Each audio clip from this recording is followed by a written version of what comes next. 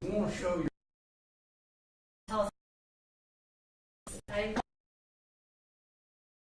showing a box. you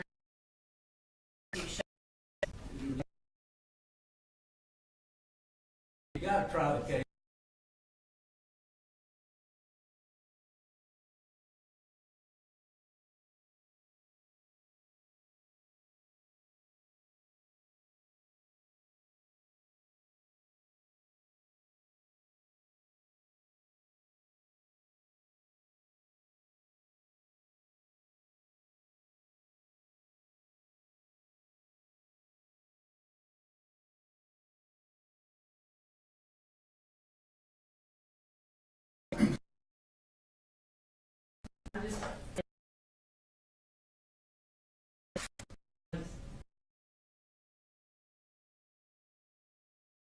Because in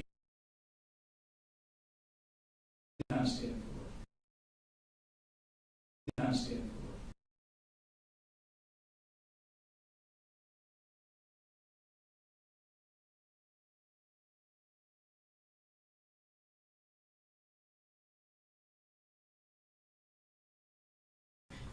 What's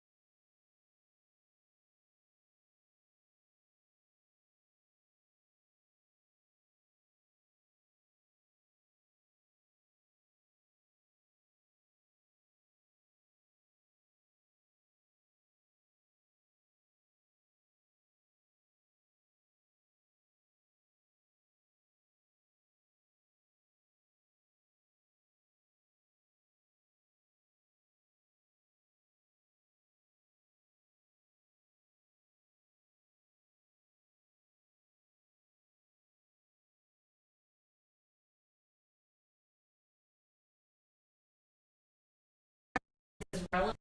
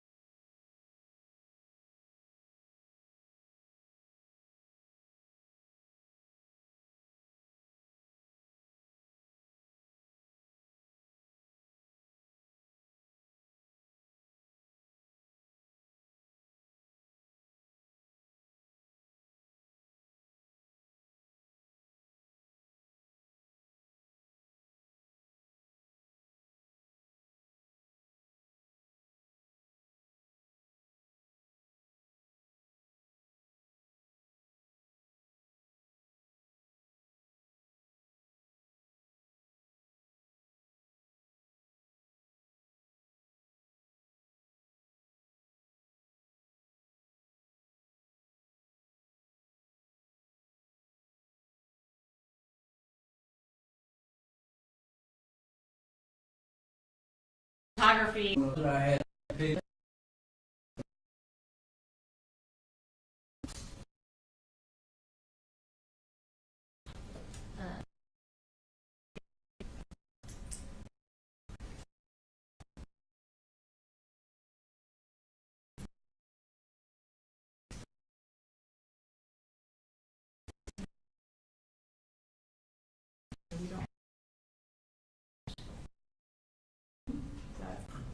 Mr. Gray, what's the last one on your list? Is that 146, 107, and 146. And we only go through, was it 114? 116. Okay. So, is there a 146 exhibit period? I assume there is. There is, I think it's physical evidence, but I'll confirm that. What was on the wall? And I assume this big poster board, I haven't seen it yet, but I assume that's the same thing. I think it's duplicitous to have multiple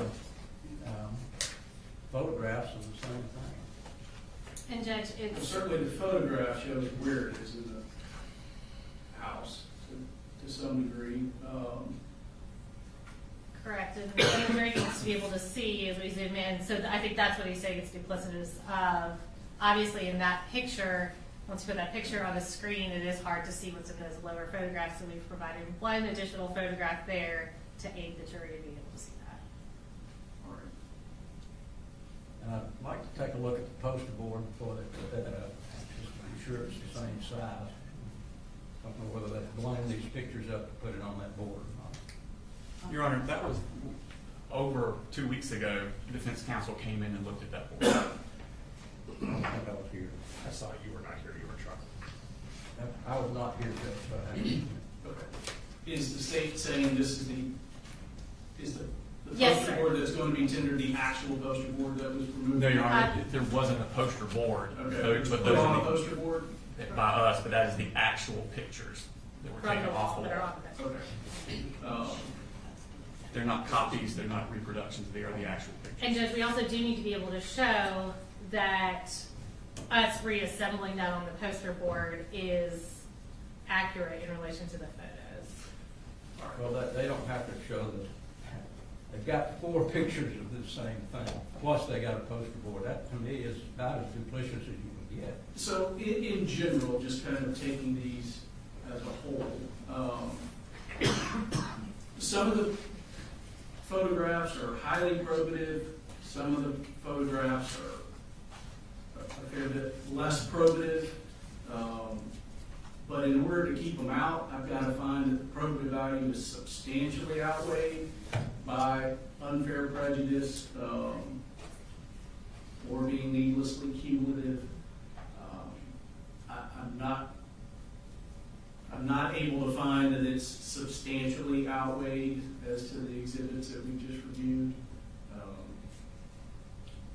And that's the standard for keeping it out. So the objection's noted for the record, but overruled. Thank you.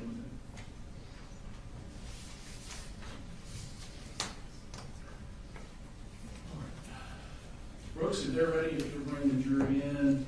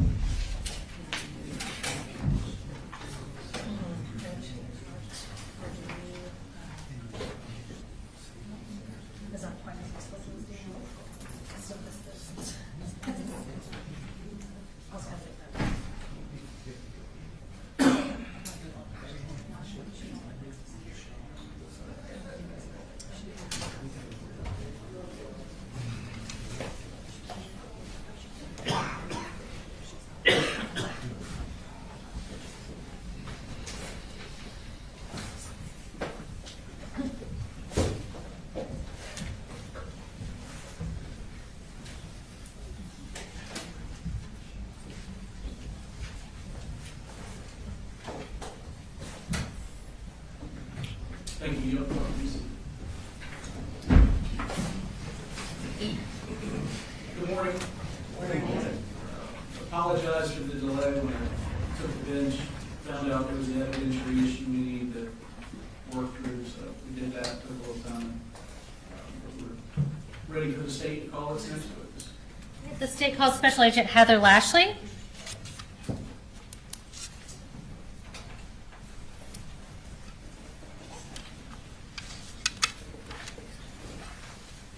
Okay, you want to go ahead and raise your right hand. Do you swear or affirm any testimony you're about to give in the matter now pending before the court is the truth, the whole truth, and nothing but the truth, so help you God? I do.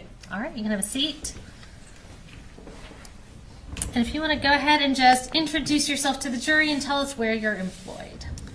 Yes, ma'am. My name is Heather Lashley, and I'm a special agent with the Georgia Bureau of Investigation out of the Atlanta Regional Office. Okay. And how long have you been with the GBI? Just over 3 years. And what's your role in the Atlanta division of the GBI? I'm a special agent and crime scene specialist. Tell me a little bit more about what you do in your capacity as a crime scene specialist. So a crime scene specialist is essentially a special agent who is solely assigned to process crime scenes. So when we respond to various incidents, I'm not generally the one out doing interviews or things of that nature. My sole purpose is to process the crime scene. Okay. And so we met Daniela Stewart a couple days ago. Does your role kind of mirror what she does in other regions? Yes, ma'am. Okay. So in your capacity as a crime scene specialist and as a GBI agent, did you respond to Apalachee High School on September 4th of 2024? Yes, I did. And tell me about how you ended up becoming involved. So initially, I responded to Apalachee High School to provide crime scene assistance due to the nature of the scene. I knew it was going to be fairly complex. Once I arrived at the school, I was then reassigned to a different location for additional crime scene related. And tell me about where that location was that you got reassigned to. I was reassigned to 896 Harrison Mill Road in Bethlehem, Barrow County, Georgia. Okay. And whose residence was that? That was the Gray residence, so that was occupied by Colt Gray, Colin Gray, and 2 additional siblings. And what was your role going to be at that location? My role was to process the residence as a crime scene, so taking photographs, locating any items of evidence, collecting any evidence that I found there. And around when did you arrive at 896 Harrison Mill Road in Bethlehem? Approximately 2 p.m. on the same day, September 4th. All right. And give us kind of a general description of this residence at this property. So I would describe it as just a simple single-story home. There was a gravel driveway that led from the roadway to a carport on the north side of the house. It was a tan in color home with dark brown in color shutters, a front porch on the front of the house, an open front yard, pretty large backyard that was partially fenced in. Okay. And did you photograph the outside of the residence as well as the interior of the residence and anything relevant within the home? Yes, I did. Did you also do a sketch of the residence? Yes, ma'am. And how did you create that sketch? So I created the sketch using a software called Zone, and that's the program that I routinely use to create my crime scene sketches. Okay, so is it an exactly to scale sketch of the home? No, it is not to scale. Okay, so as far as like if we're looking at an architectural diagram, it's not 1/10 of an inch equals 1 foot or anything like that? Correct. It just shows the general layout of the residence. Okay, and is it a fair and accurate depiction of the layout of the residence that you photographed? Yes, it is. And so we're going to introduce that sketch at that time. Let me give you the physical copy. And this is stage 144. Is this a sketch that you did that day? Yes, it is. Okay. That's a fair and accurate copy of the sketch. Yes, ma'am. So Judge, we would tender State's Exhibit 144. Suppose that's for demonstrative purposes only.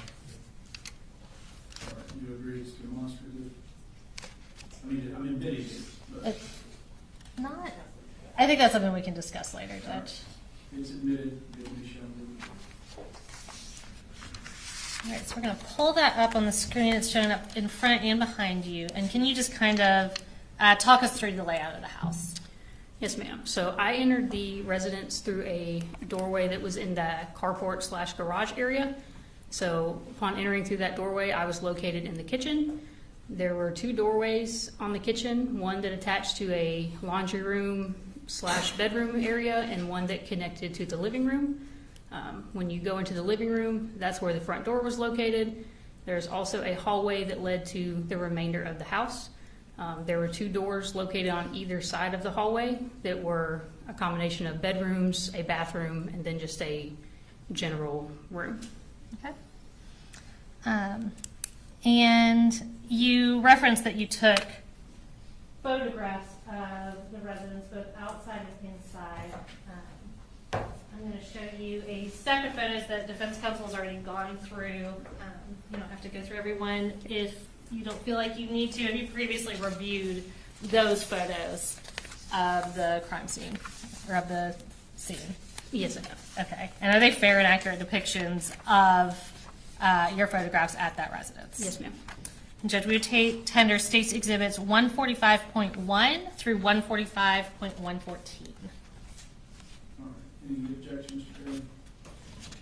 Previous objections, just ask for a standing objection. Yes, sir. Prior objections noted, overruled, 141.1 through 145.1 through 145 point, did you say 114? Yes, sir.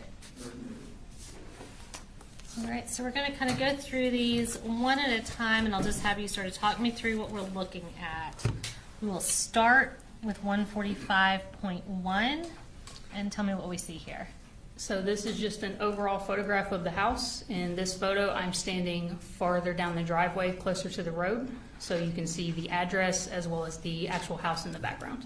Okay, and let me go ahead and ask you, we see, are those law enforcement vehicles and law enforcement officers, a few that we see in that picture? Yes, ma'am. Okay, so before you arrived, you said you got there about 2 p.m. Was this residence secured and maintained in the same condition as before law enforcement arrived?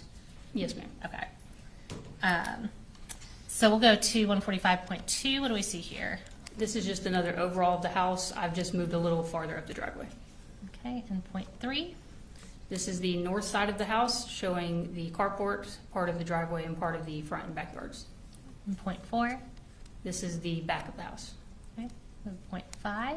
The front of the house. Okay, and would the driveway be to the left when we're looking at it that way? If you're facing the house, yes, the driveway is to the left. Okay. We'll go to the next slide. So the next few pictures we'll talk about are going into that carport and garage. Can you tell us what door appeared to be the door that people used coming and going from the house? So there was a doorway in the carport. As I said, that was the one I entered to go into the residence. That was the door that appeared to be routinely used to go in and out. Okay. So we'll go to the next slide, which is 145.6. This is an overall of that carport and garage area. Okay. Point 7. A closer up photo. At this point, I'm partially in the garage, and you can see the doorway there in the corner. Point 8. This is a close-up of the stairs and the doorway. And going in, was that the kitchen that we were looking into in that open door? Yes, ma'am. All right, so let's look at pictures of the kitchen. This is one of my overall photos of the kitchen. At this point, I'm standing in that open doorway. All right, and that was point 9, so we'll go to point 10. This is another overall of the kitchen. At this point, I've moved to a different corner of the room, and I'm making my way around the room taking photos. Okay. And point 11. Again, another overall. This is from that same corner, and I'm moving to my left, taking photos. All right, and with that door to the garage, oh, there we go, so point 12. You can go ahead. Yes, ma'am. That's the door that leads to the garage. Sorry, I got ahead of you. Point 13. This is another overall of the kitchen. You can see the doorway that leads to the carport and also the doorway that connects to the living room. All right, so that's the living room we see there to the left of the carport. Yes, ma'am. You Okay. need to pause for just a second. Counsel, you have any questions?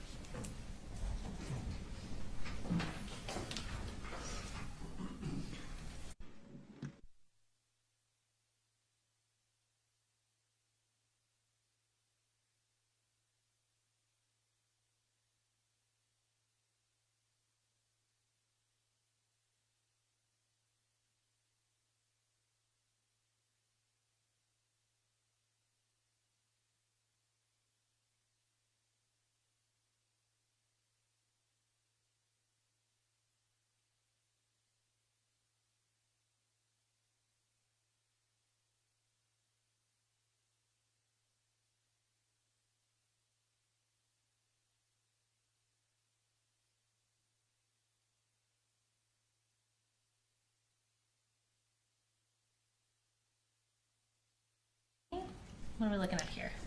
This is an overall photo of the doorway that connected to the laundry room / bedroom. Okay, and where is that in relation to the garage? So that wall where the doorway to go to the carport was, this is that same wall. So this would be the north wall in the kitchen. Okay, and is that accurately reflected on the diagram? Yes, ma'am. All right, so let's go to the next one. This is point 15. This is one of my overall photos of that laundry room from the perspective of me standing in the doorway. Okay, and point 16. Another overall, at this point I've moved farther into the room and I'm facing back towards the doorway. Okay. And again, I kind of hit on this, but when you go through and photograph a house, do you first photograph it in the exact condition that you find it in before y'all manipulate things or go through anything? Yes, we do. Okay. So we'll go to point 17. This is a close-up of a plastic tote that was in that laundry room, and you can see some ammunition boxes in the tote. Okay. And point 18. This is just a closer-up photo of that ammunition box. All right, go to the next one. 19. This is a tactical style vest that was located in the laundry room. All right. And the next one. This is 20. This is an overall of an ammunition can that was also located in the laundry room. Okay. We'll go to 21. This is an overall of the contents of the box once I open the lid.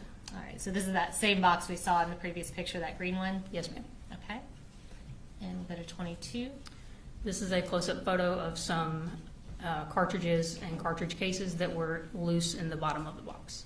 Okay. And did you have to do anything to unlock that box, or was it secured in any way that you weren't able to get into it initially? No, ma'am. It has a handle to keep it secure, but there's no actual physical lock on the box. Okay. We'll go to the next one. That was 22. This is 23. This is another photograph of some ammunition that was located in the laundry room, just within a plastic tote in that room. Okay. And the next one is point 24. A close-up photograph of that same ammunition. Okay. We'll go to the next slide. This is a close-up of the ammunition can that we showed a few photos ago. Okay, and that's point 25. So is that after y'all took that into evidence? Yes, ma'am. Okay, so we'll go to the next slide. Point 26. Again, this is the contents inside the box once I opened the lid. Okay, we'll go to point 27. These are all the boxes of ammunition that I removed from the box and laid out to photograph. All right, so all of these were contained within that green box? Yes, ma'am. Okay. And point 28. And this is after I removed the contents of those boxes, just showing how many cartridges were in each box. Okay. And the next slide. This is just a close-up of those cartridges showing their caliber. All right, that was point 29. And we'll go to the next one, 30. A close-up of one of the other boxes of ammunition Okay. And the next one is point 31. and the contents inside that box. Okay. And the next one is point 32. Close-up of a different box of ammunition. All right. And the next one, 33.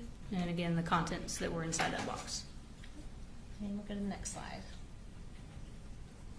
A different ammunition box Okay, and that's point 34, and the contents of that box. and that is point 35. We'll go to the next slide. This is an overall of what remained in the can after I removed the boxes from it. Okay, and that's point 36. So these are not ones that you previously photographed, those are additional at the bottom Correct. of the These box. were just loose in the bottom of the box. Okay. And we'll go to the next slide, point 37. This is an overall of which cartridges were loose in the box. As you can see, I laid them out and I wrote beside each one the make, the caliber, and how many there were. Okay, and can you just kind of read out what, basically what you've got written there? Yes, ma'am. So I have 2 PMC 308 Winchester cartridges. I have 12 FC 45 Auto handgun cartridges, 1 FC 40 caliber Smith & Wesson cartridge, 1 Spear 40 Smith & Wesson cartridge, and 1 Winchester 40 Smith & Wesson cartridge. Okay, thank you. And we'll go to the next slide. This is an overall of one of the evidence bags showing the barcode. Okay, and is that your writing on there? No, it is not. Okay. Is your handwriting better than that? I hope so. What is this? What's labeled on the bag?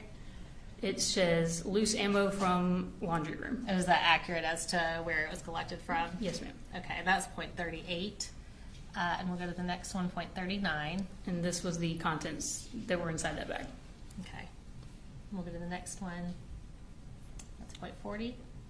This is a head stamp of either a cartridge or a cartridge case. It's hard to tell in that photo. Okay. And we'll go to the next slide. .41. And overall of a difference evidence bag. Okay, and what's the writing on that say? It says ammo, secondary search, laundry room. Okay, and when we say secondary search, what's that in reference to? So generally a secondary search is what we do after we've done our initial search and marked any items of evidence that were readily visible. Once we photographed, documented, and collected those, we will then do a secondary search in which we will move things that we may not have previously moved. It's more of just a secondary sweep to make sure we didn't miss anything. Okay, and that's 41, and we'll go to the next slide. And these are the cartridges that were in that bag. Okay, and that's 42. Go to the next slide. And overall of a Remington ammunition box. That's 43. And the next slide. And the contents that were in that box. Okay, that's 44.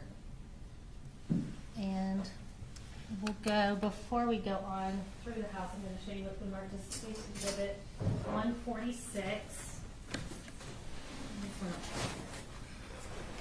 And can you identify what this is for the jury? And is this heavier than it looks as I walk this up here? Yes, it is heavy. Okay. This is the ammunition box that was collected from the laundry room. Okay. And does it appear to be in substantially the same condition as when you collected it from the laundry room? Yes, ma'am. After y'all photographed the contents of that box, did you put the contents back in the box and seal it? Yes, ma'am. All right, and since I'll go ahead and tender State's Exhibit 146 into evidence. No objection. Does it have the bullets in it? Is that what this? Yes, sir. Everything that was contained in it at the house is back in it now. 146 is admitted. And I will not have you open that up since you photographed so thoroughly the contents of it. But I do have one more from that room. This is State's Exhibit 147. And can you identify what this is for the jury? This is the tactical vest that's been packaged that was located in the laundry room. Okay. And is that bag and sealed everything in substantially the same condition as when y'all placed it into evidence? Yes, ma'am. All right, and I'm going to have you open that up and show that to the jury. And Judge, we would tender State's Exhibit 147. Mr. Barrett? All right, 147 is admitted.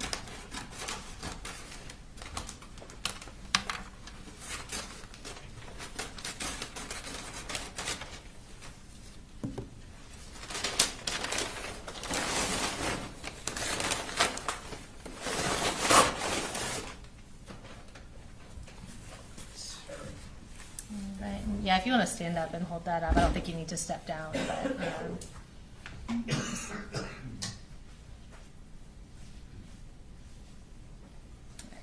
Thank you.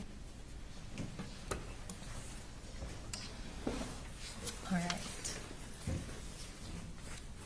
Do you want me to put it back in the bag? And yeah, sure, whatever's easiest. If you need me to get it out of your way, let me know.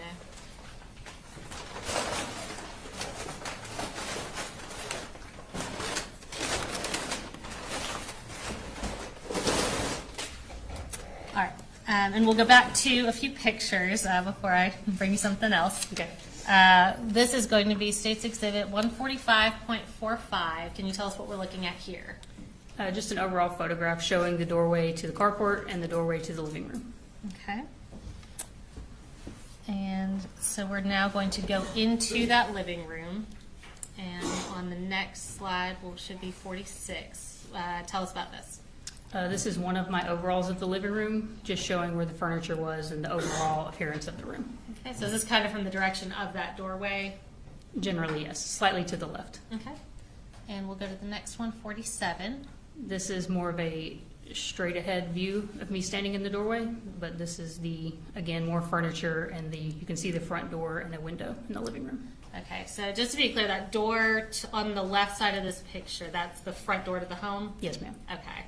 And when you said that it appeared the garage door was the one people used to enter and exit, is kind of the stuff in front of that door the reason why you concluded that? Yes, ma'am. It would, based on where the furniture is, the items hanging from the door, and the items in front of the door, it seemed that it was not feasible that someone was regularly going in and out of that door.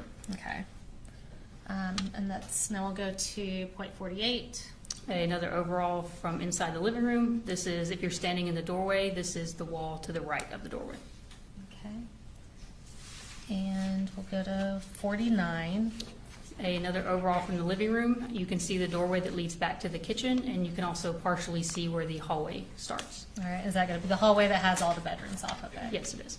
Okay. And we'll go to the next slide, point 50. Another overall of the living room, again, just showing the furniture and the contents. Okay. And so now we're going to show a little bit of that hallway. And we'll go to point 51. This is an overall showing just the general layout of the hallway. Okay, and can you kind of tell us which rooms we see? I know it's kind of hard to see in this picture, but. Yes, ma'am. So in this perspective, I'm standing in the living room facing the hallway. At the very end, you can see a door. That is just a closet. If you're moving down the hallway on your right side, the first room is the just general, almost gamer setup type room. Mhm. The room at the end of the hallway on the right is a bedroom. And on the left wall, the first room on the left is a bathroom, and the second room on the left at the end of the hall is another bedroom. Okay, is that a pretty narrow hallway? It is. Okay, and you said that door on the end with the damage to it, that's a closet? Yes, it's a closet door. Okay. And we'll go to point 52. This is another overall of the hallway. I've moved a little bit further down so you can see the rooms a little bit better. Okay, so what's this first door on our left? The first door on our left is a bathroom. Okay, and the door directly across from it? That was identified as Colt's room. Okay. And that was point 52. So now we're going to look at that first bathroom that was on the left, and we'll pull up point 53. This is one of my overalls, just showing the condition of the bathroom. Okay, and how many bathrooms total were there in the house? 2. Okay. We'll go to point 54. This is a perspective of me standing in the bathroom doorway. I'm taking a photograph of the doorway directly across from the bathroom. Okay. And you said that's what was identified as Colt's room? Yes, ma'am. Okay. And the next slide is point 55. This is an overall near the end of the hallway. You can see that same closet door, and on the right and left are doorways to the bedrooms. Okay. And we'll go to the next slide. So next we're going to talk about, was that last room next to the bathroom, was that identified as Jenny Gray's room, the daughter? Yes, ma'am. Okay, so let's show the next slide. This is point 56. This is just an overall of the doorway leading into Jenny's room. All right, and it's kind of hard to see in this picture. Is that damage to the door next to the doorknob? There is some damage to the door, yes. Okay. And we'll go in point 57. This is one of my overalls of Jenny's room. Oh, you're fine. And smoothly going into point 58. Just another overall as I'm making my way around the room. Okay. And the next slide, point 59. Another overall of Jenny's room, and you can see the doorway there that leads to her connected bathroom. Okay. And we'll go into that bathroom. Is the only point of entrance for that bathroom in Jenny's room? Yes, ma'am. Okay, and it did appear that that was a bathroom exclusively used by Jenny, based on what you could tell. Based on the contents, yes. Okay. So we'll show point 60. These are just some of the contents that were in that bathroom. Okay. And so we're next going to go to this back corner bedroom. Did that appear to be Colin Gray's bedroom? Yes, ma'am. And did he appear to also share that with his youngest son, Coley? It appeared that way, yes. Okay. And we'll go to the next slide, point 61. This is one of my overalls of the doorway of Colin's room. Okay. And point 62. Another overall of the inside of the room. Okay. Go to point 63. Another overall, just moved the camera down to try to capture the whole room. Gotcha. We'll go to the next slide, point 64. Another overall of that same bedroom as I'm making my way around the room. All right. And the next slide is point 65. This is an overall of a pair of swim goggles that I located in that bedroom, and inside the goggles you can see what was identified as one bore sight and one rifle cartridge. Okay, and is that, fortunately we had that orienting picture. Is this zoomed in from where the previous picture was? Yes, it is. Okay. And we'll go to the next picture. This is that same pair of goggles. It's just now been identified with evidence marker 22. Okay, and you said that was a bore sight and a cartridge in there? Yes, ma'am. Okay. Just a close-up of the contents of the goggles. All right, and that's point 67. And is that object on the left the bore sight? Yes, ma'am. Okay. Point 68. This is an overall of the closet that was in Colin's room. Okay. And point 69. Another overall focusing more on the top of the closet. Okay. And point 70. One of my overalls photographing the top shelf that was in the closet. All right, and it's kind of hard to see in this picture, and we'll see clearer, but what are those boxes that we're seeing? Various ammunition boxes. Okay. We'll go to the next picture. That's point 71. That's another overall. That's the opposite side of that same shelf in the top of the closet. Okay. And the next slide. These were overalls of some firearms that were located in that closet after I removed the clothing that was covering them. Okay. Were there 2 firearms up there? Yes, there were. Okay. And we'll go to the next picture. That was point 72. This is point 73. This is a overall photograph of a box of handgun ammunition that was in the top of the closet. All right. And we'll go to the next slide, point 74. This is another overall of one of the firearms that's been marked with evidence marker 17. Okay. And point 75. This was a pile of magazines that were located in the top of the closet that have been marked with evidence marker 19. All right. And point 76. This is an overall of the closet, still with all the clothing on top of the contents of the closet. Okay. So is this kind of on the left side of the closet? Yes, ma'am. If If you're you're facing the looking at it. closet, it would be more to the left. Okay. Point 76, and we'll go to the next one, point 77. This is the same boxes of ammunition that have been marked with evidence marker 16, and this photo, the clothing has been moved from on top of them. Okay. And next, point 78. This is a close-up photo of all the boxes of ammunition that I retrieved from the top of the closet. Okay. And I'll go ahead and ask, was that closet locked or secured in any way that y'all weren't able to get into it? No, ma'am, the closet door was open when I got there. Okay. So that's point 78. We'll go to point 79. What do we see here? A close-up photo of the .40 caliber Smith & Wesson ammunition box. Okay. And point 80. This was the contents inside that box. Okay. And point 81. An overall of another ammunition box and the contents that were inside that box. Okay. And point 82. An overall of a different ammunition box. Okay, and we'll go to the next one, point 83. These were the contents inside that box. Okay, and are all these that we're looking at recovered from that top closet shelf next to those firearms? Yes, ma'am. Okay. We'll go to the next one, point 84.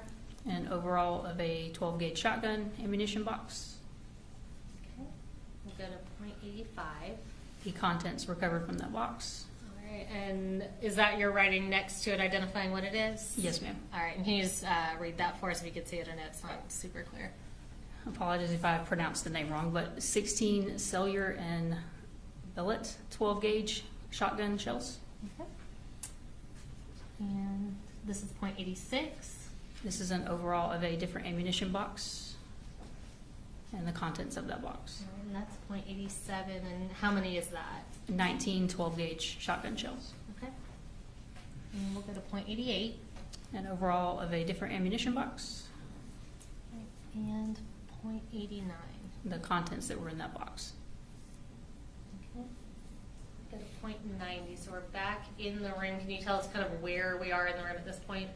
Yes, ma'am. So you can partially see it in that photo. The doorway to go in and out of the room is in the left corner of that photo.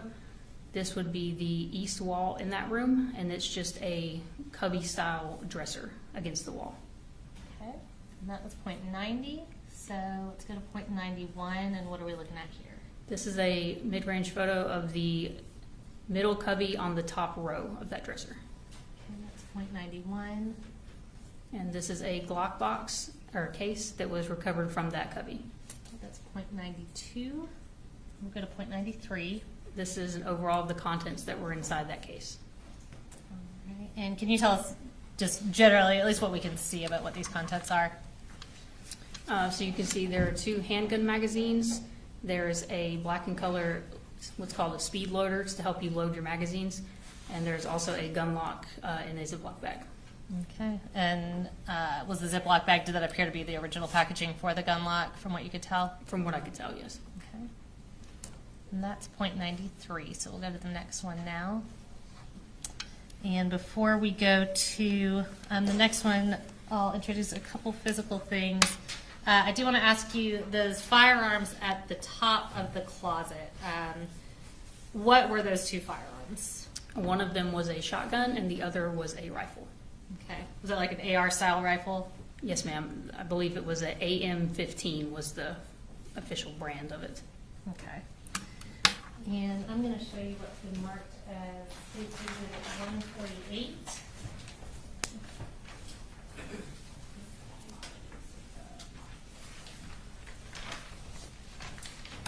Can you just identify what that is?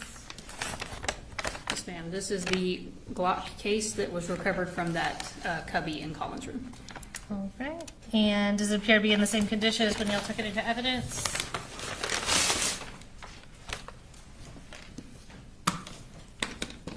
Yes, ma'am. All right. And Judge, at this time, we would tender State's Exhibit 148. Okay, 148. Okay, I'm going to have you go ahead and if you can just sort of show the inside of it to the jury, then I'm going to ask you about a couple of the individual contents.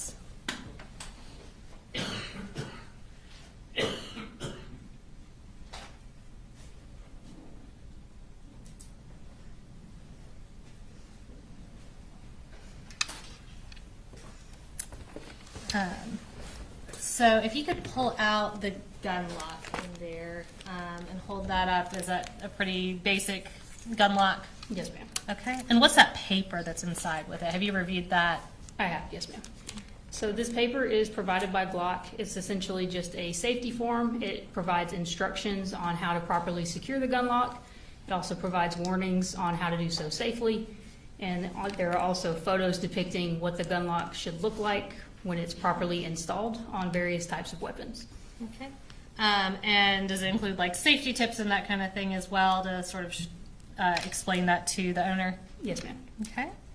And what's the envelope that is also inside that Glock case?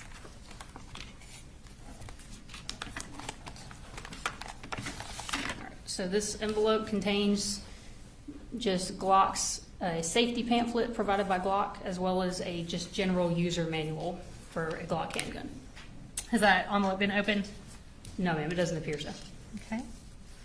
I'll give you a second to consolidate that.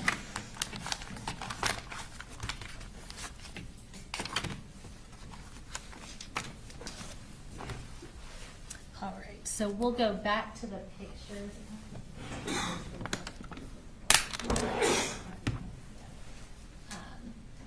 So we're talking about what you previously identified as Colt's room now. So this is that room that's directly across from the bathroom? Correct. Okay, and this is State's 145.94. Tell us what we're looking at here and from where. This is one of my overalls of Colt's room. In this perspective, I'm standing in the doorway, and I'm facing generally the west wall. Okay. And we will go to, is that a like computer screen right there that we see? Yes, ma'am. There's a desk with a computer monitor, some video game equipment, and just some other assorted items on the desk. Okay, and that's, so we see that a little clearer in State's 145.95. Yes, ma'am. Just another overall showing the desk and the chair and some contents that were in the floor. All right, and is that still kind of from the doorway? Yes, ma'am. Okay, so this is a pretty small room. Yes, ma'am. It's not very big. Okay. So this is 145.96. Tell us what we see here. This is an overall photograph of the west wall. You can partially see the desk, and you can also see some things affixed to the wall. Okay, and you say some things affixed to the wall, so we see what's right in front of us. We'll obviously be coming back to that. Was there really anything on the walls other than what we see in this picture, that skull and these items on the back wall? There was one shelf mounted to the east wall, which is the wall where the doorway was located, but the only thing on the shelf was an empty shoebox, some loose papers, some push pins, nothing of relevance. Okay, so we'll go to 145.97. Another overall, just making my way around the room. This would be partially the south wall and part of the west wall. Okay, and is that door right there, is that the door to the room or a closet door? That is a closet door. Okay, so that's 0.97. We'll go to the next one, 0.98. Another overall, just a little bit lower photograph. You can see some more video game equipment and some assorted items in the chair and on the floor. Okay, and we'll go to 0.99. An overall facing downward, and you can see the broken computer and some tools on the floor. Okay. And again, was this all the same condition as when law enforcement came into the house? Yes, ma'am. Okay, so this is 145.100. This is a photograph of a wire shelf that was in the room for some notebooks on the top shelf. Okay, so we'll go to 0.101.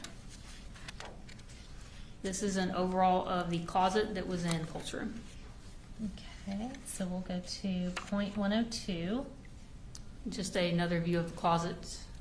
Okay, and is this door on our left side, is that the entrance to the room? Yes, it is. Okay. And this is 0.103.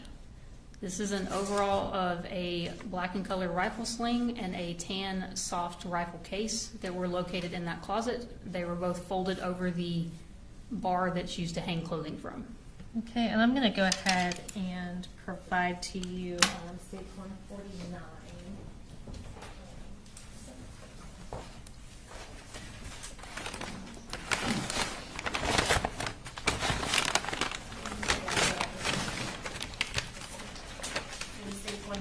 I'll trade you for a couple of listings you've accumulated.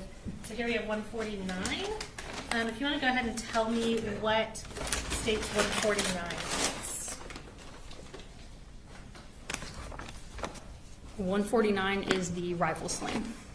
Okay, does that appear to be in the same condition as we all packed to have and put it into evidence? Yes, ma'am. All right. And Judge, at this time we would tender States Exhibit 149. Want me to get it? All right, 149. All right, yeah, and if you want to go ahead and open that up, and I'll have you display that for the jury.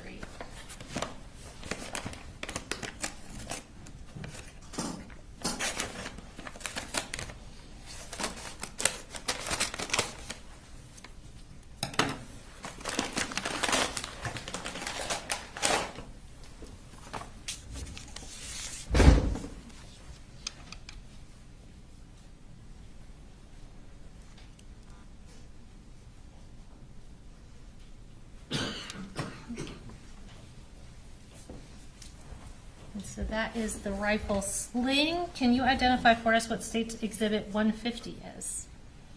A 150 is the soft rifle case that you can see in that photo. Okay, so is that this brown object that we see here? Yes, it is. All right, and is it in substantially the same condition as when y'all packaged it up and put it in evidence? Yes, ma'am. Judge, we would tender State's Exhibit 150. All right, 150 is good. All right, I'm going to have you do your best to get that open and pull it out and display it for the jury.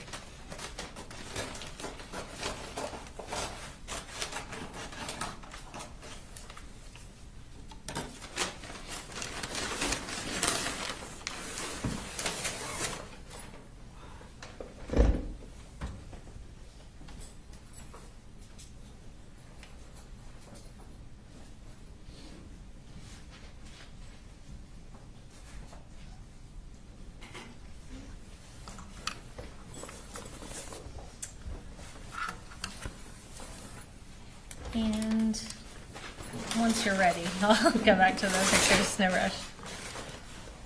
All right, so we'll now go to, so the picture we have up now is 103. We'll go to 145.104.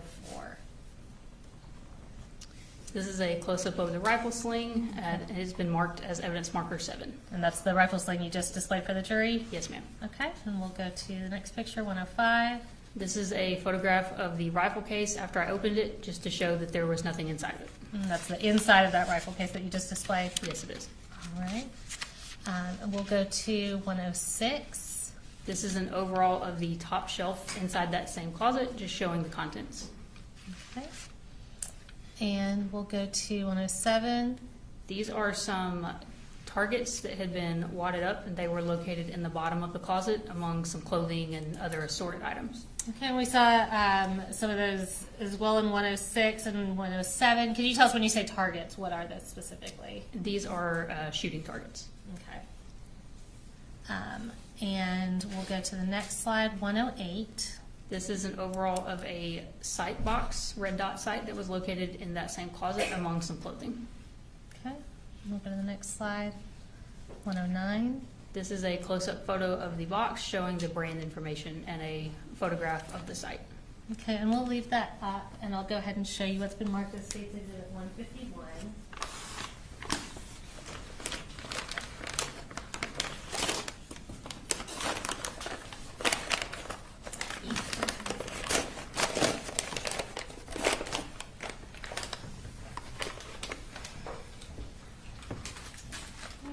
And this, I'm actually going to hold off on that for 1 second because we have 2 exhibits in that bag. So you go to 110. All right, and what do we see here? Some additional shooting targets that were located in that closet, and you can see some are unused, but some are used. Okay, and the next one, 111. This is a close-up of a target that had already been used. Okay, and we'll go to the next one, 112. These were 2 additional targets that were used that were located in that closet. Okay, and we'll go next, 113. This is a photograph of a shotgun shell as well as another gun lock that were located in the bottom of that closet. Okay, and 114. This is a close-up photo of just the gun lock. Okay, and so I'll go ahead and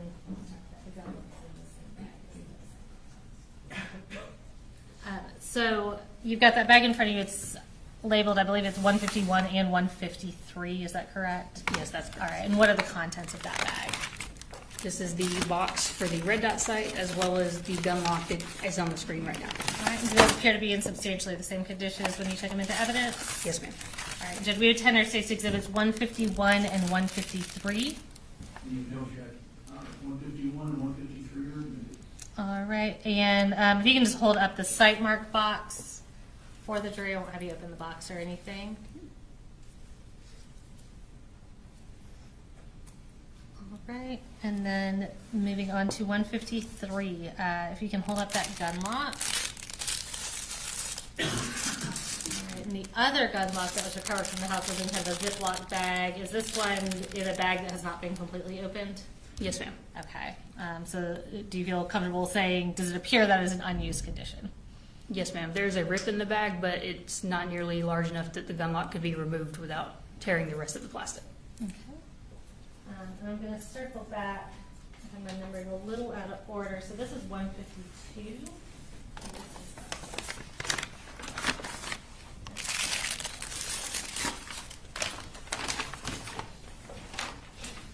And I think this has kind of a combination of things in that bag. Can you identify what that bag is? This bag contains 1 shotgun shell found in the subject's closet, evidence marker 15, and evidence marker 22. Okay. And those appear to be in substantially the same condition as when you took them into evidence. Yes, they do. All right, and Judge, we would tender State's Exhibit 152. You check. All right, and I think you have I'm sorry, you have a couple individual bags within there. Can you just tell us what each of those are? Yes, ma'am. So each of the items that I just read off are packaged individually within their own coin envelope, and each coin envelope is then in this bag. Okay. So will you just identify each one really quick? Yes, ma'am. So each of these envelopes contain a shotgun shell. One was recovered from evidence marker 15, and one was recovered from Colt's closet. Each of these items are the 2 items that were previously observed in the swim goggles. One is the cartridge and one is the bore sight. Okay, so, and just order-wise, because I bounced around a little bit, so the bore sight, a couple of the shells were from Colin's room, and then another shell was from Colt's room. Yes, ma'am. Okay, and just to kind of clear up something that the jury may notice, was there a bed in the room that we're referring to as Colt's room? Was there a bed? Yes. I'm sorry. No, there was not. And what is your understanding of where Colt would actually sleep? It was my understanding that Colt was sleeping in the laundry room that also was serving as a bedroom. Okay. And at this point, we can go on to the next slide. So this is State's Exhibit 145.96. We're just going to kind of use this for reference. Tell me about what we're looking at here. We are looking at the west wall in Colt's room. You can see the same desk that we discussed earlier, as well as a series of photographs and articles that were affixed to his wall. Okay. Okay,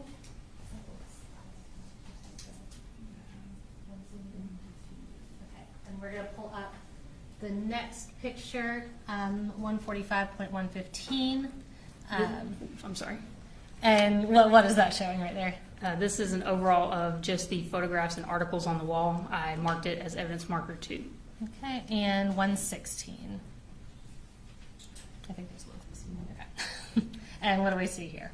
This is a close-up of some of the photographs that were lower down on the wall and difficult to see from farther away. Okay. Okay.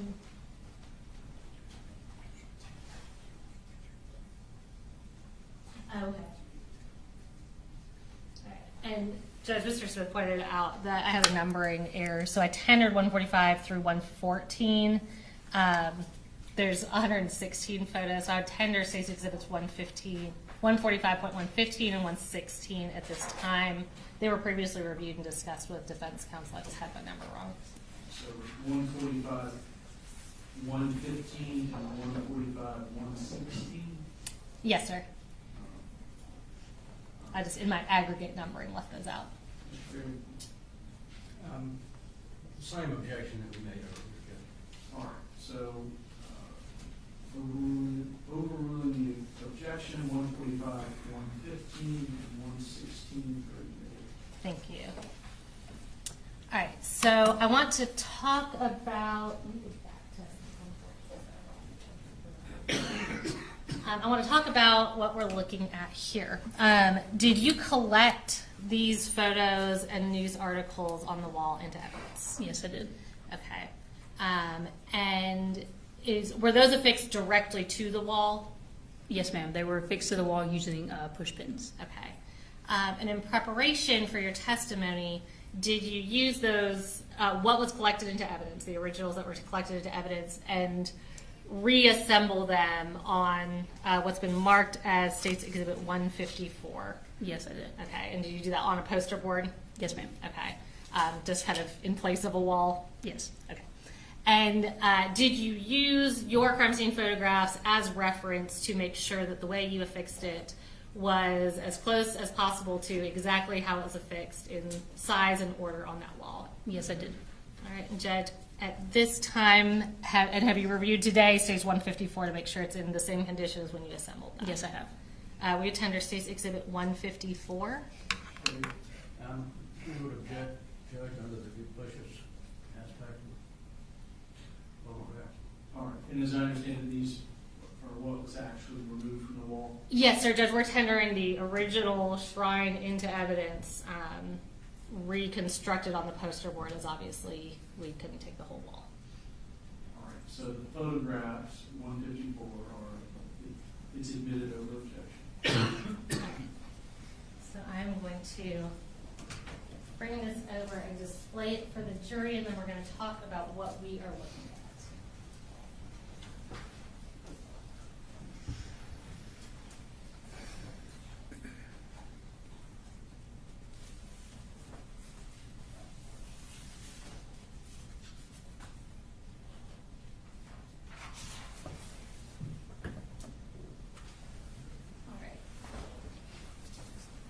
So spotlight at Lashley, can you start by telling me the approximate size of this shrine?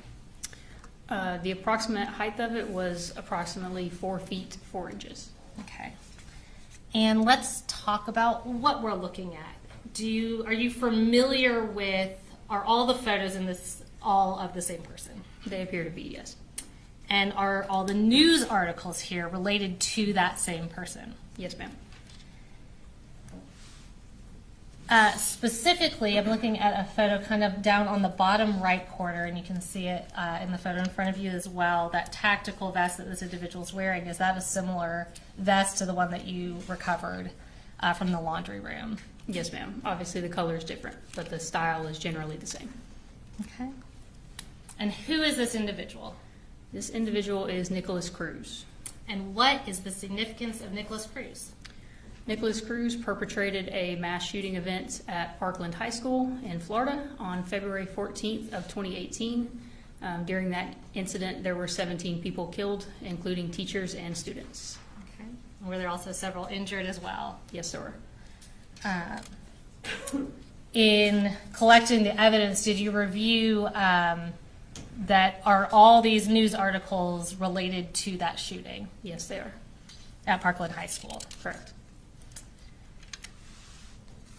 And you testified, again, I know we saw the pictures, but in orienting to Colt's room, where was this shrine? So if you were standing in the doorway of Colt's room, this shrine would have been on the wall across from the doorway. The doorway was on the east wall, this shrine was on the west wall.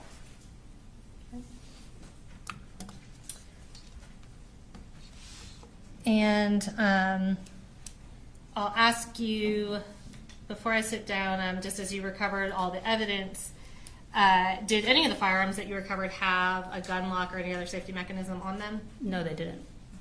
Did you find any gun safes in the house? No, ma'am. Did you find any other kind of safe or secured location that a rifle could have been stored? No, ma'am.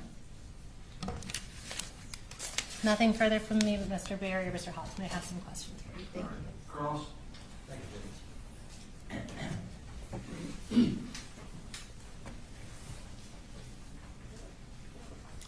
Good morning, Agent. Good morning, sir.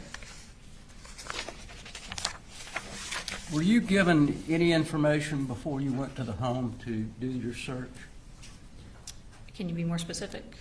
What type well- of information? Who did you talk with before you went to the home? You had to get information where the home was.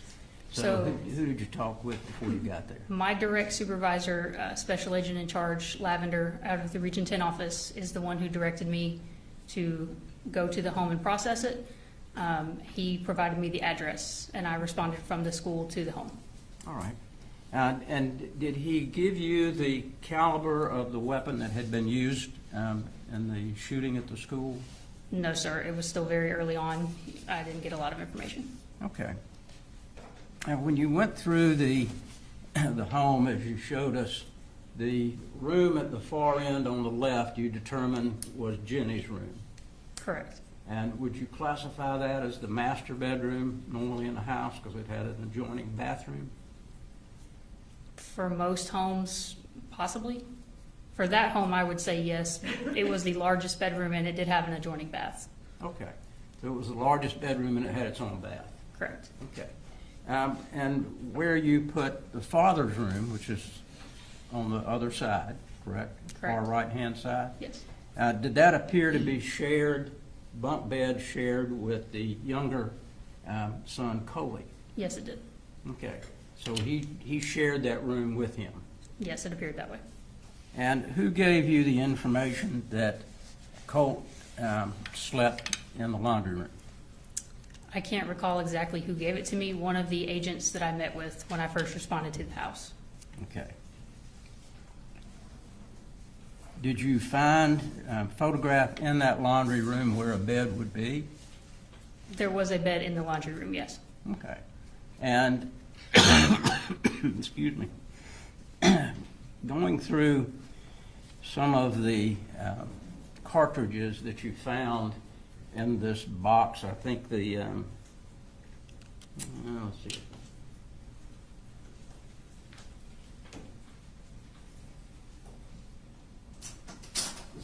appears to be a military-type box. At least it was when I was in the military. Is that what you would call it? Yes, sir. It's used by law enforcement and military commonly. Okay. Just for the record, what exhibit number is that? And this is 146.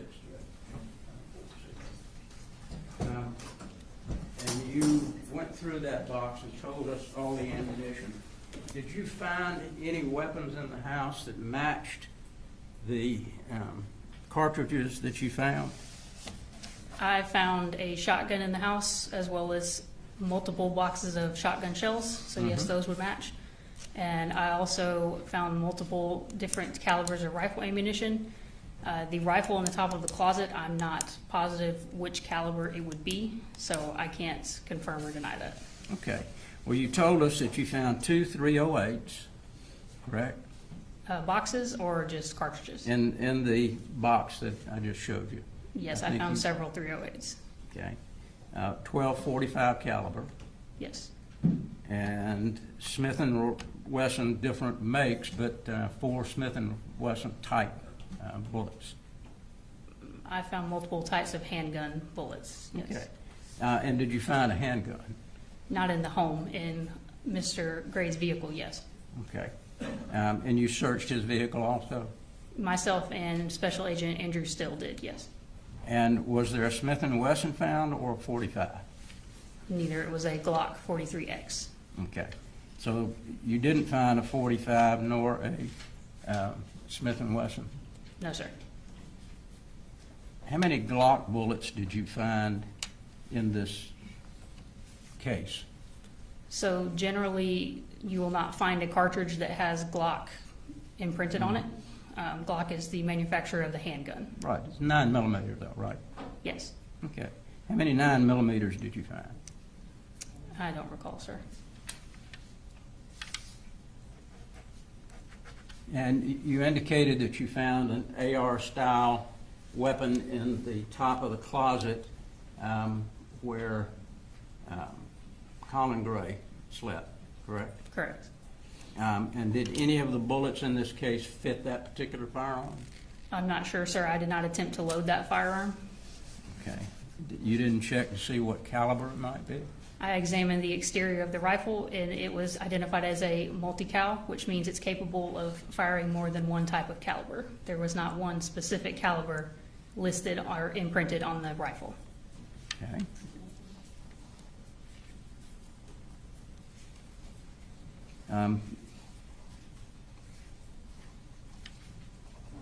And the 208s, what are they?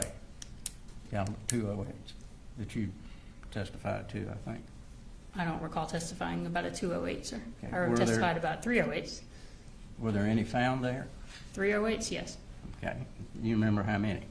No, sir. Multiple boxes. Okay.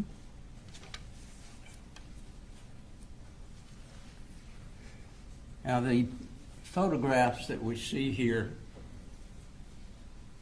these are not cut out of a newspaper, correct? I'm not sure where they originated from, sir. Okay. Don't they look like they were printed on a printer?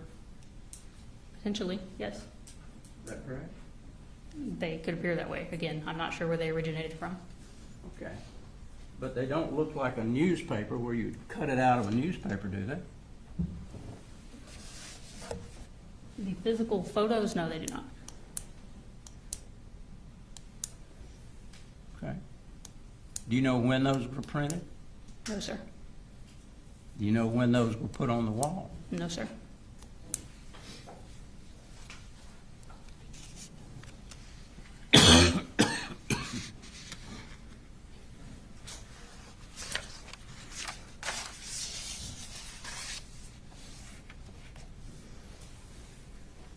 The site mark box that you saw, did anyone give you any information that there was corresponding site mark on the weapon that was used at the school? No, sir. I never saw any of the evidence that was collected from the school. Okay.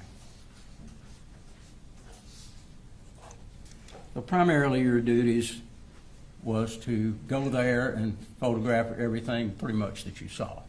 That'd be fair to say. My role as a crime scene specialist is to photograph the crime scene in its entirety. So that includes the outside and inside overalls. And if I see something of evidentiary value, then yes, additional mid-range and close-up photographs of that item. Okay. And do you sometimes get impressions about what you see? What do you mean, sir? I mean, if you see, for instance, the computer that was sitting on the floor in what was called Courtroom, Mm-hmm.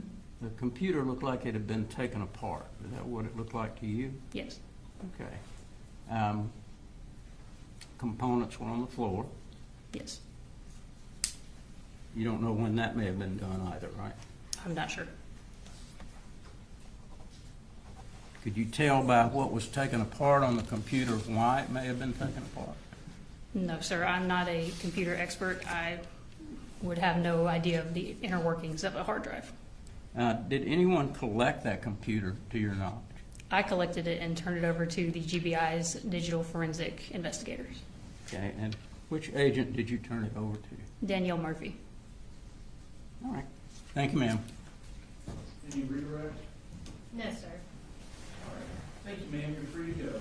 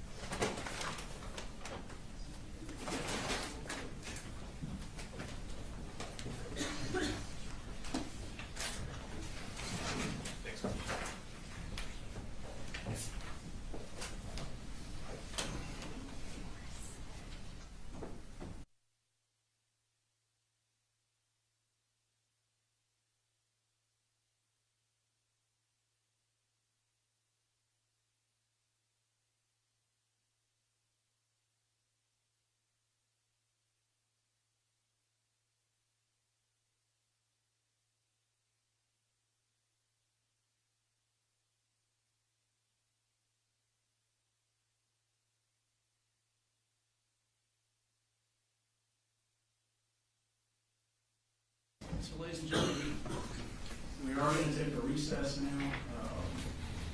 It may be longer than our normal morning recess. Here are 122. Can you raise your hand? Okay. If you'll hang back and then just stay in the box, but we'll go ahead and be in recess.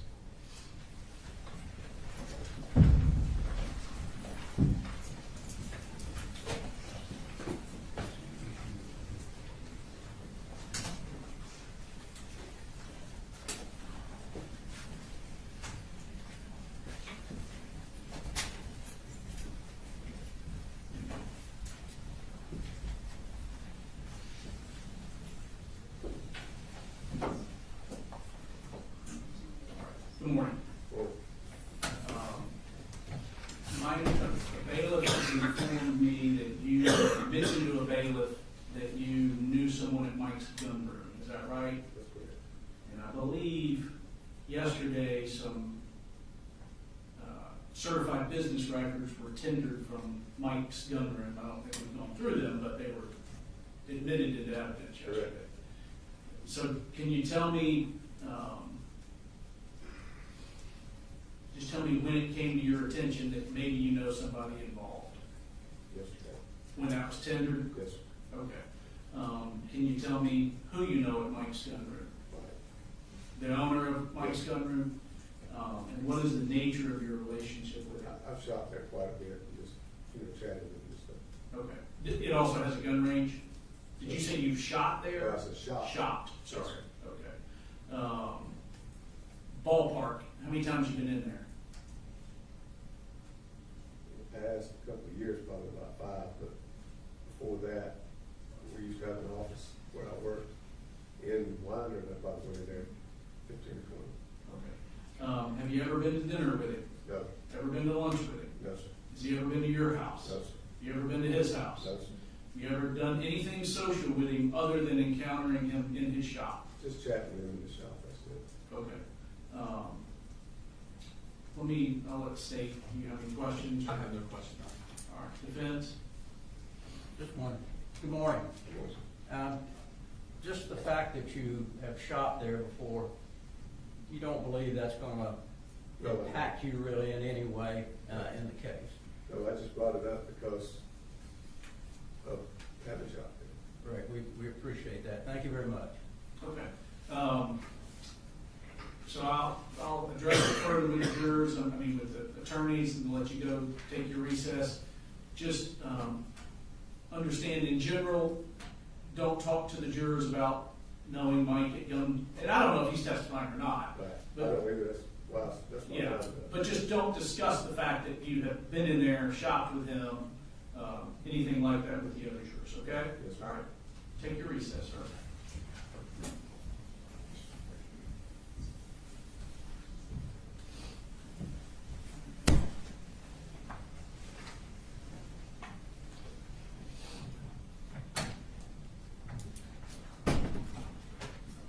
All right, any issues for the state? No, Your Honor, well, we're not calling anyone from Mike Gunnery. It's a business record, just like we're putting in business records from Amazon where everybody shops. Anything from the defense? No, Your Honor, the court asked most of the questions I would have, so I don't think he's going to have issues. Very good, we'll be in recess, call it 10:45.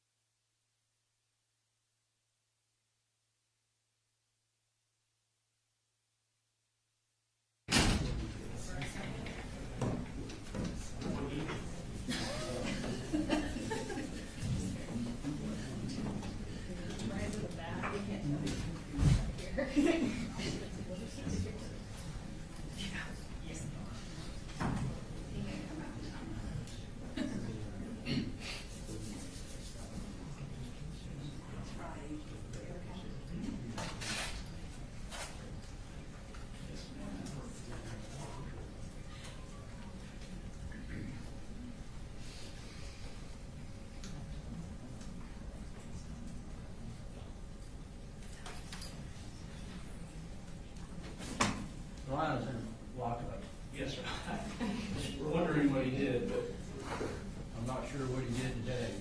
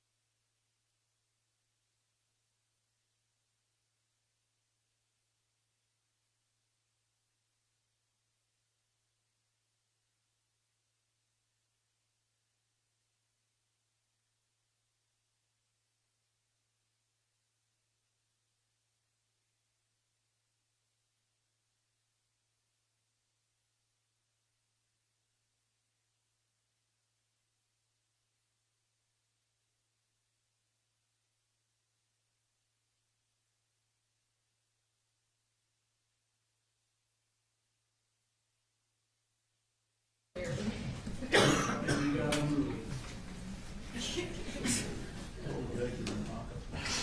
All right, y'all ready for the jury? Yes, Your Honor. All right, bring them.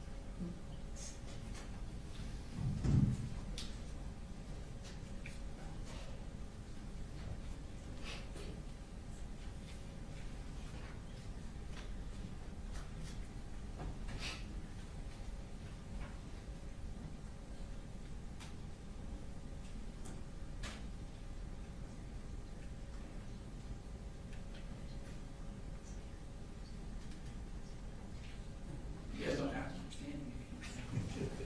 Been sitting all morning, Your Honor. You know, as soon as we sit down, they're gonna come out.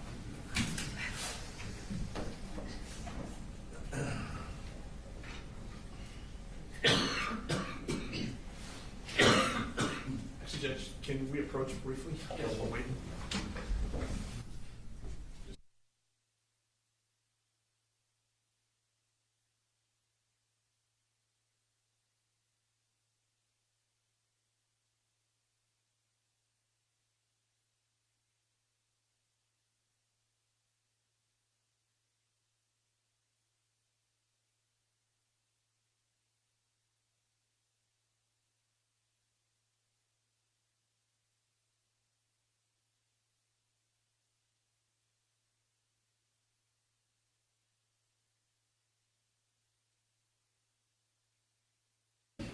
Is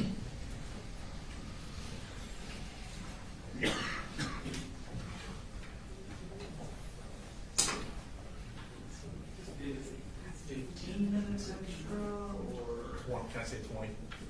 Okay.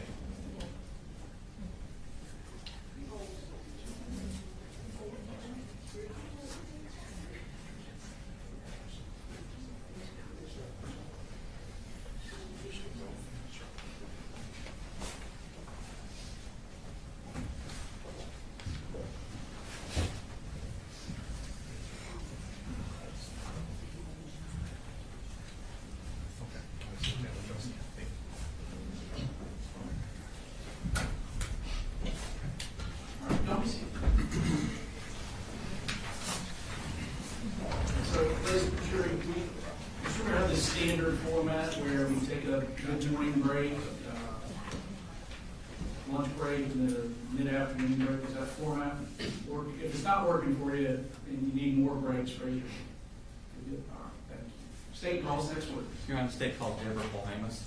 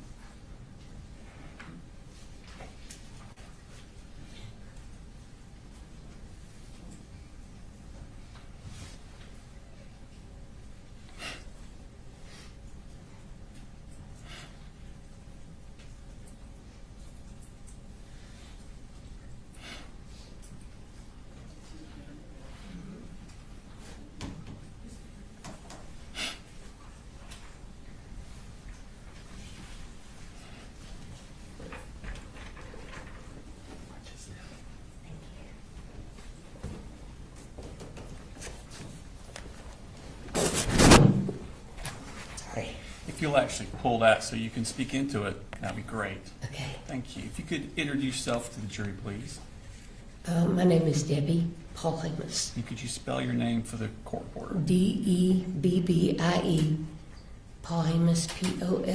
Okay. If you could raise your right hand, please. Swear the testimony you give in the matter now pending before this court will be the truth, the whole truth, and nothing but the truth, so help you God. I do. Okay. Tell us about yourself. Who are you? I'm Colt's grandmother, Okay. Jenny's grandmother, Cody's grandmother. Okay. And your daughter is who? Marcy. And that is Colt's mother? Yes. Okay. And what do you do? I'm a retired educator. Okay. And how long were you an educator? 43 years. Okay. And where do you live? I live in Fitzgerald, Georgia. Okay. And how far away is that from here? About 4 hours. Okay. And so you said you were Colt's grandmother? Yes. What did he call you? Mamu. Mamu? Mhm. Okay. Is that spelled a certain way or just? Mamoo. Okay. So are you one of those grandparents that doesn't see your grandkids very often, or are you a grandparent that's fully immersed in their No, lives? I tried to be fully immersed Okay. with all of them. My other 3 were in Florida. Okay. I was about to say, do you have other children? Yes. Okay. And where do they live? Toby lives in Columbus, and Annie lives in Tavares, Florida. Okay. Do you have other grandchildren? Yes, Annie has 3. Okay. Toby has 2. Okay. So, in the hierarchy of your grandchildren by age, where does Colt fall? Colt is the 3rd grandchild. Okay.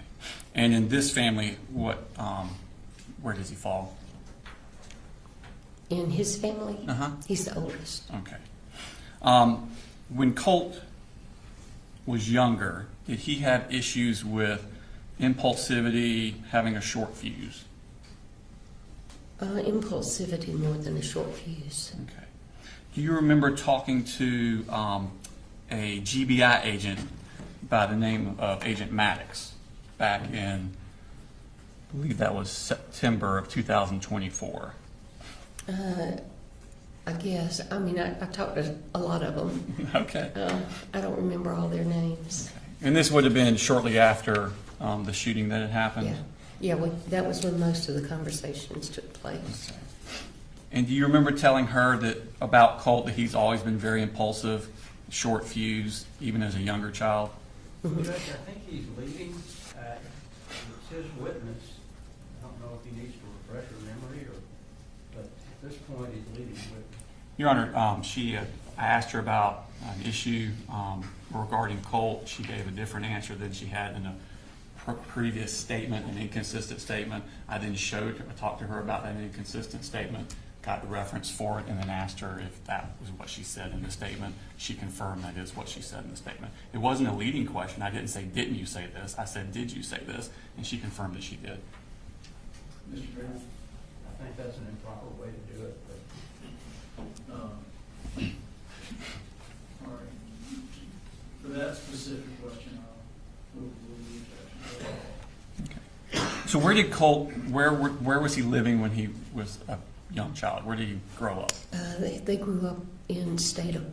Okay. Is that here in Barrow County? Mm-hmm. At some point, did they move from that house? They moved from Statham to Gainesville. Okay. And how long did they live in Gainesville?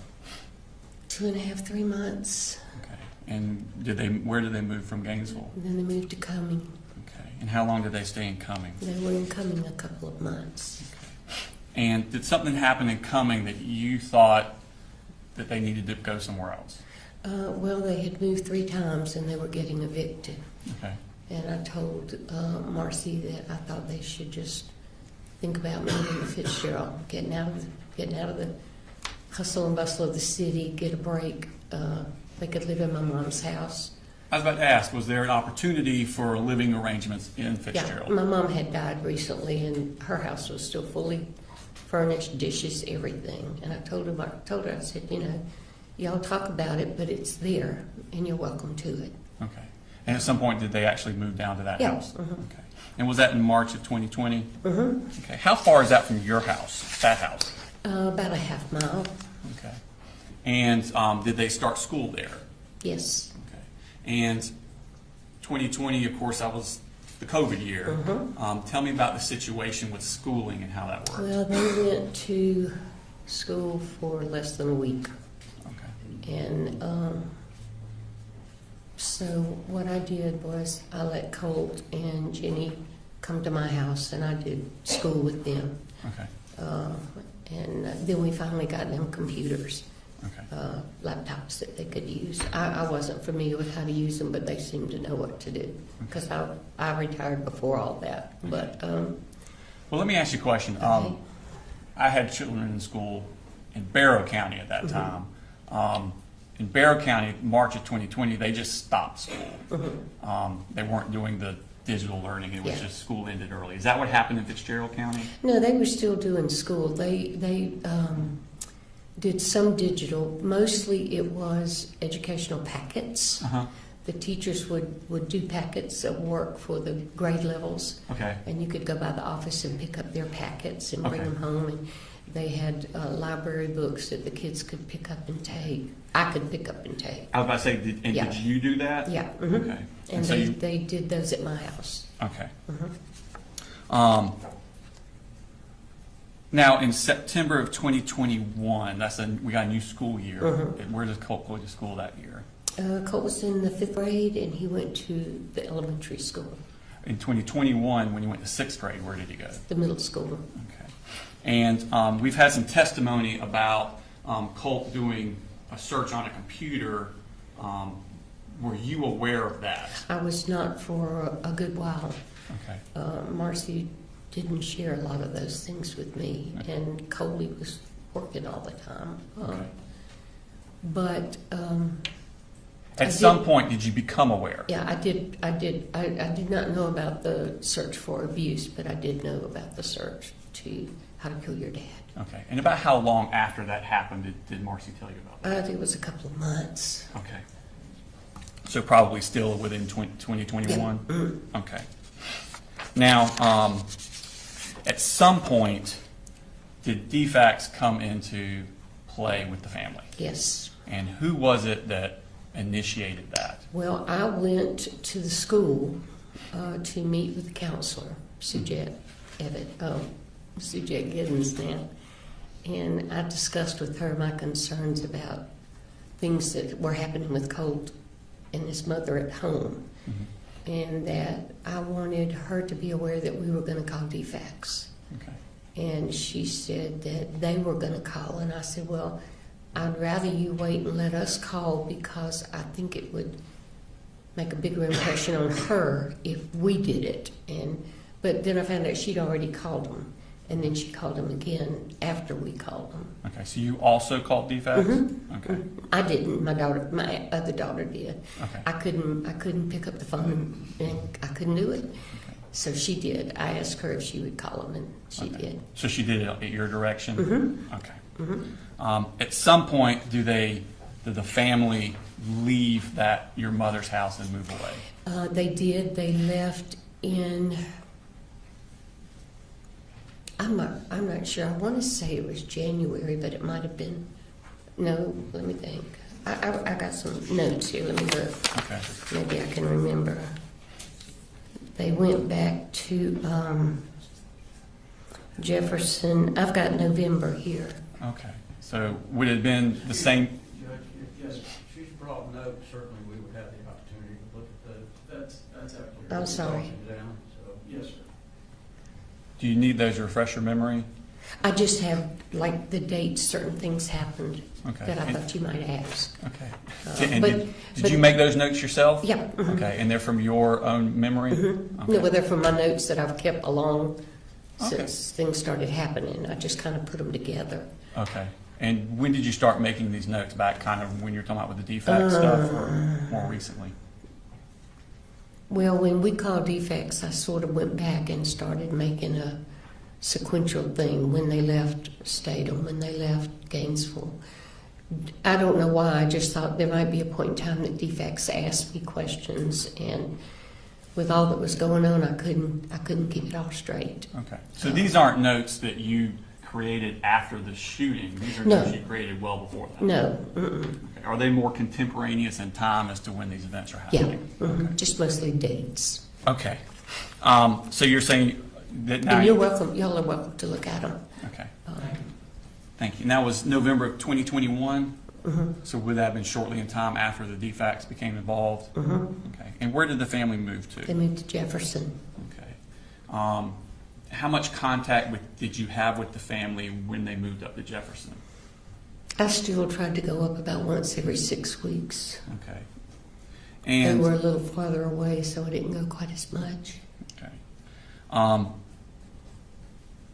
At some point, does Marcy, Jenny, and Little Coley move back down to Fitzgerald? Mhm. Do you remember when that was, or was that in your notes? That was in November, a year later. A year later? Mhm. Okay. And where did Colt go?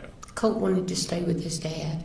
Okay. I told him he was welcome to come, but I think he wanted to stay with his dad because his mom and the other two would not be there.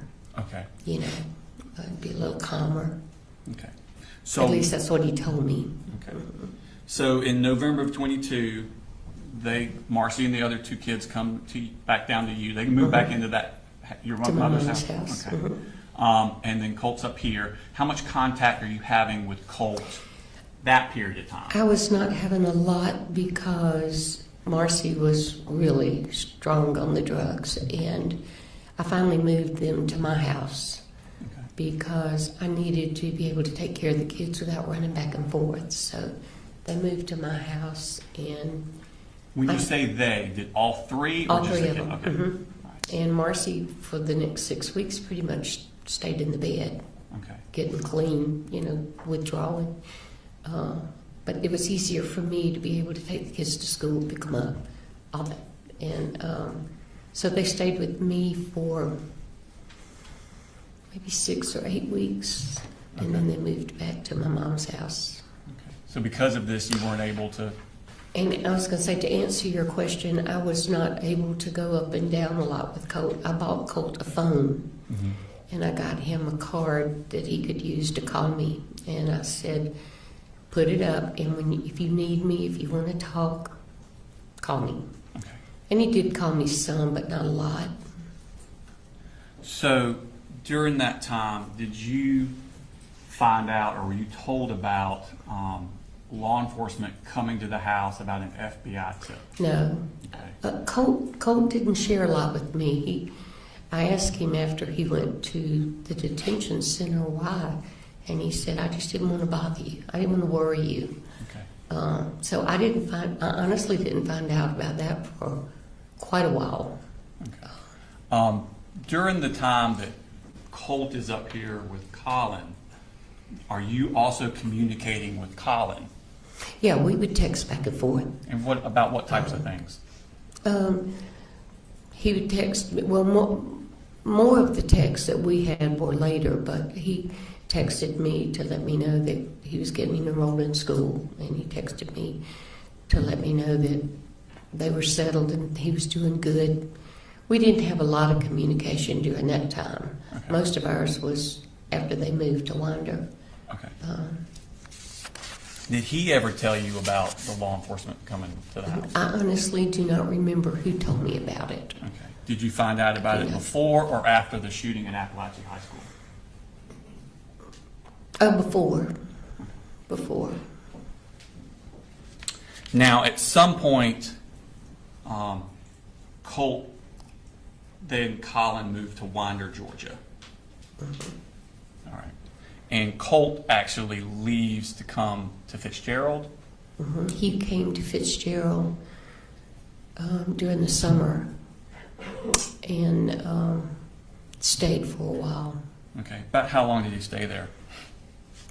5 or 6 weeks, I would guess. I was in Florida a lot during that time because my other daughter was in Michigan in training for her job, so I was down there keeping the kids. And Did Colt get in trouble down there with you guys? he did. Tell us about that. I was not there. Colt, I know that Marcy was still doing a lot of drinking, and Colt just could not handle that. And I know that started it. I know that she called my husband and had him come over. He called the police. What was the purpose of calling the police? What had happened? Well, I think Marcy told him that Colt had hit her, but I honestly, I'm not sure about that. But something happened with them. They got into an altercation. Was Colt damaging property in the house? He did, apparently. He cut holes in the couch. But I have to tell you, this all took place while I wasn't there, so I never saw any of it. Did you see happen. the damage to the couch? I saw the cuts to the couch. Okay. And what was he cutting the couch with? I don't know. I would assume a knife. It looked like slit marks. Okay. Marcy and I were not on the most conversational level at that point. Did you have tensions with you and Marcy? Uh-huh. Okay. Did Colt ever do anything to hurt himself while he was down there? He did. I did not know about it, and I did not see it until Colt showed it to me and at the juvenile center. And what did he show you? He showed me the places that he had cut himself. Okay. And that happened down there in Fitzgerald? Down there. Mm-hmm. Okay. So he came and stayed with us for a few days, and then I think, if I remember correctly, Coley and I met halfway, and he got him. Okay, so at some point he goes back to live. Now you say Coley. Do you refer to Colin Gray as Coley? Yeah. Okay. I'm Just sorry. No, not your. Yeah. Whatever you call him is fine. I just want everybody else to know who you're Yeah. referring to. Yeah. Okay. So you took Colt halfway up to Winder. Mr. Gray came down and met Yeah, y'all. I think that's what happened. Okay. I know at one point we did that, but I'm not sure if that was the time we did it. Okay. Moving your attention further to October 13th of 2023, what happened then? That was when DFACS tested Marcy Okay. for drugs. Where were you at that time? My husband and I were in Virginia. Okay. I called DFACS and told them that we were going to be out of town for a week. Mm-hmm. And it was the first time I'd left the kids for that length of time. And I asked them if they would please do a check, just to make sure the kids were okay. Okay. And they did. And So. they tested her for drugs? Mm-hmm. Okay. Yeah. When you got back, how long was it before you got back after that day? That was the 13th. I can't think we came home like the 15th. Okay. Coley had just come and gotten the kids. I was about to say, the kids were already gone by the Yeah. time you got back? Okay. And as far as you understood, the kids had moved up to Winder with Mr. Okay. How did Marcy take that? Well, she was not happy about it. Okay. And did that come to a head in November? Yeah. Tell me about what happened there. Marcy I don't know what she was taking, but I had been at Annie's with the kids. That's your other daughter? Yeah. And I was coming home, and when I got home, she asked me to walk outside with her, and I did, and she said, get in the car. And I said, where are we going? And she said, just get in the car. I said, no, I'm not getting in the car. And I said, where do you want to go? And she said, I'm going to Winder. When she refers to the car, whose car is she talking She about? was talking about my car. Okay. Does she have a car? She did, but I found out later that hers didn't have any gas in it. Okay. So I told her no, that I was not going to get in the car and I was not going to Winder. And she said, I'm going up there and I'm going to kill him. I said, no, you're not. You're not going up there. You're not going to kill him. You're not going to traumatize your children. You're staying here. And I turned around and went back in the house. And she followed me back in the house. And she had a fire burning. And we found out later that she had burned, my younger daughter was a soccer player. She had burned all of her soccer jerseys, all of her pictures, all of her personal things in the fireplace. And then she went in our office and called me in there, and there was a chair sitting there with a blanket on it. She said, I want you to sit down. I said, for what? And she said, I know you're going to call the police as soon as I leave, and I'm not going to let you do that. So I sat down and she taped me. And I didn't fight her because I have worked with emotionally disturbed children long enough to know that when somebody's in that state, you don't get physical with them. And I was not going to do something that would get me hurt. So she taped me up and she switched car tags and put mine on her car and left. In your car? No, she went in her car. She got money out of my wallet to Okay. put gas in it. Okay, so she put your tag on her car, took money from you to buy gas, and then... She switched the tags because her tag had been flagged. Okay. And I didn't find that out until later. I didn't know what was going on. I heard her banging around in the house, and then she left. How did you get free? My younger daughter called. I didn't call her when I got home. I always called her. And she started calling my phone, and I wasn't answering. So she just figured I'd gone to bed. So the next morning, she still couldn't get me on the phone, so she called. You're still in the chair the next morning? Okay. She called her best friend, who lives 3 houses down from us, and said, I need you to go to my house and check on my mama. Where was your husband at this time? He was in Virginia playing golf with our son. Okay. So she said, check the car first. If her person's stuff is still in the car, there's something wrong. So she did, and then Annie stayed on the phone with her and said, I want you to go in the house and look around and see what you see. And Mary Beth is the one who found me. Okay. Did you call the police? Mary Beth did. I told her, I said, I have to go take a shower. I can't do anything until I take a shower and clean myself up. And then I told Annie, I said, y'all just stay on the phone. And then somebody came to the house and was beating on the front door. And it scared Mary Beth, so Annie called the police. Okay. At some point, you find out that Marcy has been arrested up here. Okay. And does she eventually end up back down in Ben Hill? Tell me about how that happened. Well, they put her in jail here for what she did to Coley's truck. And then she went to court, and they gave her fines and all that, but they did the first felony, whatever that is, so she didn't have to stay in jail. So we had her transferred from Winder to Fitzgerald. Because there were charges for her? at There were Fitzgerald? charges for her down there, and they wanted her down there. Okay. So they transported her there. And then I left her in jail for a couple of months. My husband didn't like it, but I told him, I said, she needs to get clean, and she's not going to get clean any other place. She may not even get clean in jail. But she was in jail altogether 5 months, maybe, something like that. And then she asked me if I would consider helping her get into rehab. Mm-hmm. I told her I would, so I found a rehab, and I talked to the sheriff, and he said they would transport her to rehab. They did not want her to come home. But my husband insisted that she come home, so she came home for 3 days, and then we took her to rehab.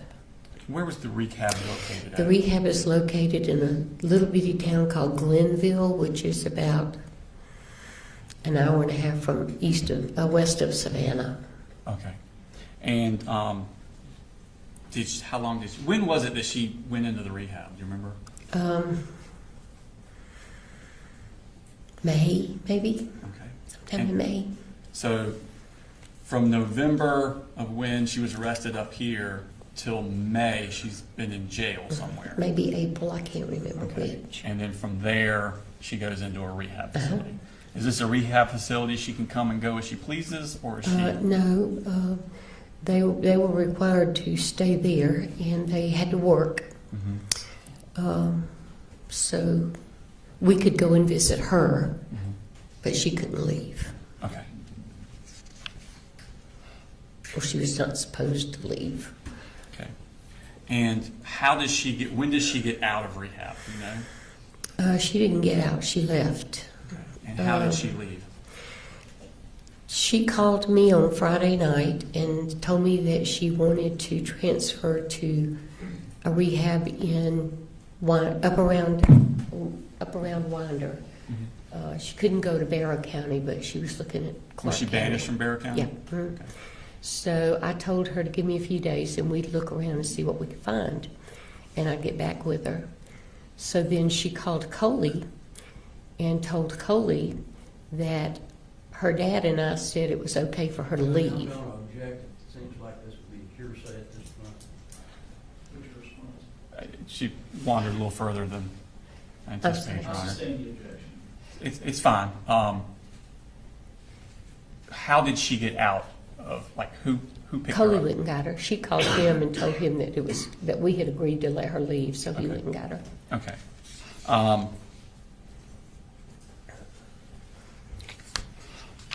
And where does she go at that point? She went back to Winder. Okay. So, is this the house that Colt and Mhm. Jenny and little Coley and Colin Gray that you refer to as Coley also? Yeah. Okay. I want to take you back in time now to Christmas of 2023. So this would have been after Marcy has duct taped you and stole your car, stole your money, and she's in jail. Mhm. Okay. Do you go visit the kids in Winder with Colin around Christmas I time? went the day after Christmas, I think. Okay. And I'm going to show you. Does it have the diagram from Apalachee? I'm going to pull up the diagram that we used with a prior witness. I know this isn't to scale, but is this kind of accurate as to what the house looked like? Yes. Okay. Was that your first time visiting that house No. that Christmas? You've been before that too? Yes. Okay. So we have things listed. You got the carport in the garage, the laundry room, kitchen, living room. Where it says subjects room, they're referring to Colt. Was that Colt's room as you remember it? Yes. Okay. And in the back left, it says siblings room. Mhm. Is that where Jenny stayed? Mhm. Okay, and then on the right back, it says father's room. Mhm. Who stayed in father's room? He and little Coley. Okay, so Colin Gray and Little Coley Mhm. both stayed in that room. Okay, thank you. Did Colt talk to you about a Christmas present he had gotten? Sure. Okay, and what was that Christmas present? There was a gun. Okay, and was it a rifle? Yes. Okay. Who did you get the Christmas present from? From his dad. Okay. While you were up there, how long did you stay up there at Christmas time? I don't know, 3 or 4 days. They usually stay 4 or 5 days. Okay. Where was the gun kept at that time? I honestly don't know. He came out into the living area with it and went back down the hall, but I didn't follow him, so I don't know if it was in his room or in Coley's room Okay. at that time.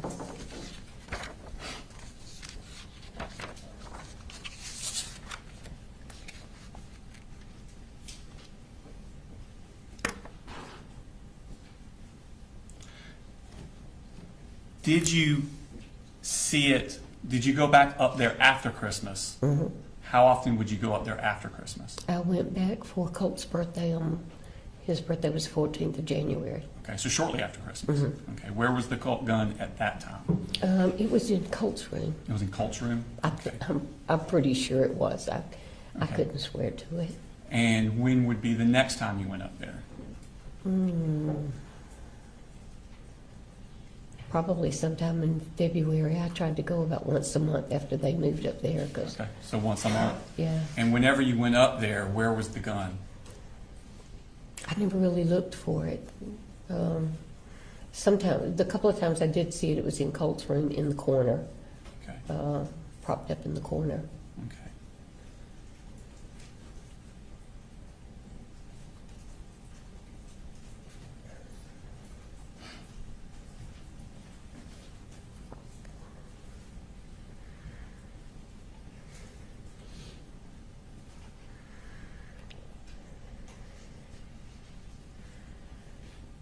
Do you remember giving a statement to an investigator with the Bexar County Sheriff's Office on September 9th, 2024?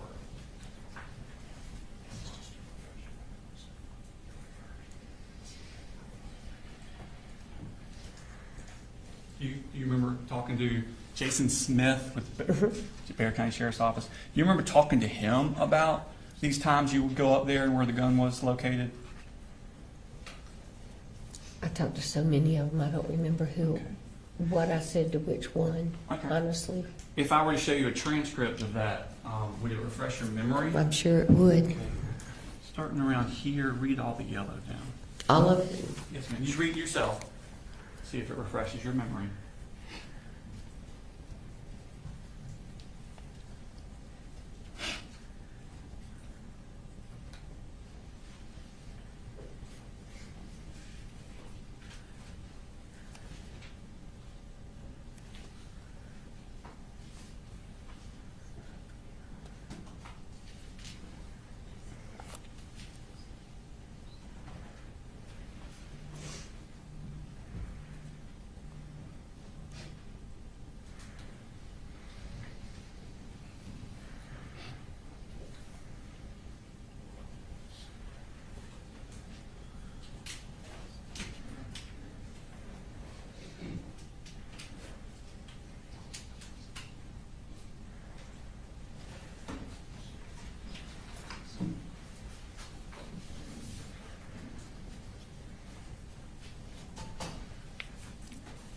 Does it refresh your memory? Yeah, Okay.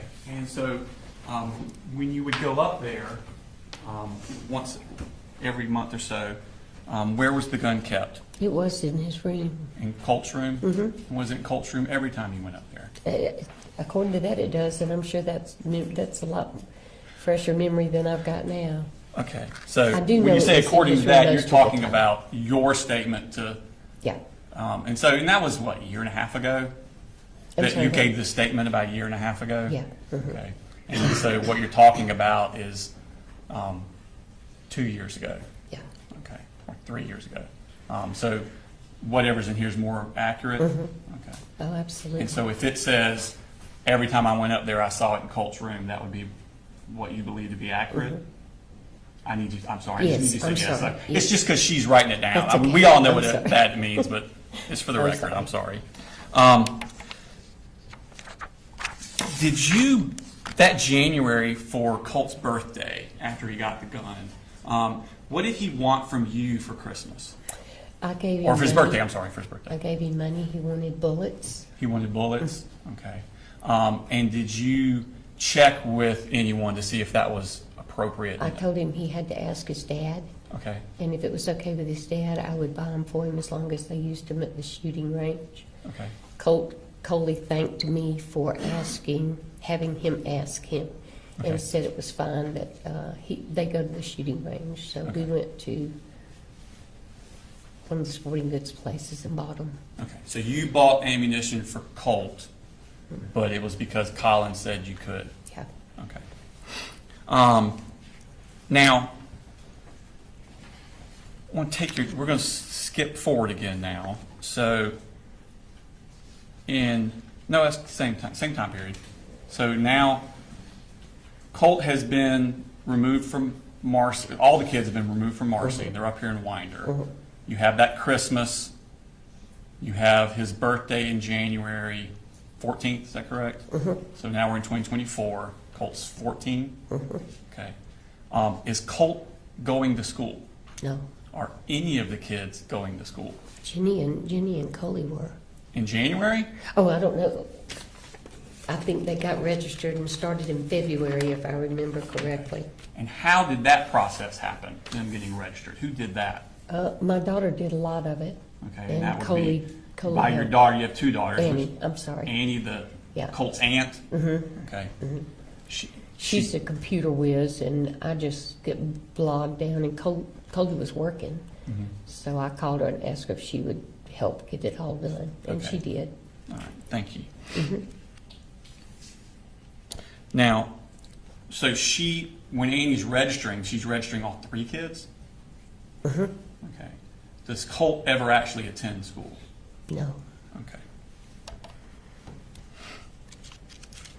Were you helping the family financially at this time? When Coley needed me to, I did. Okay, so if he needed, and by Coley you mean Colin Gray again? I'm sorry. No, you're fine, you can do that, I'm just making Yeah. sure everybody understands what we're talking about. You just talk like you normally talk, I'm not trying to correct you.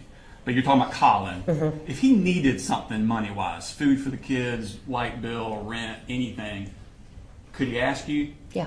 And did he routinely ask you? He asked me several times. Okay. Yeah. And did you always come through? Mhm. Okay. But I'm sorry. That's fine, thank you. So, now, let's fast forward to, we've gone through the summer. Marcy is now up here. She's left rehab, she's up here. How did Colt get enrolled in school that time? He was already enrolled. You mean for the For ninth grade? Apalachee, Oh. that school year. I don't know. I just assumed that the paperwork from the middle school would transfer over to the high school. So you're not aware of how that happened? Mm-mm. Okay, that's fine.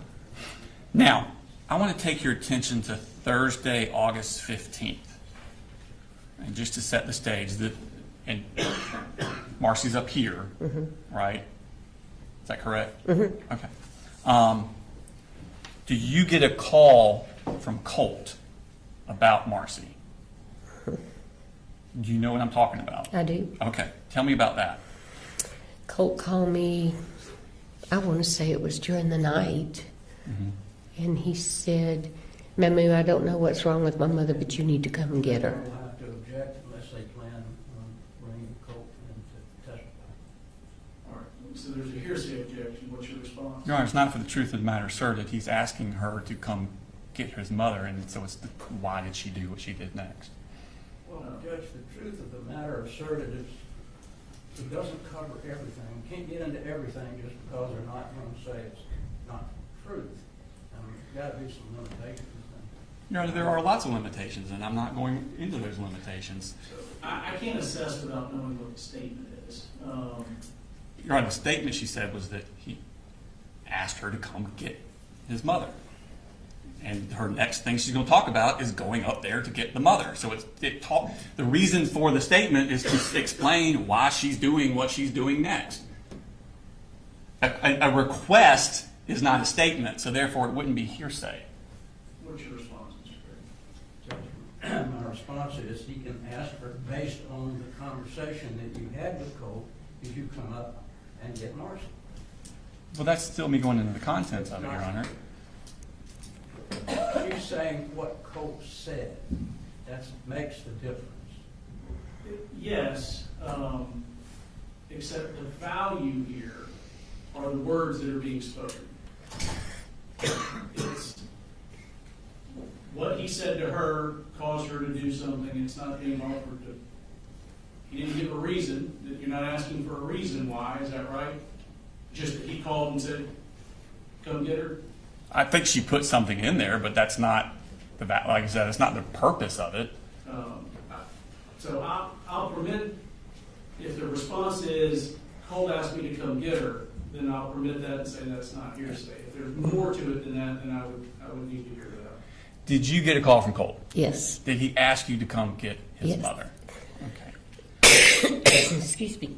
When he asked you, did he say anything about having a physical altercation with Marcy involving a gun? I'm sorry, yes. He did. Yes. Okay. Wait, you said on the phone call, did he say Yes, ma'am. something about having an altercation? No, Thank you. Okay. no, I'm sorry. I'm sorry, Your Honor. I thought I was getting in trouble. I was I not trying to misconstrued elicit that. the content. I was trying to elicit the absence of content. No, he just said, come get her. Okay. Thank you. So do you go get her? Mm-hmm. And when was that? The next day. Okay, so that would have been the 16th. Mm-hmm. Okay.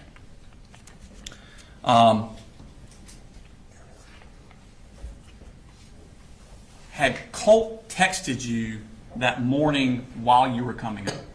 He did.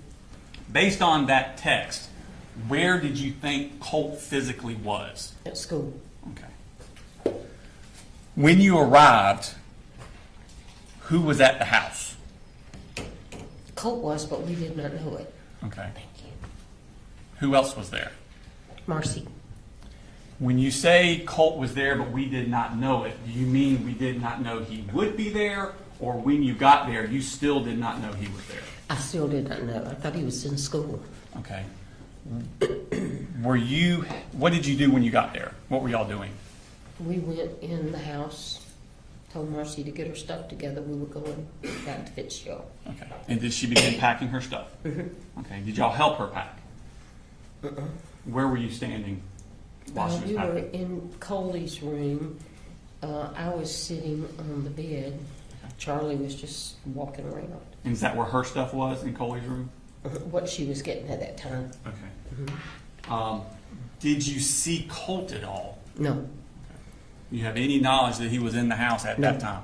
Okay. No, I thought he was in school, so we didn't even look. Okay. He didn't come out and say, "Hey, Mamu." Okay. Was there damage to the door to Jenny's bedroom? Okay. And I'm sorry, I'm gonna need you to say that loud. Yes. Thank you. Was there discussion between you, your husband, and Marcy about the damage to the door to Jenny's room while you were in the house? Marcy and her daddy talked about it. Okay, thank you. When you were leaving, did you see Colt? Yes. Tell me about that. We were getting in the car and he opened the door. The door of what? The back door. The back door of the house? Okay.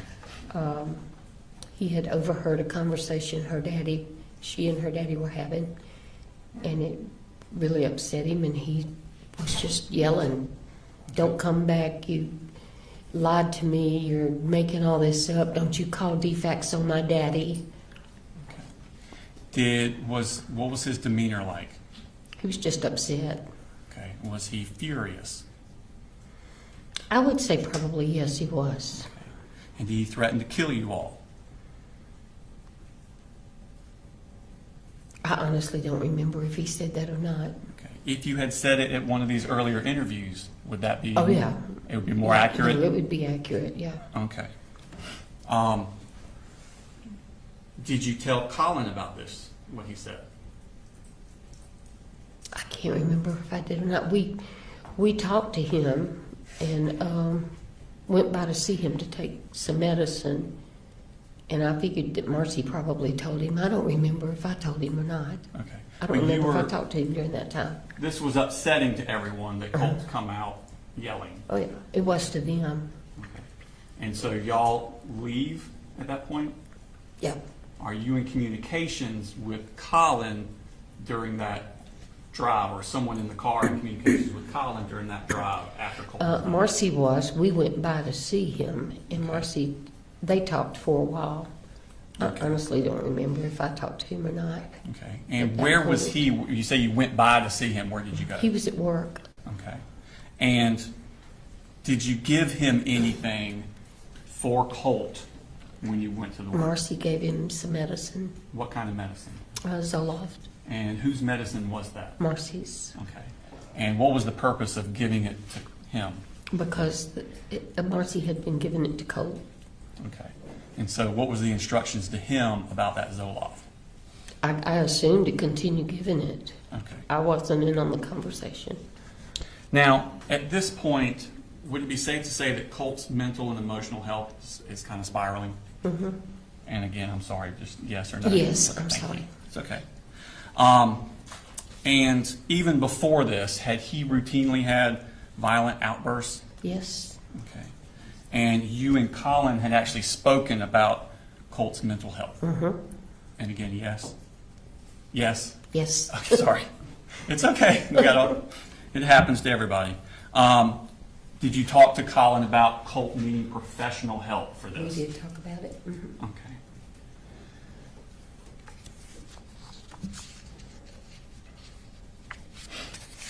Did you tell, when you stopped off to give the Zoloft to Colin, about what Colt had done when y'all were getting in the house? I didn't talk to him. I didn't talk to him. You didn't talk to him? No, Okay. we stayed in the car. Marcy, he was working around in the back of the fire station. Okay. Marcy talked to him.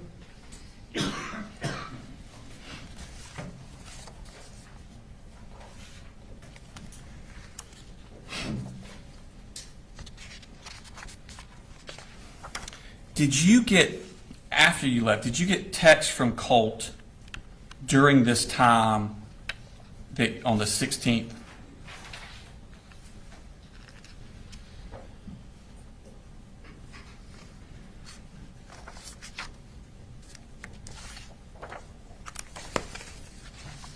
Hold on just a second. Wrong page. Sorry. Thank you.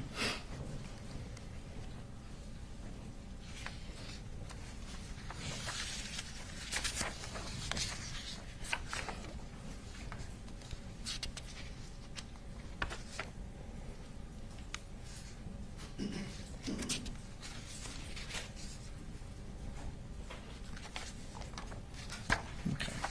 I'm going to show you what's already in the evidence in State Exhibit 158.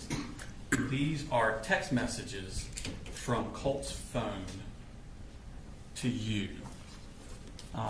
Colt would be where it says owner in the green, and then your grandma in the blue. Before those are published, we're going to object to those. These are text messages. Colin is not part of that text chain. They are between Colt and his grandmother. The statements that are made, we don't have an opportunity to have Colt come in and testify about what was going on, why he was saying these things.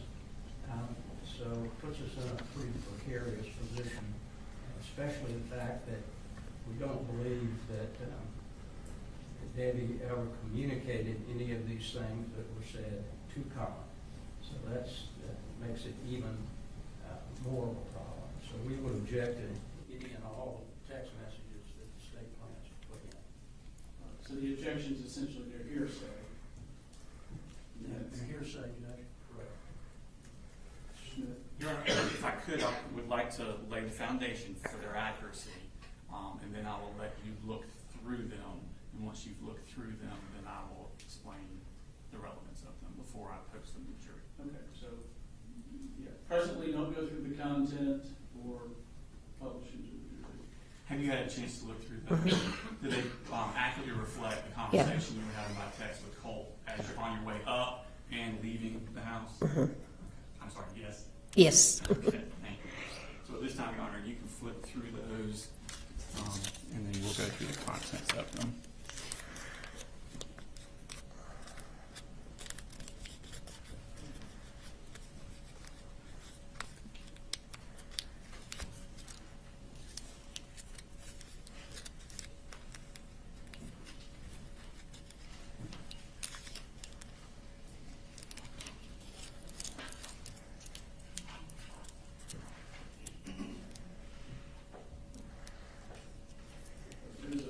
There's a number of them here. Y'all just go ahead and take a recess while I look through these, and I'm sure we'll have to have some arguments.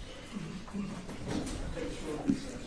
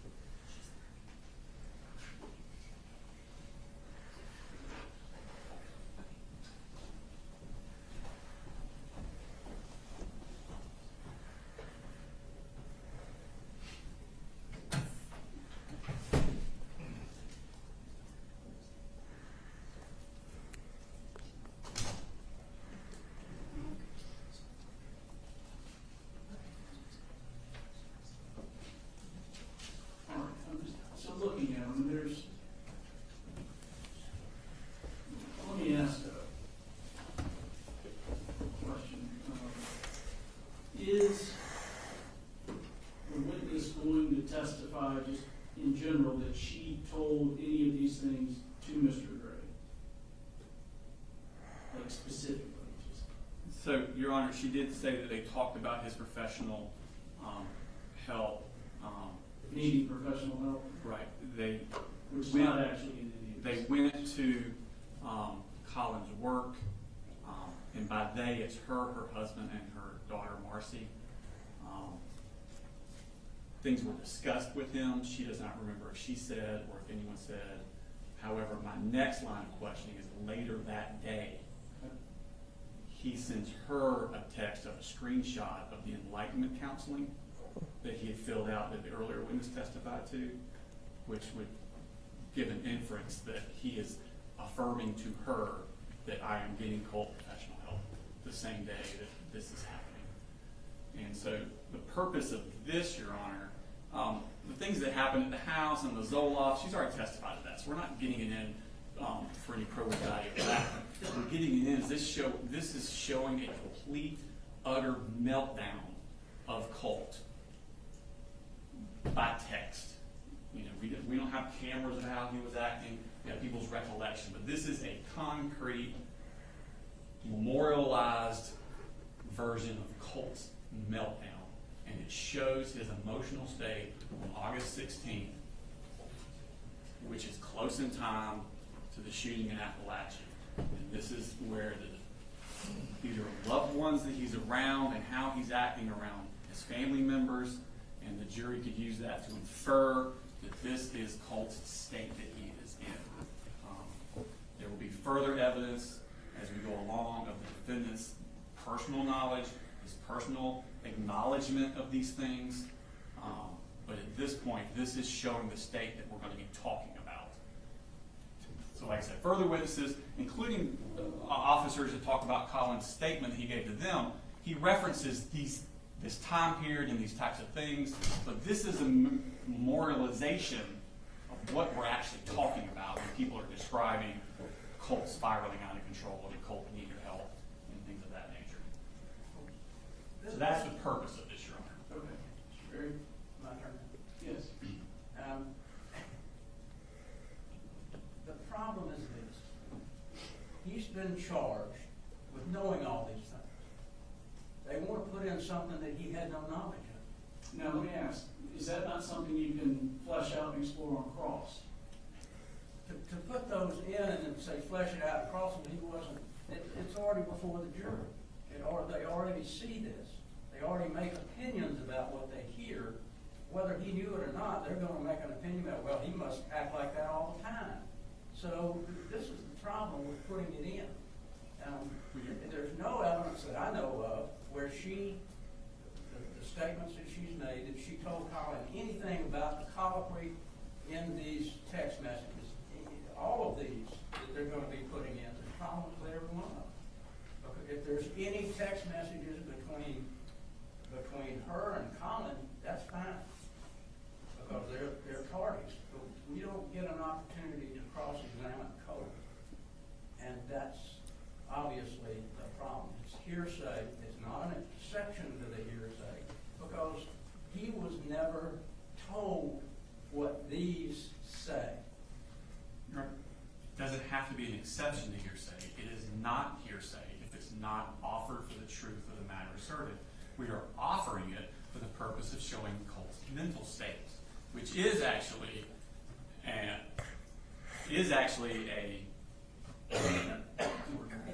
exception to the hearsay rule. Excited utterances, his emotional existing. This is 803.3. Existing mental, emotional, and physical condition. A statement of declarants, then existing state of mind, emotion, sensation, and physical condition. That's not hearsay. That's an exception to the hearsay rule. So while we would argue it's not only not hearsay, but even if it was, there's an exception to it, because the purpose is to show Colt's mental state on that day. We will put in evidence with other witnesses about his knowledge of it. But I can't put all the evidence in for the entire trial in one instant. It has to be a series, Your Honor. Well, I guess it's okay then for me to ask the detective took Colt's statement, all of the hearsay from his statement. Only if there's an It exception. goes to the same thing. Well, It's so within let the me law. give you an example.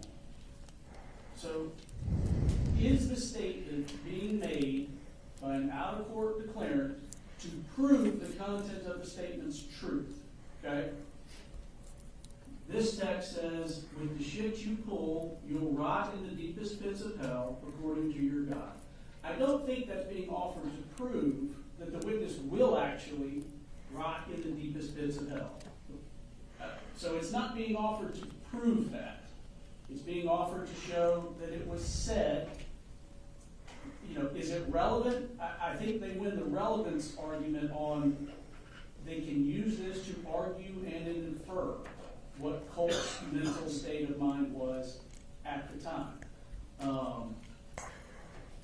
If Colt says, fuck you, he's not saying it because he wants that to be true. That's not something he's actually going to do. It's the mere fact that he said it, and that's the value in it. Now, where he says, I've already told Dad everything. Well, I think potentially, you know, the jury would need to be informed that that one arguably is, for the truth of the matter asserted. They can't prove that Colt actually told Dad everything based on this text. So, you know, that text, I agree, there's an issue. Your Honor, I would argue that text he's referring to, I've already told Dad what y'all did at the house, not that I'm crazy and I don't know what he just says But that could be brought up in cross, and I can clear that up also with the witness. You know, and as to this just issue generally, there's Gates v. State, 298, Georgia Supreme Court, 324. There were text messages that were sent. The text message sent, along with the naked pictures, was not offered to prove that Gates' girlfriend could, in fact, call or had permission to call Wilson if she were lonely. Rather, the text message was offered to show its effect on Gates and his motive for committing the murder. An utterance may be admitted to show the effect it has on a hearer. For such a purpose, the statement would not be hearsay, as it was not offered for the truth of the matter asserted, but for the effect or lack thereof on the hearer. As such, Gates claims that the evidence was inadmissible because its hearsay is without merit. I would agree if Colt was on trial. Colin is not a party to the crime. They didn't charge him as party to a crime. It's a separate and distinct thing. I agree, and I think that you get to explore on cross that she never showed, and I'm just assuming things, that she never showed Colin these text messages. You get to explore that. You get to argue in closing. Colin was never saw these text messages, so they can't say that he knew something based on text messages that were admitted. I do think that they can argue that there's an inference to be made about Colt's general state of health, which isn't mental health, which is an issue in the trial, through the text messages. So I understand the frustration, but you know, things like a question. So what time? A question's not making an assertion. You know, if somebody says, "What color was the car?" That's not an assertion. If someone says the car is blue or was blue, that is an assertion.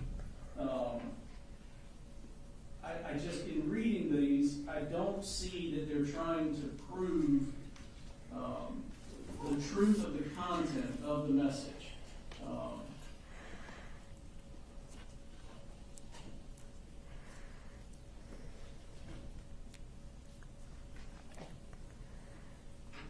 Now, there's one that's got an image attached. I can't tell exactly what that image is. I don't know what it is either, Your Honor. We just put it in there for the completeness of it. I can't tell what it is. It's probably like a picture he took of something. I don't know.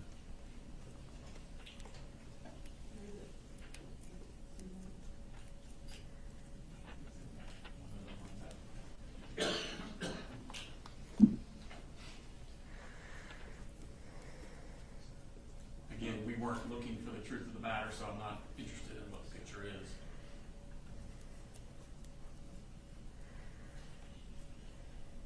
No, Mr. Berry, I'm happy to instruct the jury that the messages are being offered not to prove the content, the content of Colt's half of the messages are true, but that the state argues that they're to show his mental health.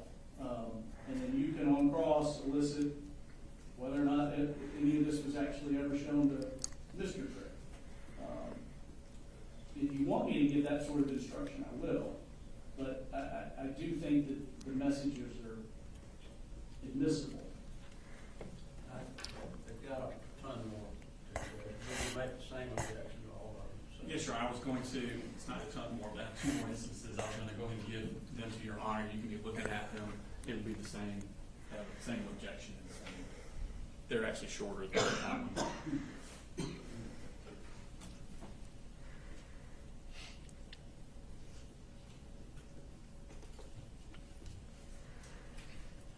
These are on different days, Your Honor.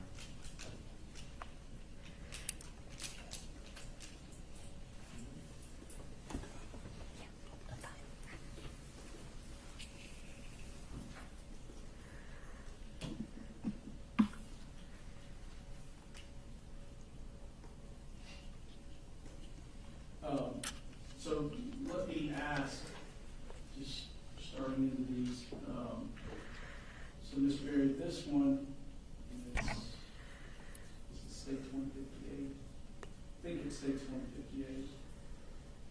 This is from Colt to the witness.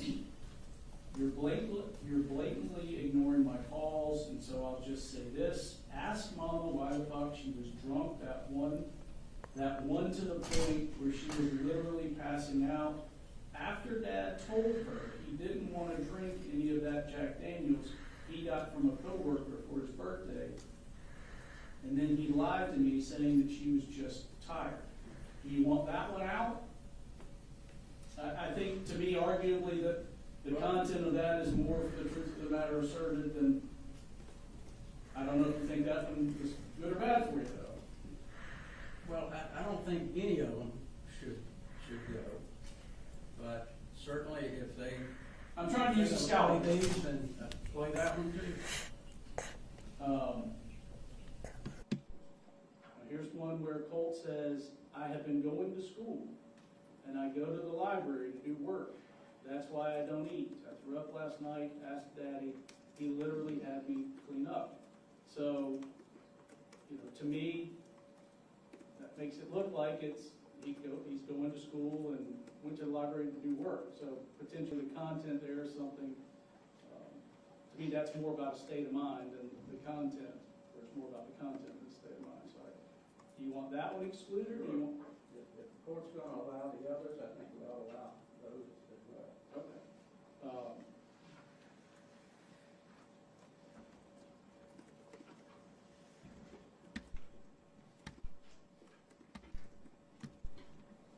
All right, so just generally then, I know you don't like the ruling,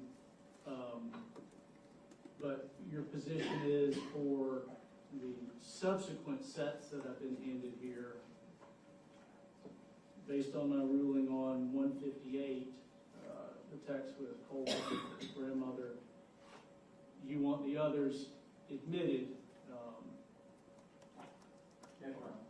Is there any limiting instruction that you want? I think it certainly would be helpful to the jury with the limited instruction. What do you want that to look like? What the court had said earlier probably would be sufficient. We'd like the jury to know that, well, they're not going to know what crosses now anyway. But I think it would be important for them to know that these are text messages that are allowed under certain particular rules. That shouldn't take those. That they're not to be used to prove the truth of the content of the text messages, in as much as Colt has not testified, and I don't know if he is or isn't at some point, but it's here still. Okay, any objection there, Mr. Smith? Okay. back to you. How much longer do you have with this witness? We could break for lunch now.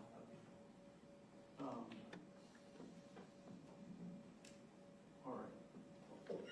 And y'all, I know you said you need probably an extra 20 to, I'm gonna say 30 now, because I think I'd like to speak to Ms. Brooks about the next witness, so we don't have to have this, okay, to see if we can shorten this process, all right. if that makes sense, Ms. Brooks. Yeah. Brooks, if you want to bring him in, Yes, sir. we'll go ahead and break.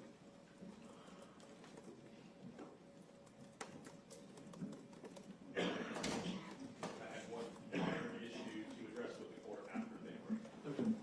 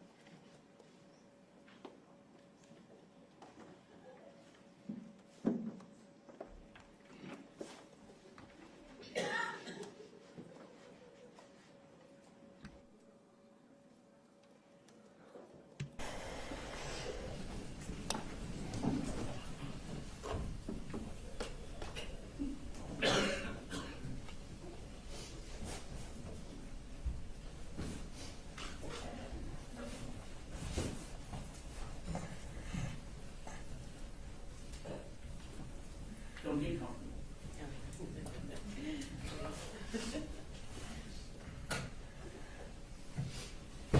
All right. Much of the trial has been incredibly smooth, and probably going quicker than people anticipated, but we're hitting points where we're having evidentiary issues that we're just having to work through. There's some more of those on the horizon that we're going to try and address at the lunch hour, which is going to result in just a longer lunch. So why don't you all plan on taking the lunch recess till 12:35? Well, I'm sorry, 1:35. 1:35, and then waiting longer. Sorry. All right. Be in lunch till 1:35.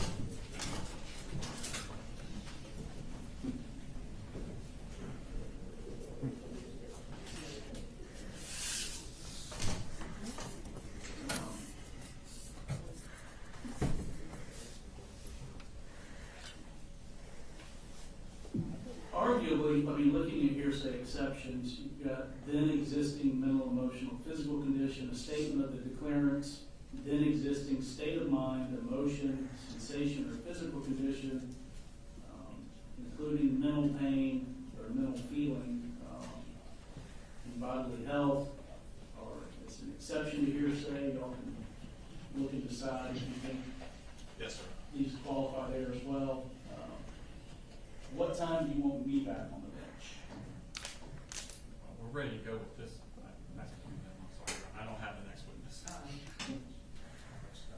not much.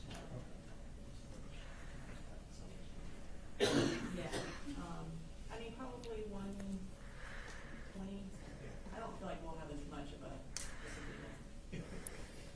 We're pretty reasonable. I'll take the bench at 1:15. I'm like, Come on now. I'll take the bench at 1:15. I think they said Ms. Hall would be more reasonable.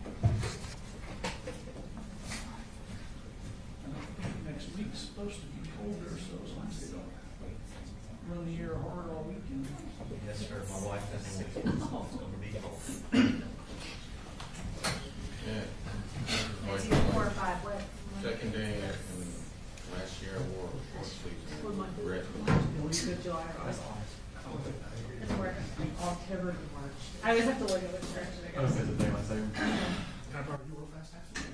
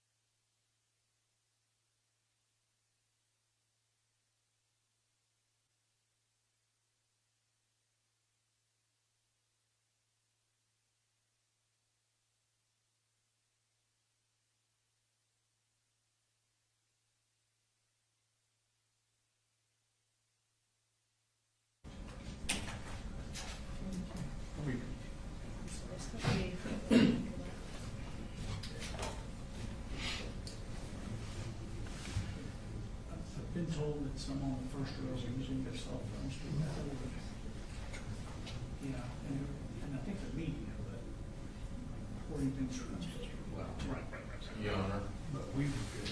the news media, she was taking pictures Photographs. of the witness, eyewitness, her taking pictures of the witness. She didn't have that phone pointed in any other directions. I think they've seen video of, is that right? You've seen That's video? all I can tell you, is all I can tell you what I saw. I'll just, Just a general, I'll remind you. just to be safe. Yeah. All right, what can we address? Oh, you guys, how you doing? We're straight. I think we're good.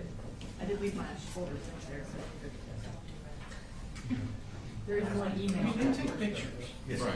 I think they saw something online that there was some recording around the table. Your Honor, may I have, was there anything else you needed to address, or can I be excused to run down and get something I need to show him? Is there anything we need to take up? No, I think we're all good. We went over everything, and I think we're all in agreement. I think we're okay. Okay. So we can be in recess for 10 minutes, is that Yes, where we're sir. at? That's where we're at. Is there anything that, You have anything? is there anything bad cop and Mr. Smith need to take up? I know the back top, sir. I think we've already argued everything, Judge. I'll try to think of something else between now and then. Reserve till I see the email back. All right, we'll be in recess for about 10 minutes. Thanks, sir.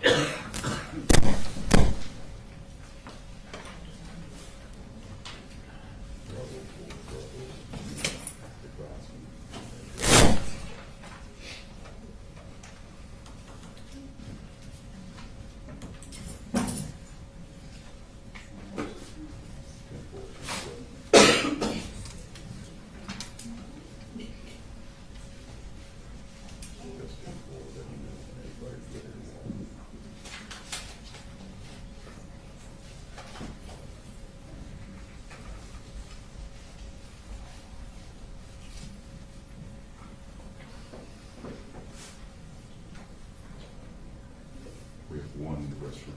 Okay.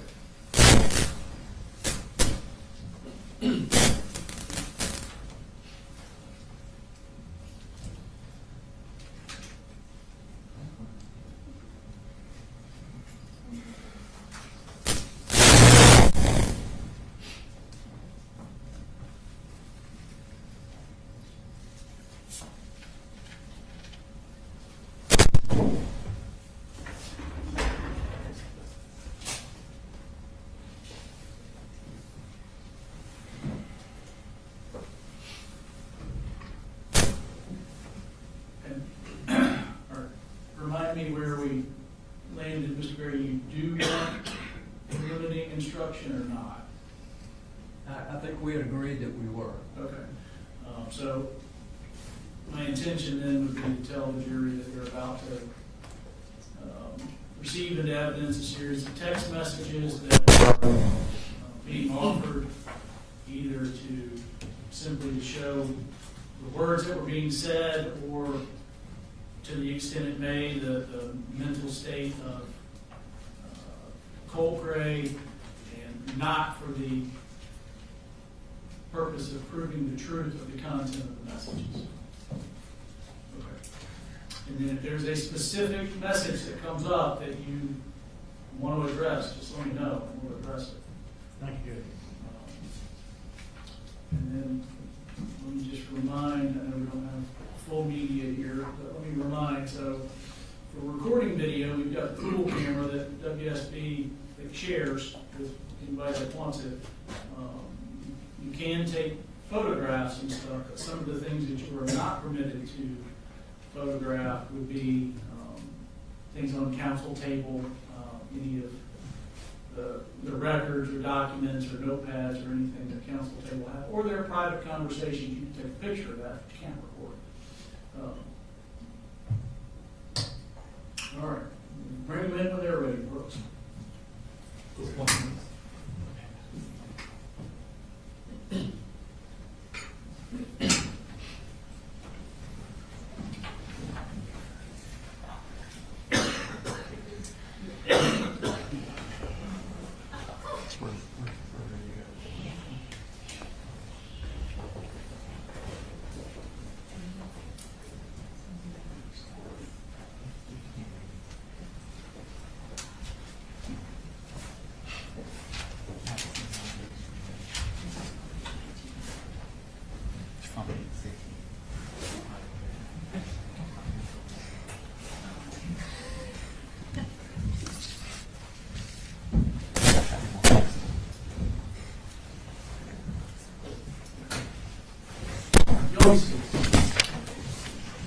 So, ladies and gentlemen, presently or very shortly, you're going to receive into evidence a series of text messages. Understand that the text messages are being offered simply for the words that are spoken in the messages, or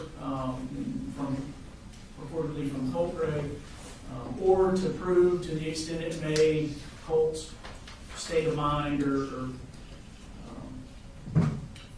his mental state at that time, not for the purpose of proving the content of the actual messages. All right, Mr. Smith. So, Ms. Polhamus, just to get everybody back on the right page, we were talking about August 16th. Y'all had come up to get Marcy and take her back.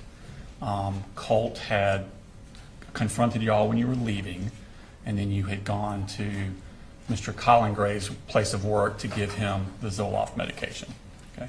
And I'd given you these text messages to look through to see if they were accurate as to the conversation you were having with by text with Colt on that day. Is that correct? Yes. Okay. And are they accurate as? Yes. Okay. Now, this time we'd publish those to the jury. They're already in evidence in Exhibit 158. All right. So if you could zoom in on the first one there. I'm talking to her, sorry. So this is the first one here. What I want you to look at the bottom right where it says 10:57:08 a.m. And it says UTC plus 0. So what that means is that's the uniform time stamp. That is going to be 4 hours faster than us. So we would be UTC minus 4. Okay, so where it's showing 10:57, that's actually going to be 6:57 a.m. Okay, does that make sense as to about the time that this text would have been coming in? Okay, and so he asked you there, Dad wants to know when y'all are coming. All right, and you respond a couple minutes later, we'll be there in a little bit, just getting up. If we don't get there before you leave, I'll be back to see you guys after we get something done with your mom. You, bud. Have a good day. Was this you still anticipating him going to school that morning? Okay. Yes. And then, so I think this is him asking you that same minute, so what time? And you respond. Or y'all driving, or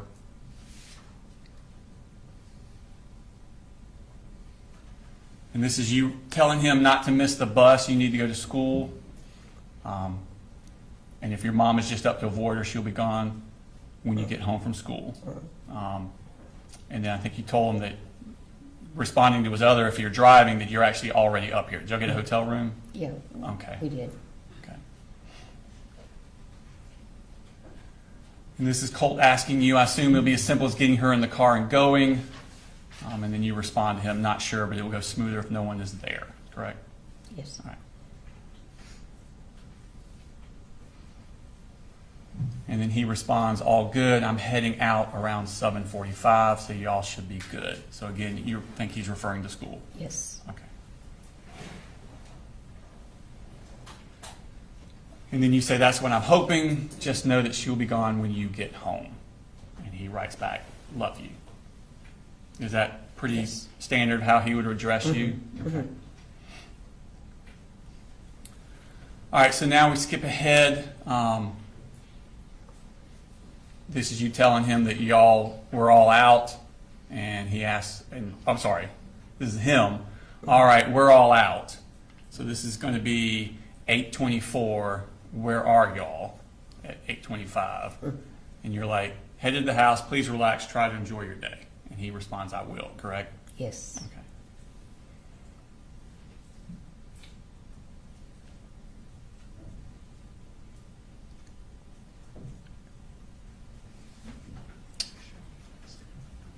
All right, you can zoom on the top one there.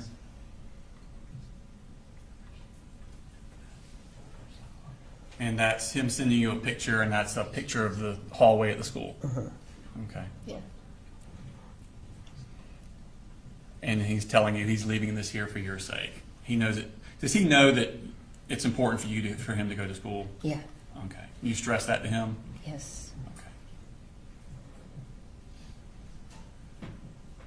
And that's just saying a status that you read what he'd given you. So now we're up to, this is going to be, trying to do my math, 9 o'clock, the 1:02. Make sure mom leaves my Zoloft.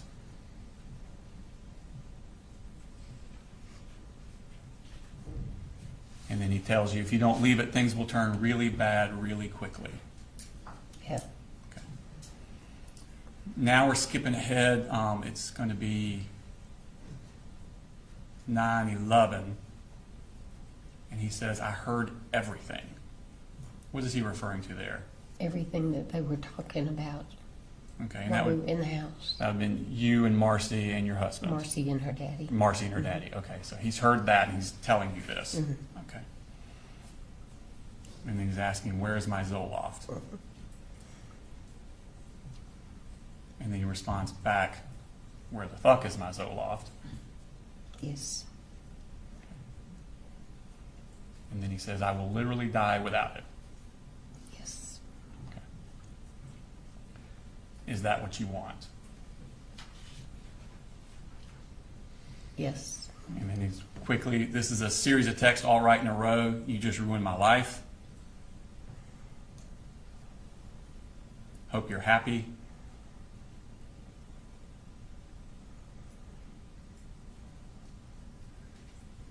Why would y'all lie and say I threatened to kill y'all? Is this going to be after y'all have left and he came out and confronted y'all outside the house?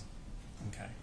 And so he's, have y'all spoken to anybody about that? I had not. You had not, but somebody had? Charlie had not.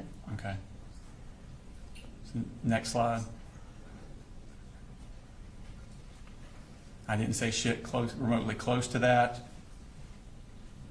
You ruined my fucking life. Fuck all of you.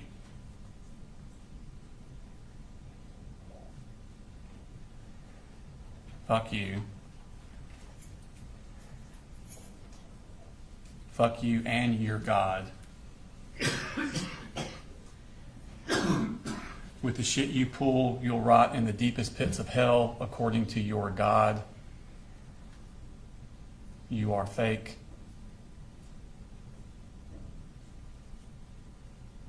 A lying, two-faced rat. It is unbelievable how fake you are. A deadbeat alcoholic son who's been fired from his job and is now being sued, a schizophrenic daughter who is also an alcoholic and assaults her husband on a day-to-day basis in front of her own kids, and finally a daughter who chose meth, opioids, alcohol, and pills over her own children. Yes. Is he doing this to hurt your feelings? Yeah. Mm-hmm. And to get out, to vent the anger. To vent the anger. Mm-hmm. This is the way he would do it. You're truly a fucking waste.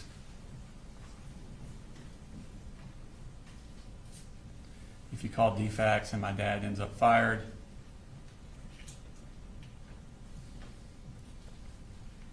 so that's the end. We're back at the...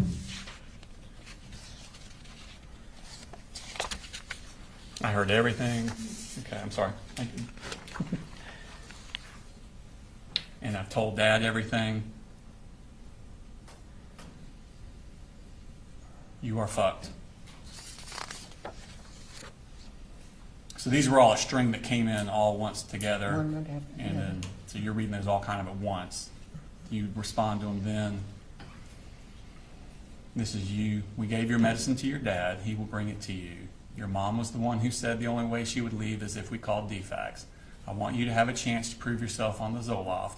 Maybe you can with your mom gone. I know you're upset, and I'm sorry. Once again, the lies are muddying up the waters. I'm sorry we have such a screwed up family. I still love you and hope things will settle down. Yes. And he responds, my mom wants DFAX called after the shit she's done to this family. Wow.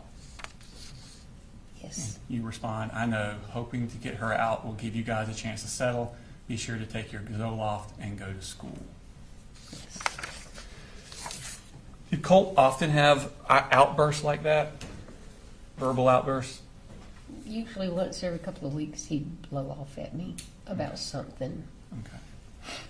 Now, later that same day, and again, Colt is doing this. He's obviously in a specific mental state. Are you communicating this with Colin about Colt's mental state and you hoping that there can be some sort of like counseling for him or Well, treatment for him? Colin already knew it. Okay. But were you Just as I communicating? did. Were you also communicating it We with had them? talked about therapy. Okay. And on that same date, I'm going to show you what's already in evidence in State Civics 156.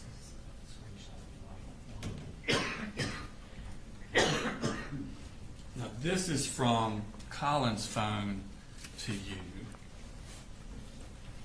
on August 16th. Do you recognize that? I have to tell you, it's very difficult for me to read. Okay. I have macular and I can't read I understand. off dark paper. Did he very send good. you a screenshot where he had signed Colt up at Enlightenment Counseling Yes. Services? He did. Okay. And he sent you that on that same day that y'all had this issue Yes. with Colt? Okay, so this is later in the day. And is that accurate? Yes. All right, this time I tendered that. Oh, it's already in evidence. I'd like to publish that to the jury. It's going to be under 156. It comes from Colin's phone, Your Honor, but it's a text message from Colin Gray to her. It's just- If it's from Colin to her, we would not have objection to that. All right, you may publish it. It's admissible. And is that a screenshot of the Enlightenment counseling service thing that he sent? And did you respond to him, thank you? Yes. Okay. And that's we pulled out the screenshot there. Yep. I think your text to him after that was, this is awesome, Coley, thank you. Okay. Now, moving on, I want to go to August 21st, so 5 days after this. When you take Marcy down on the 16th, which we were just talking about, did she stay in Fitzgerald throughout? Did she ever come back up to Winder? Yes. Let me think. change the dimensions there. Yeah. You take her down on August 16th. Yeah. Prior to the shooting in Apalachee, does she ever come back up to Winder? No. Okay. So she stays down there with y'all in Yes. Fitzgerald? Okay. Until after the shooting. Okay. Yeah. So on the 21st, which is August 21st, which is 5 days after we just talked, did Colt talk with you about having urges to hurt other people? He talked to me about urges to hurt himself. Did he ever talk to you about urges to hurt other people? I really don't recall. Okay. Do you remember I seeing do him? remember vividly him talking about hurting himself. Do you remember seeing him when he had in one of these urges to hurt other people? Not that I'm aware of. Do you remember a text conversation between you and Colt where he tells you about having urges to hurt other people and you responding, yes, I've seen you in the middle of that? Okay, then I guess I did. Okay. I want honestly to don't remember. That's okay. I will show you these text messages from the 21st. Again, Your Honor, this is under States 158, which is from Colt's phone. You can just flip through those and look at those.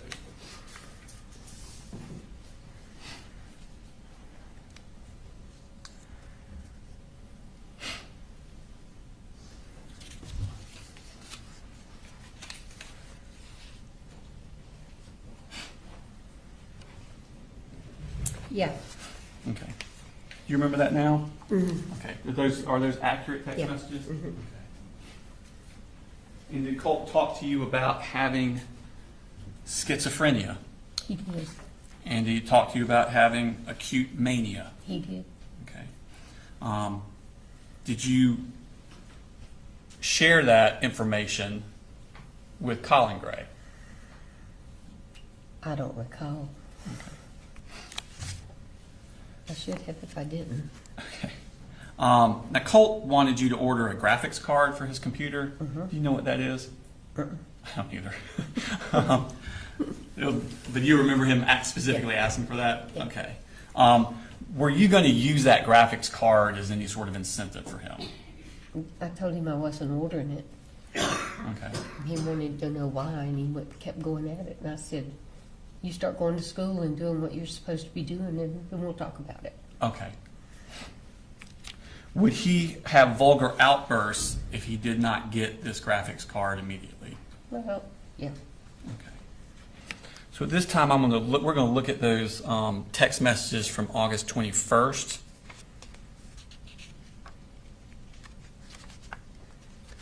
And again, at the bottom, it's the UTC plus 0. We're actually UTC minus 4, so this is going to be 4 hours earlier than what the time is showing.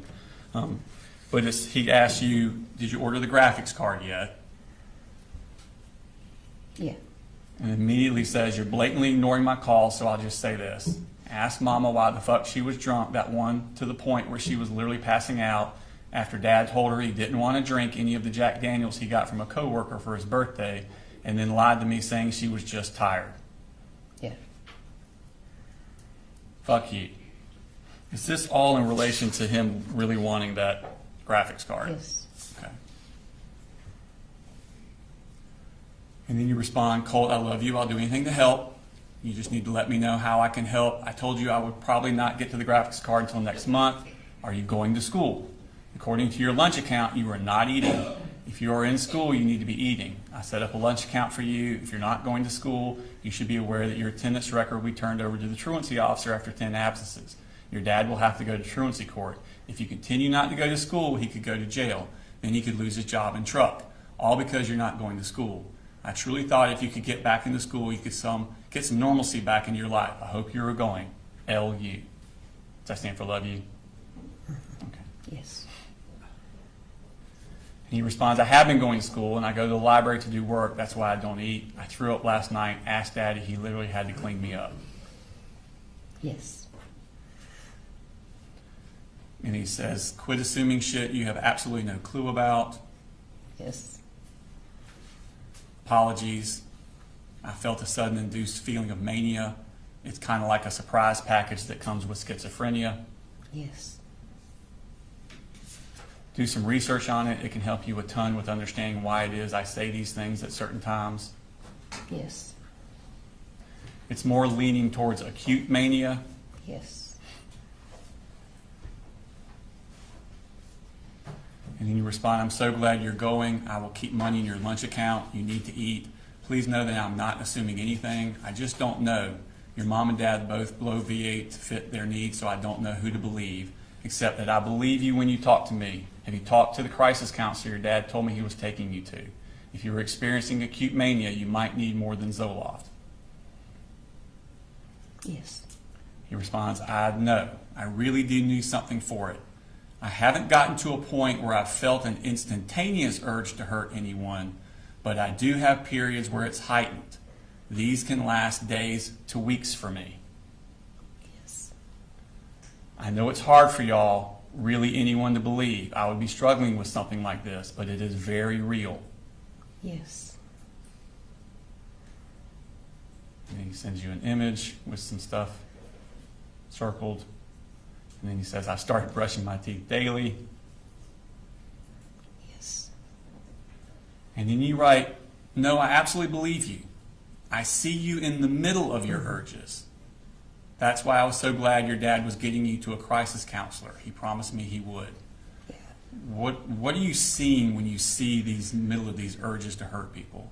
Well, one of the things that I see is him following up his fist and just get really tense. Mostly when he would get angry with his dad or with Jimmy, Okay. or his mom.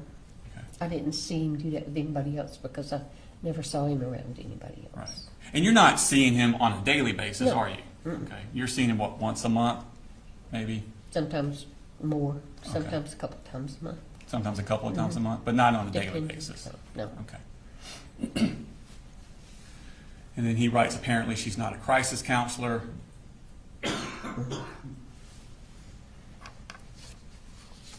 I wish she was.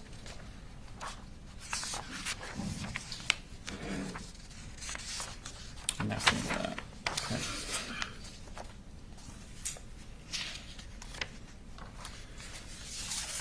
Now, going up to 5 days after that, on August 26th, were you aware of Colt having an anxiety attack at school? Yes. Okay.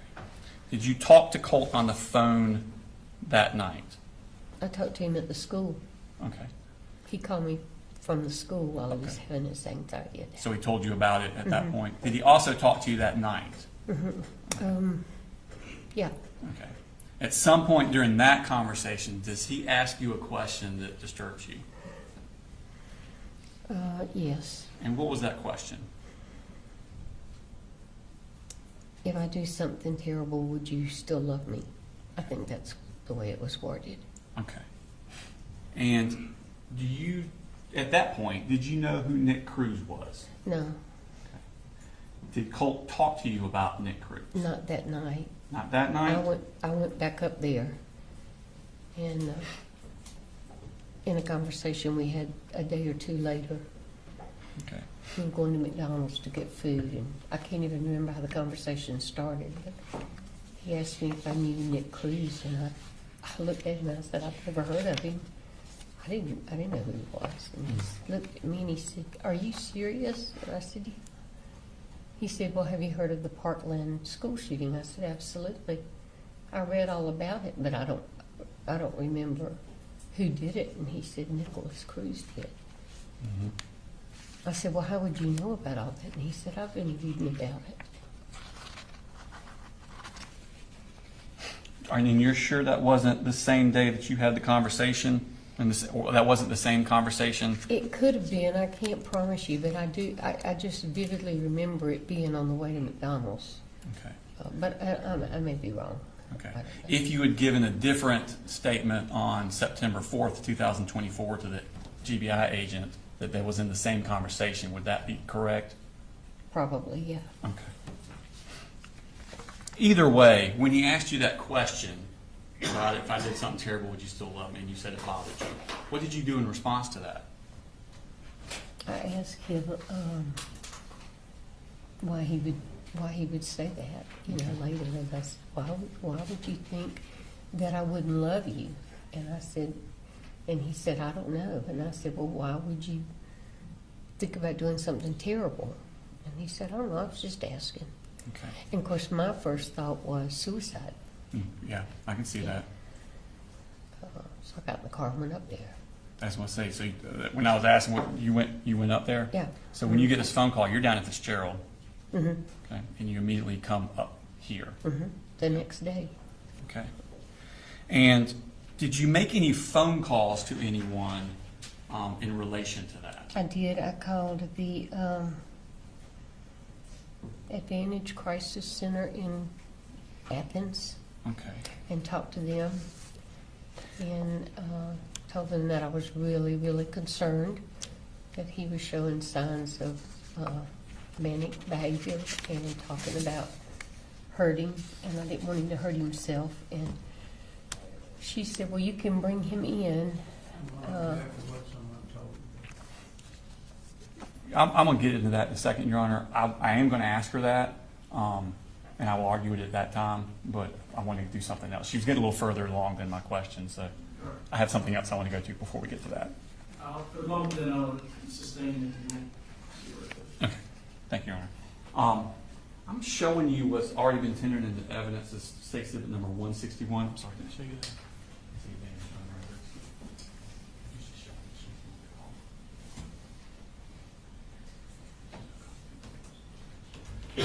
Showing you State Exhibit number 161. These are some already put in evidence. They're the phone records from Advantage, and it shows that a phone call was made on August 27th at 2:02 p.m. And I want you to look at the number from and tell me, is that your cell phone number? It is. Okay. And what is that cell phone number? 425-229-425-5704. Okay. So those records reflect that you were the one that called at that time to Advantage case. Yes. Okay.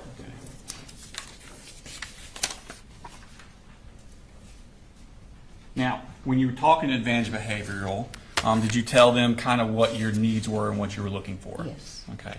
And were they receptive to that? Yes. Okay. Did they talk to you about scheduling of when it would be the most advantageous time and when would be a good time to schedule bringing Colt? Well, she said... Without going into what they said, Yeah. did they Yes. talk about it? Did you talk about scheduling? Man, can I get you to, I know you're leaning forward, can I get you to pull the mic in? Yeah, we Sure. kind of bumped it. I'm sorry. Yes, So they talked about that? yes. Your Honor, this time I would tender what they said about scheduling, not the truth of the matter asserted, but to show what she did next, because it's talking about appointment times and things like that.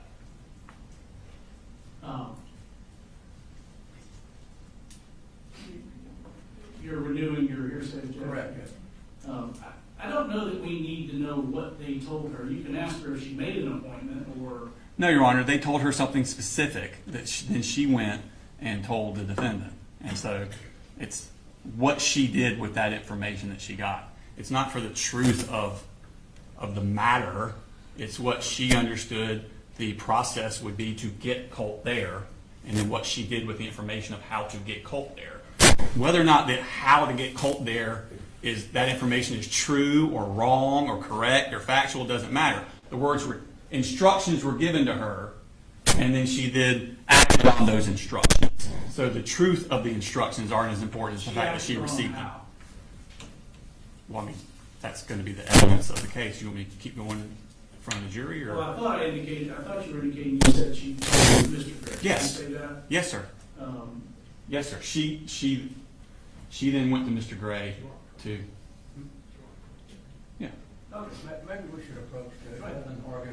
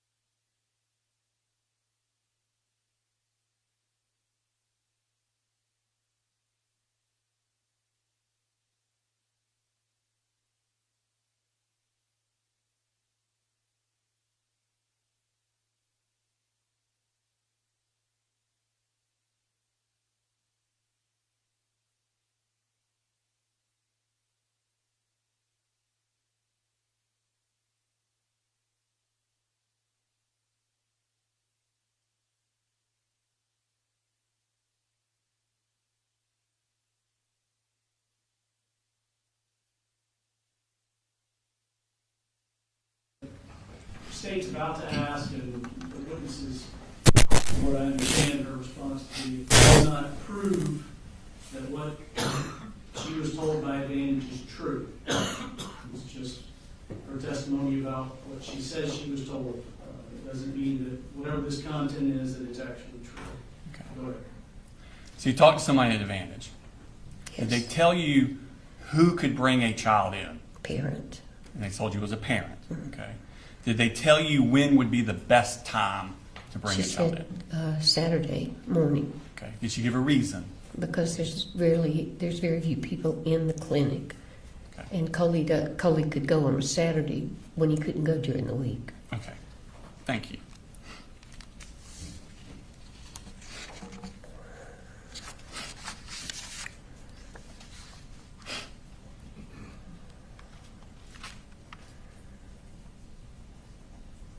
Now, you called Advantage on the way up, or before you left, or when you got here? After I got here, Okay. Did you call anybody else? the counselor at the middle school, Okay. I mean, high And school, at the high school. And you know who that was? Butler, Okay. And did you go to meet with her? I did. Okay. You remember when that was? Same day. Okay.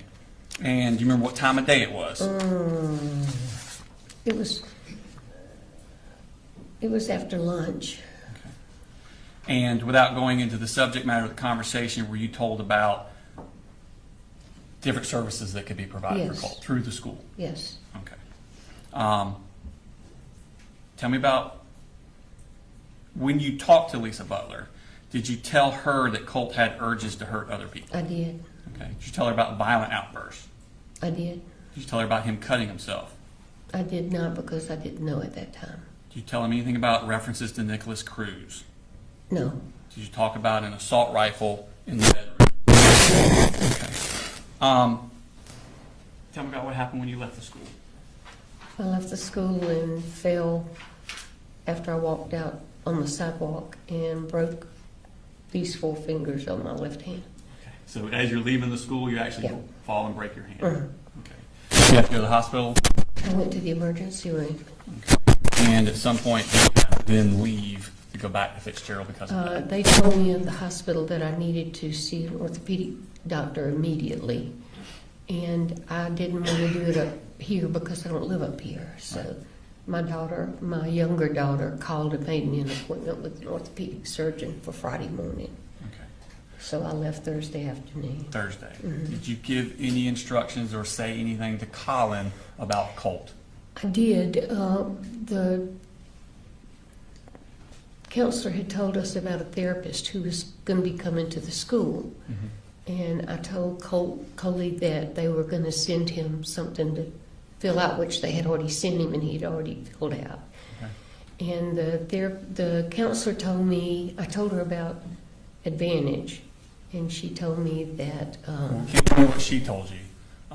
What did you tell Colin? I told him that she told me to tell Colin to wait and see the therapist first. She thought he should wait and see the therapist at the school first. So I told him that, and I also told him that I'd really like to see him go in and take him Saturday. Okay. But that was a decision he would make. Okay. But he did fill out the thing and send it back. I saw that before I left. Okay. And it actually, I think, gotten a response back from the therapist before I left. Just a second.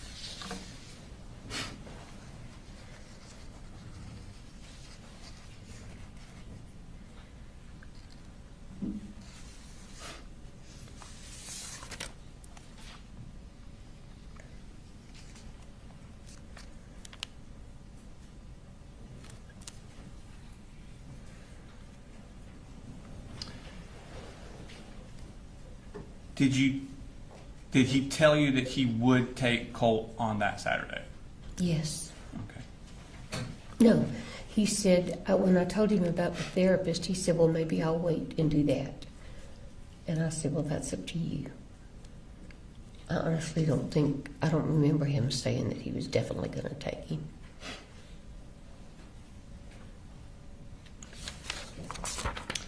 I want to take your attention to September 2nd. Okay. Do you remember that day? Did you have a conversation with Colt about the graphics card again?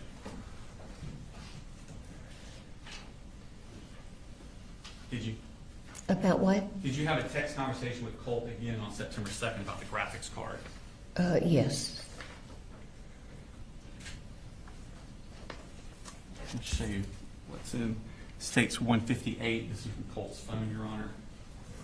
Flip through those.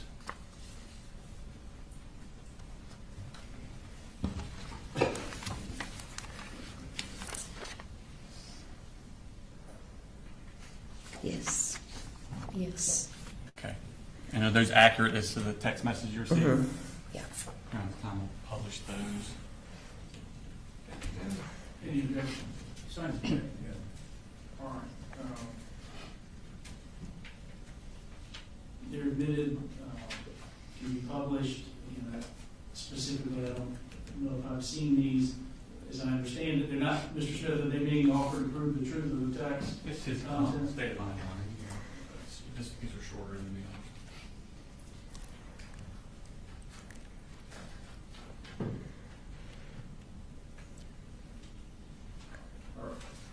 Ladies and gentlemen, their admission is to show that these were words that were said for state of mind, and just then may. Go ahead. Thank you.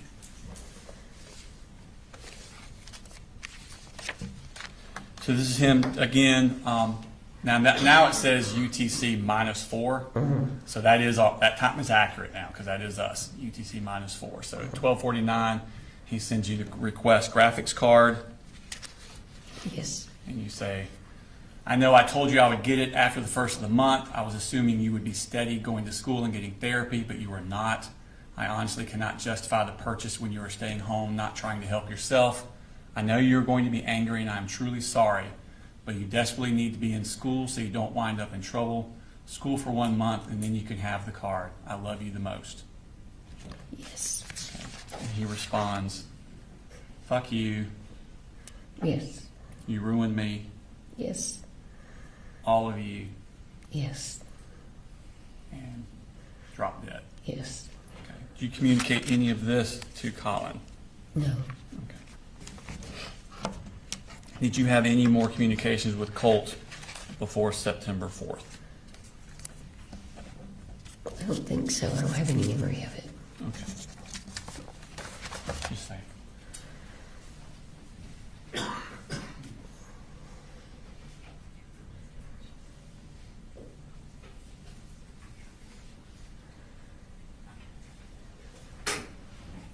Nothing further this time. Cross. Thank you, Judge. Good afternoon. Good afternoon. Kind of a long trip from Fitzgerald. Yeah. I want to talk to you a little bit about your grandson. All right. I know you told the detectives early on that he was your heart. He was the first grandchild, correct? Actually, he was the third, but he was the first biological grandchild. Right. And that you couldn't help it, that you pretty much loved him the most. Okay. Yeah. How many statements did you give to the police, if you remember? I know you gave one in September, another one in November, another one in January. Did you give any other statements other than those? Not that I know of. I'm sorry? Not that I know of. Okay. You got a soft voice. Sometimes I'm it's hard sorry. for me to hear. No, that's fine.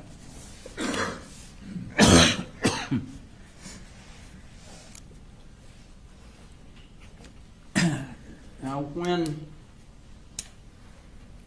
I want to talk about a particular time period, I know that that all of the kids lived with you for a certain period of time. And as you told us, Colin and the kids and Marcy moved out to your mother's home. How long did they live in your mother's home? I think almost a year. Okay. They moved in January, I think, and they moved out in November. And what year was that, if you remember? Oh, gosh. 22. Okay. They moved down in, I don't know, it's either 20 and 21 or 21 and 22. Okay. I've got that on that note, but I left it in my purse outside the courtroom. And your daughter lived in the house once Colin and Colt left. She stayed there. And as you told... No, actually, they all left Okay. and went They to all Jefferson. left and moved to... Okay. But then she came back She came back with the two young with ones. the two children. And how long was she there with the two children? She moved back down in November, and it was the next October that they gave the kids to Coley. Okay. Let Coley have them. Almost a year. And that was that when COVID started? No, the first That one was was when before. COVID started. And when the kids moved back down with you and Marcy, did the kids enter school there? Yes. And you helped with that? Yeah. And that was what grade for Colt? Well, Colt was with his daddy. Okay. Jenny was in the 6th grade. Okay. Coley was in the first or second. I can't remember. Second, I think. And when all three children go back to live with Colin, did you know that they were registered in school?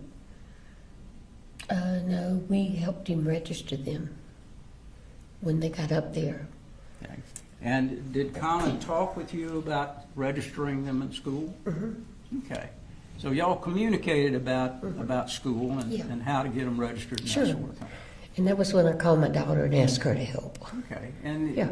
you helped Colin with a number of different things. He would call you about, what do I do with this and how do I handle this? Matter of fact, you co-signed for him to be able to get a truck. I did. Okay. And that was a truck that he got after Marcy had torn his other truck up? Yeah. After she keyed it and he lost his job.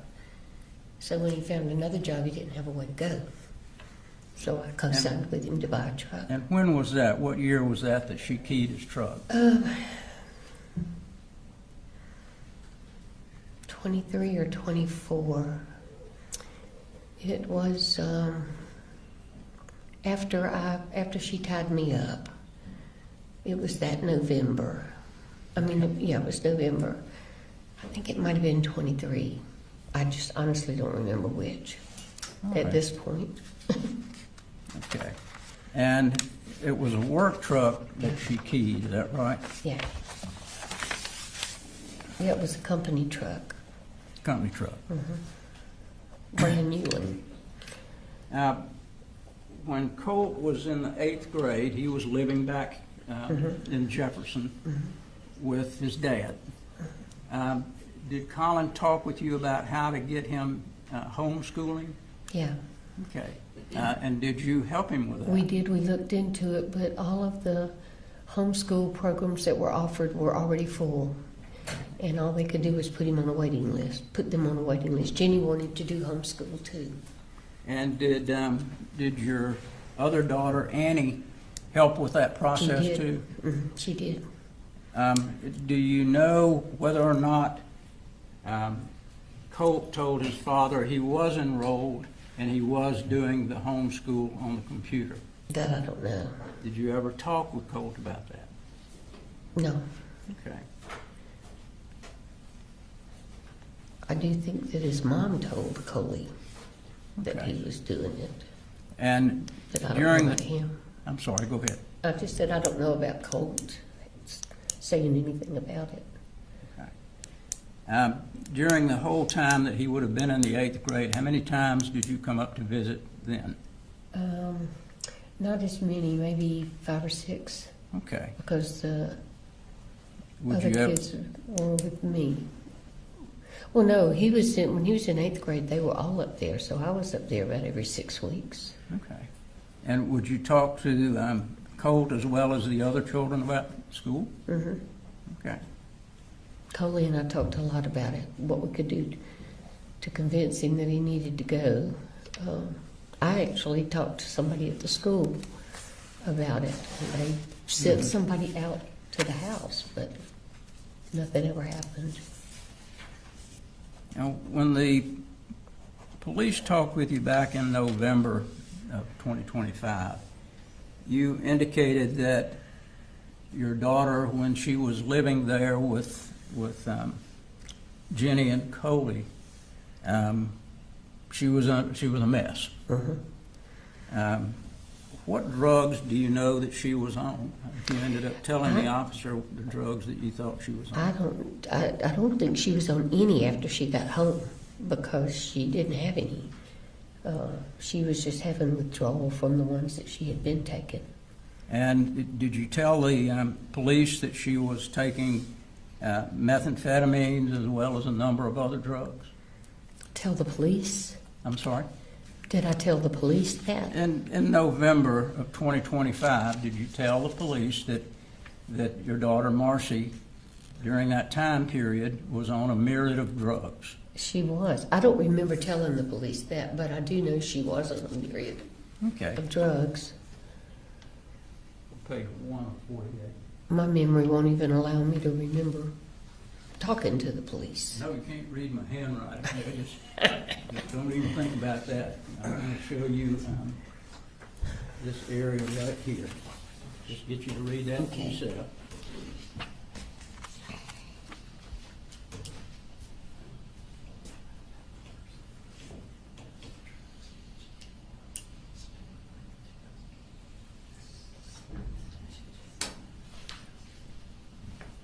God, I said that, I just don't remember I don't remember talking to the police about it. Okay. But maybe I did, I just, Okay. It's been since September 25. yeah. But I should remember that. September 25.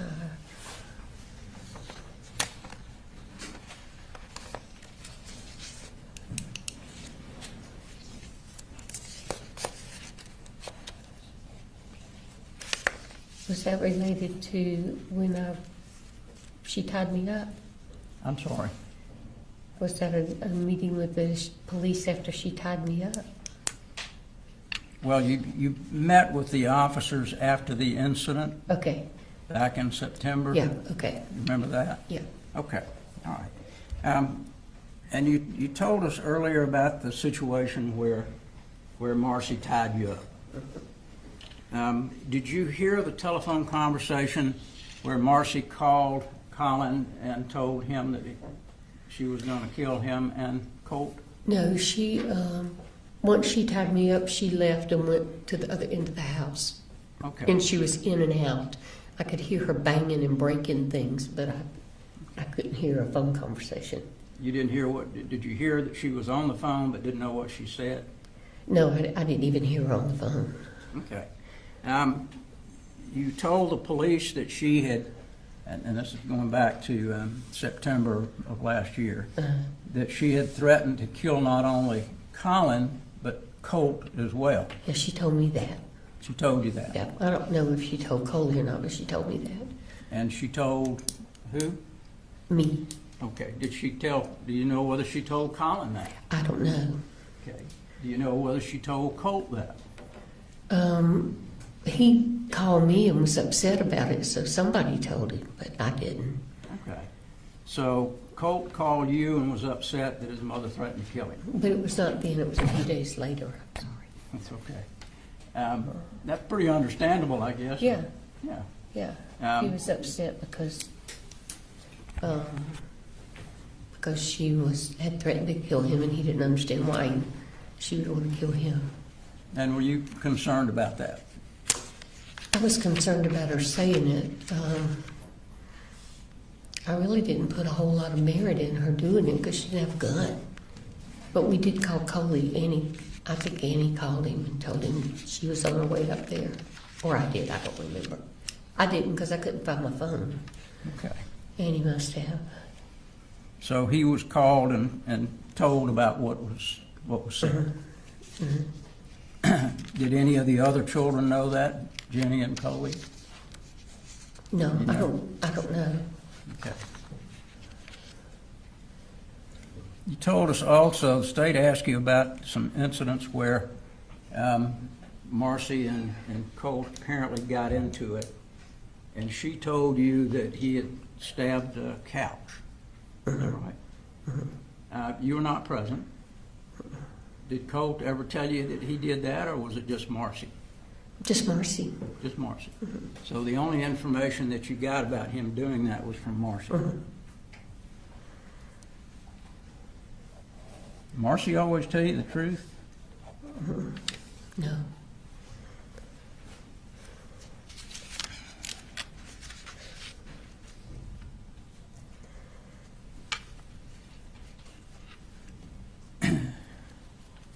You told us also that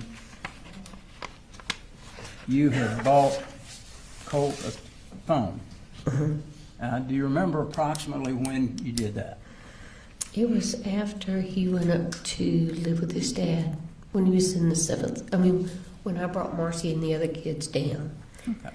A couple of weeks after that, I bought him one. Would that have been in 23? Yeah. 2023? Yeah. Okay. Yes. And as you indicated, you and he would converse on the telephone. You would text and also call and talk. How often would you talk with him on the phone? Not very often, maybe once a week. Okay. And how about texting? About the same. Actually, he called more than he texted. Okay. You told the police that that Colt was a bright kid. Yeah. Yes, Very sir. smart. Knew a lot about computers. Very manipulative. Because he knew how to get things out of you. And if he pitched Yes. a fit, then you were going to get it for him usually. Yes. Okay. So he would use that to manipulate. If he wanted something you weren't getting it, he'd act really angry. Yeah. Be fair to say? Yeah. Okay. Were you with him when he'd do that, or would he do that primarily over the phone? Mostly over the phone. Okay. Was there ever a time that he got angry when you were there about not buying him something? Not that I can recall, Okay. but that doesn't mean it didn't happen. All right. So the only times you remember are things that he would put in text messages or phone calls about the anger. Yes. Is that right? Now, when you would come up here, would you go to church with Colin and the kids? I went sometimes? once or twice, but most of the time after they moved up here and started, I would come during the week rather than the weekend. Okay. But They you knew that they were attending church. Yeah. I had been with them several times. It was a great church. All right. And you knew that Colin was working full-time. Yes. You knew that he didn't drink anymore. Yes. Did you know anything about the job that he had here? What his work schedule was? How often he'd be away from home? He'd be away from home every day. They wanted him to work on Saturdays, and he would usually leave the house 6:30 after he got little Coley on the bus. Get home at 6 o'clock Okay. at night. And did you know that he took Coley to school, and then the older kids would have to catch the bus later? Catch the bus. So he would not be there when Colt would be supposed to be going to Right. school. And from your experience, you found out firsthand that Colt didn't always tell the truth about going to school. Absolutely. Okay, because one of these text messages, he was saying that he was at school, and actually he was in the house. And would he do that often? Would he say he was going to school? He told me every time I asked him he was. Okay. Did he ever say anything about liking the new school, Apalachee High School? Did he say anything to you about that?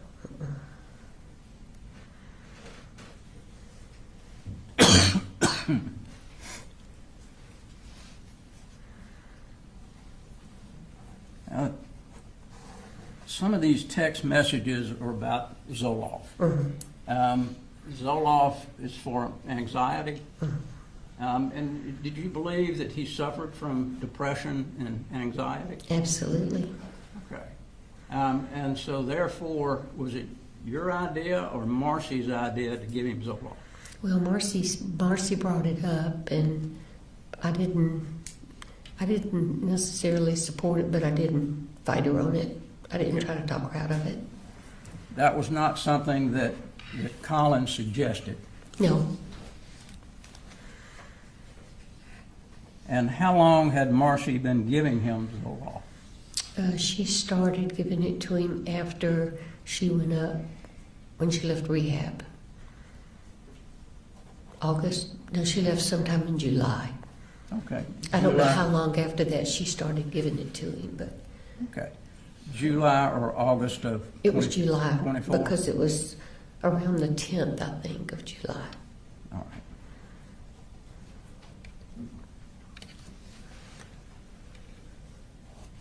Now, you told us that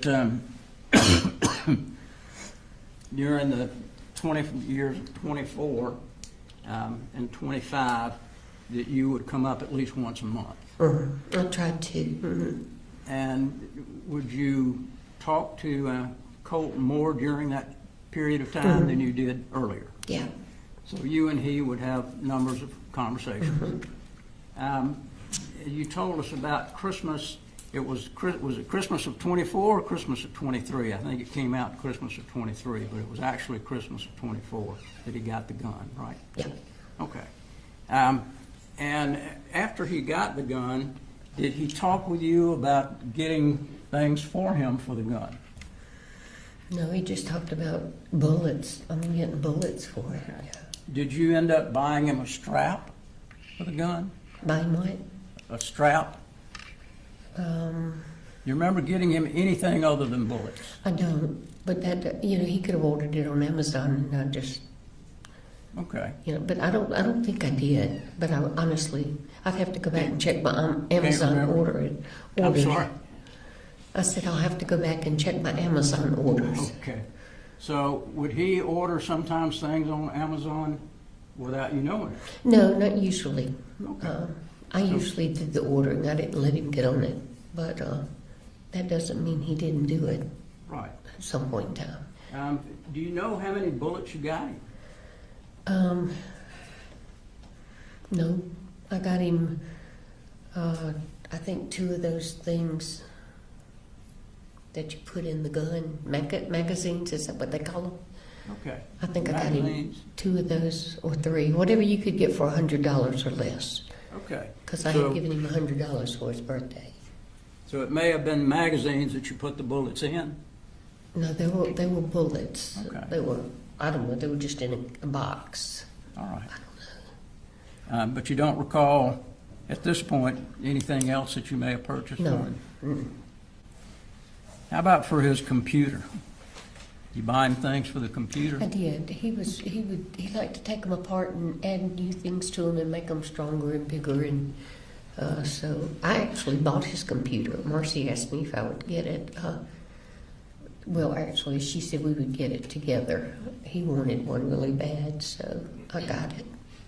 Was he good with putting the computers together, building things with it, or do you know? Was he good at what?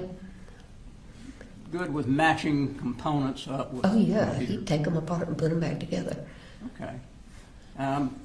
Did he ever talk with you, or did you ever get any information about him being on what we call the dark web? No. Okay. Did you even know what the dark web No, is? no, no. Until I heard about the Discord when the FBI. Well, the whole web That's to me so- is dark, so Yeah. I understand. But That's- he never talked to you about it? No. Mm-mm. The police also asked you about, I think you told the police that you came down a couple of months before this incident, or maybe a little before that, and cleaned his room, And what? Colt's room. Cleaned his room? Mhm. And I think you told him when you cleaned the room, you remember seeing the gun was in the corner. And they asked you about what was on the wall. You remember telling them that there was a kind of a flag and a picture of a girl? Looked like a clown All right. girl with rainbow hair. And was there anything else on the wall? There were others on the wall, yeah.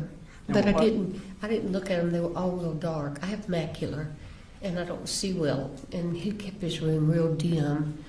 But I saw the one of the girl because it was right by the light. Okay. And she had on like a pink outfit and rainbow hair. Okay. But he did have others on there.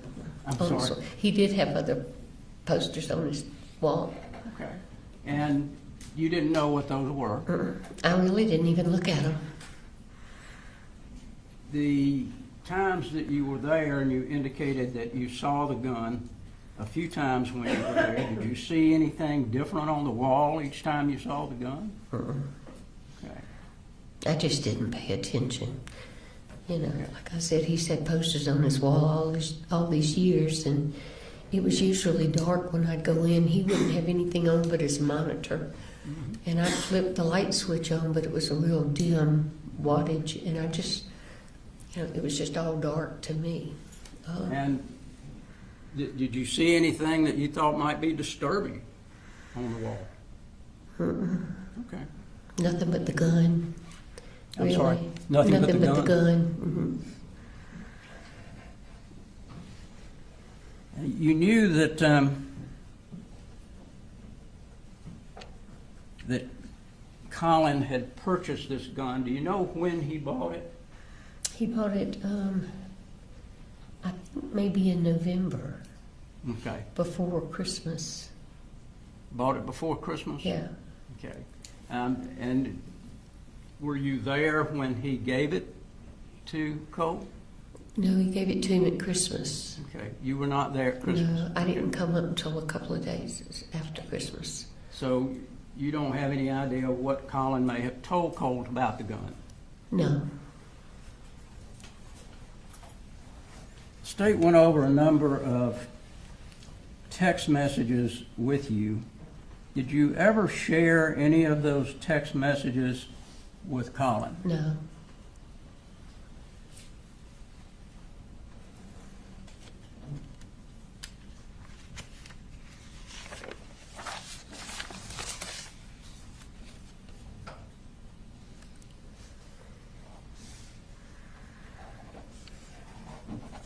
One of the text messages was Colt saying that she lied. I didn't say anything about killing you. That came from Marcy. Is that right? And Colt indicated that he did not say that. He would not what? Colt said he did not say that. Is that correct? Okay. Did you share that text with Colin? No.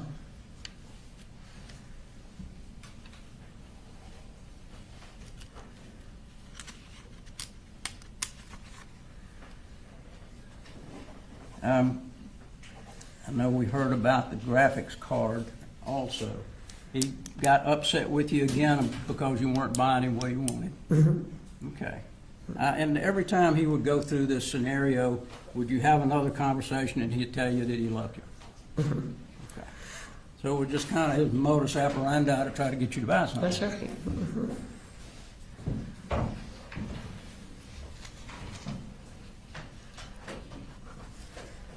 When he talked about hurting someone, did you tell that to Colin? I don't think I did. But you said you told that to the counselor at the school. Yeah. And if I told Coley, I don't remember. All right. And you also told us that on the 27th, when you went over to talk about the therapy, they told you that the best time would have been Saturday. They didn't tell you that was the only time. No, they said you could come anytime, and I said, well, Coley works all week. And she said Saturday would be better because most people don't even know we're open on Saturday. Okay. And she could get him in, he could get him in real quick. So Saturday would be the best time, but he Yeah. could come anytime Yeah. because they're available Yeah. anytime. And did you tell that to Colin? I did.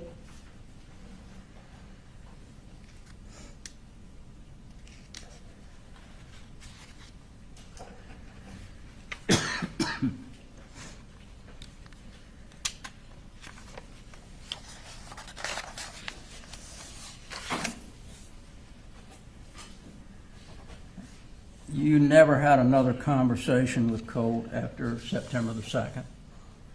That correct? I don't know. I don't think so.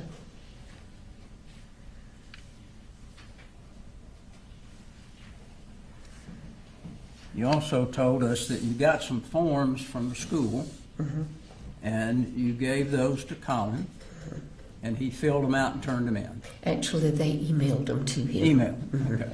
And did he tell you that he had filled them out? Yeah, he filled them out before I even left to go home. Okay, And so- I think he had gotten a response back from the therapist too. So he had done that quickly? Yeah, and he was supposed to, Colt was supposed to see her on Thursday. Okay.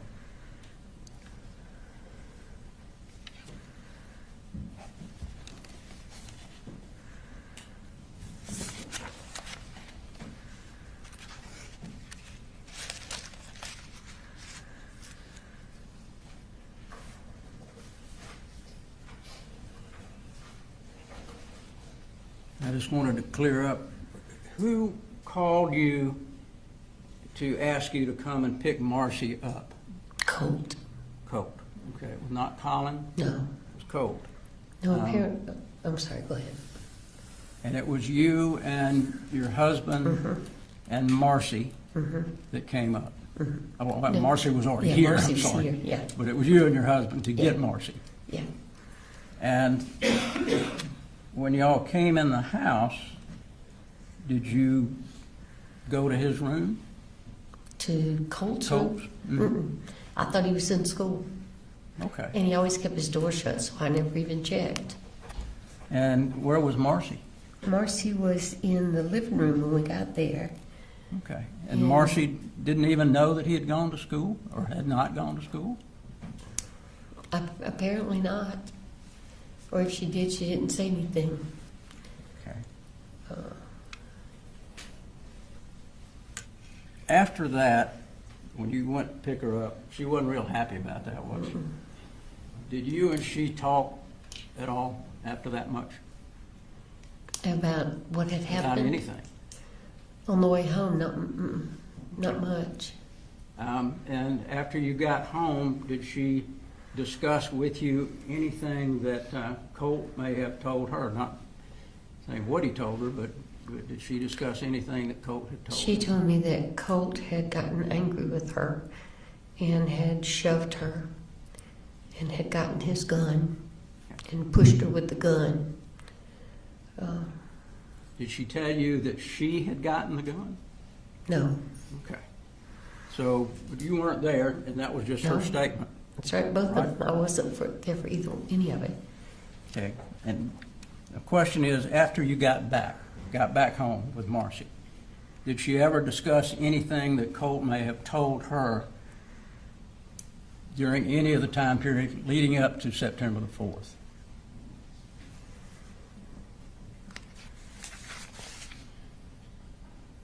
No. Okay.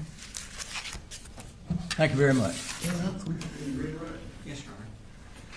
So when you bought those bullets for Colt, wasn't that with the defendant's permission?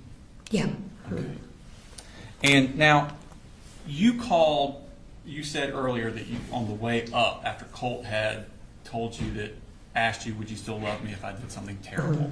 You called Advantage Crisis in Athens.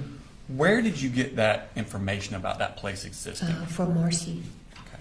And had she been searching for places like that? She had found that one. Okay. And she said she thought it was probably the best one for him. Okay. And why is that? What was special about this place? Because it was in-house. They would take him immediately, Okay. and they would keep him whatever length of time they felt they needed to So, figure out what was going on. so it was an inpatient kind of place? Inpatient, yeah. Okay. And were you in conversations with Colin during this time period about Colt needing to be inpatient? Yeah, well, I don't remember if we discussed being inpatient. We had discussed at length trying to find some therapy for him. Okay. But that's why Advantage was the place that you were looking for because of the inpatient it could take. And then when you talked to Advantage, did they tell you, did you describe to them Colt's symptoms and his issues? And did they tell you that they would be able to help him?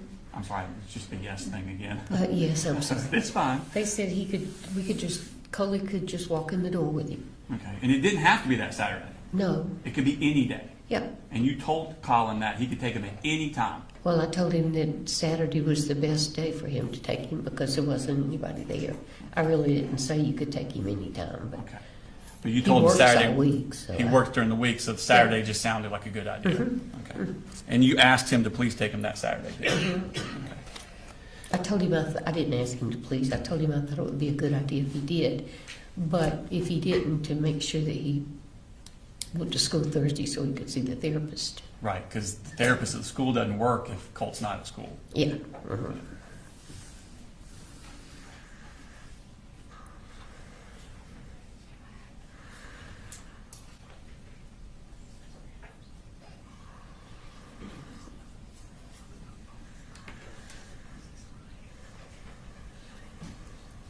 When the situation that you were talking about on Cross where Colt shoved Marcy to the ground while he was holding the rifle, did Colin text you that day saying, I need you to call, I'm at work, something's happening at the house? You remember that? He did text me that, but I don't remember if it was that day, but yeah. Okay, so he was aware of that incident. Oh, I don't know. I don't remember when he texted me to call him. Okay. I don't remember if it was that day or not. Okay. Do you remember him telling you about the shoving down? Colin telling you about it? No, I just remember Colt telling me. Okay. You don't remember Colin texting you? I don't. But It's that a lot of doesn't stuff mean he happening, didn't. isn't it? Yeah. Is it fair to say that sometimes it you're- would be in my text? Okay. Is it fair to say that sometimes your memory's not? Yes. I'm Okay. 76. Yes. Is it possible that sometimes you can I'm trying to think of the word. I'm getting older too. You confuse different issues, different times and sometimes put the same things at the same time that were different. That's kind of leading. I'm 83, and I feel for it, but still. Yes, Your Honor. We're We talking. need you to reword the question. Well, Your Honor, I do believe I'm allowed to lead a little bit when we're talking about her lack of memory and not being able to answer the questions I'm giving. I'm allowed a little bit of leeway under those circumstances. Well, just re-ask the last, reword the last question. Is it possible that you have issues sometimes putting two different memories together? Yeah. Okay. But if I can continue, I do remember Coley and I communicating that day Okay. because I remember him saying, "Please don't bring Charlie up here with you." That's my husband, Okay. because he was afraid something would happen, which And that- was a and- valid fear. And that's the day that Colt shoved It Marcy was, yeah. I down. remember now. Yeah. Okay. Thank you. I have no further questions, Your Honor. If we cross, Just a couple of things that remind me. You knew that Colt and his dad, Colin, went hunting. Mm-hmm. You knew that that Colt had killed his first deer back in, was it 23 or 24? 23, I think. And matter of fact, they sent you a video Picture. of that. Mhm. Okay. And so you knew that that his dad and Colt bonded over hunting. Mhm. They did other things. They played golf, correct? But that was one thing that they bonded over, was shooting. And did Colin tell you that he would take Colt to the firing range? Your Honor, I'm going to object. This is beyond the scope of regret. Well, he brought up the bullets. it is, but I'm going to allow it. Go ahead. That's all I had, Judge. Okay. You should be excused. Please, Your Honor. Thank you, ma'am. Thank I'm you. sorry. Free to go. Yep. Thank you.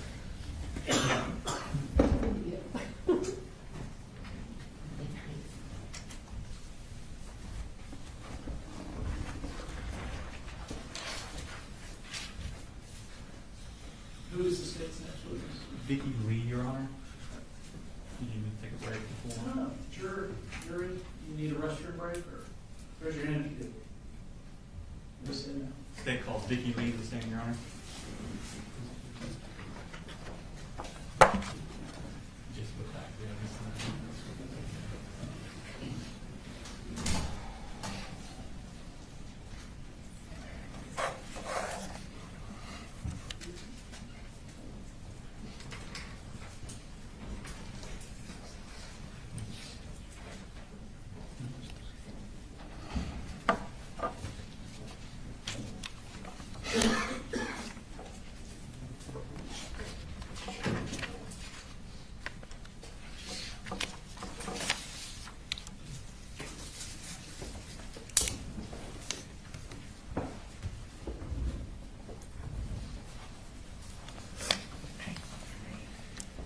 Could you raise your right hand, please?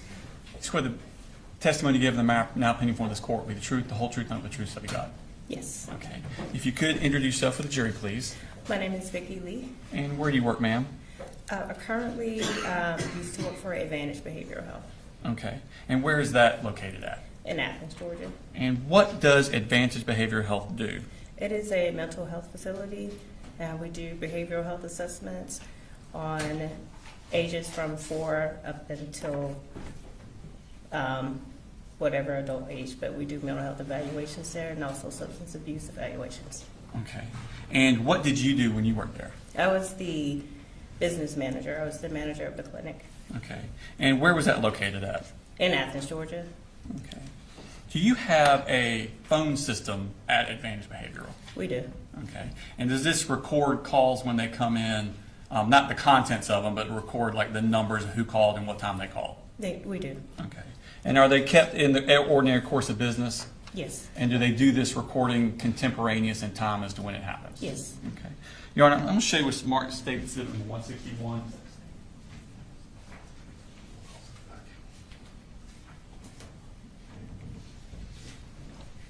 Yes, if you identify that. I think what we're going to be looking for is page 3. Okay. Are those business records from Advantage?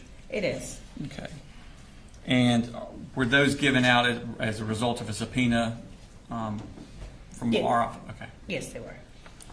And was there a phone call made on August 27th? Excuse me. No objection, 161. No objection. It's already in evidence, Your Honor. Sorry. Yes, there was a phone call that was made. Okay. And what was the phone number that it came from? I can see on here, but I don't remember specifically, but there's a number here. Mhm. If you wanted me to read that one, but Please. I don't know specifically. Yes. The number that it came from was 229-425-5704. Okay. Thanks. Thank you. And I know you don't know the contents of that, but let's talk a little bit about Advantage Behaviorals. Are y'all open on Saturdays? Yes, we are. Okay. If someone was to bring in a child of 14, what would be the procedure for that? Typically, what happens is we get all of their information. We always do, every child that comes in, we always do a behavioral health assessment. Okay. So that's the primary thing that comes in. If there's anything else that happens after that, we will make that decision at that time. Okay. Do they have to be brought in by a parent? They do. Okay. If someone were to bring in on a Saturday, or do they need an appointment to come in? No, we don't Okay. you don't need an appointment. Okay. For this behavioral assessment, what would happen if someone, if a child around the age of 14 came in and presented with symptoms that they were cutting themselves with a knife?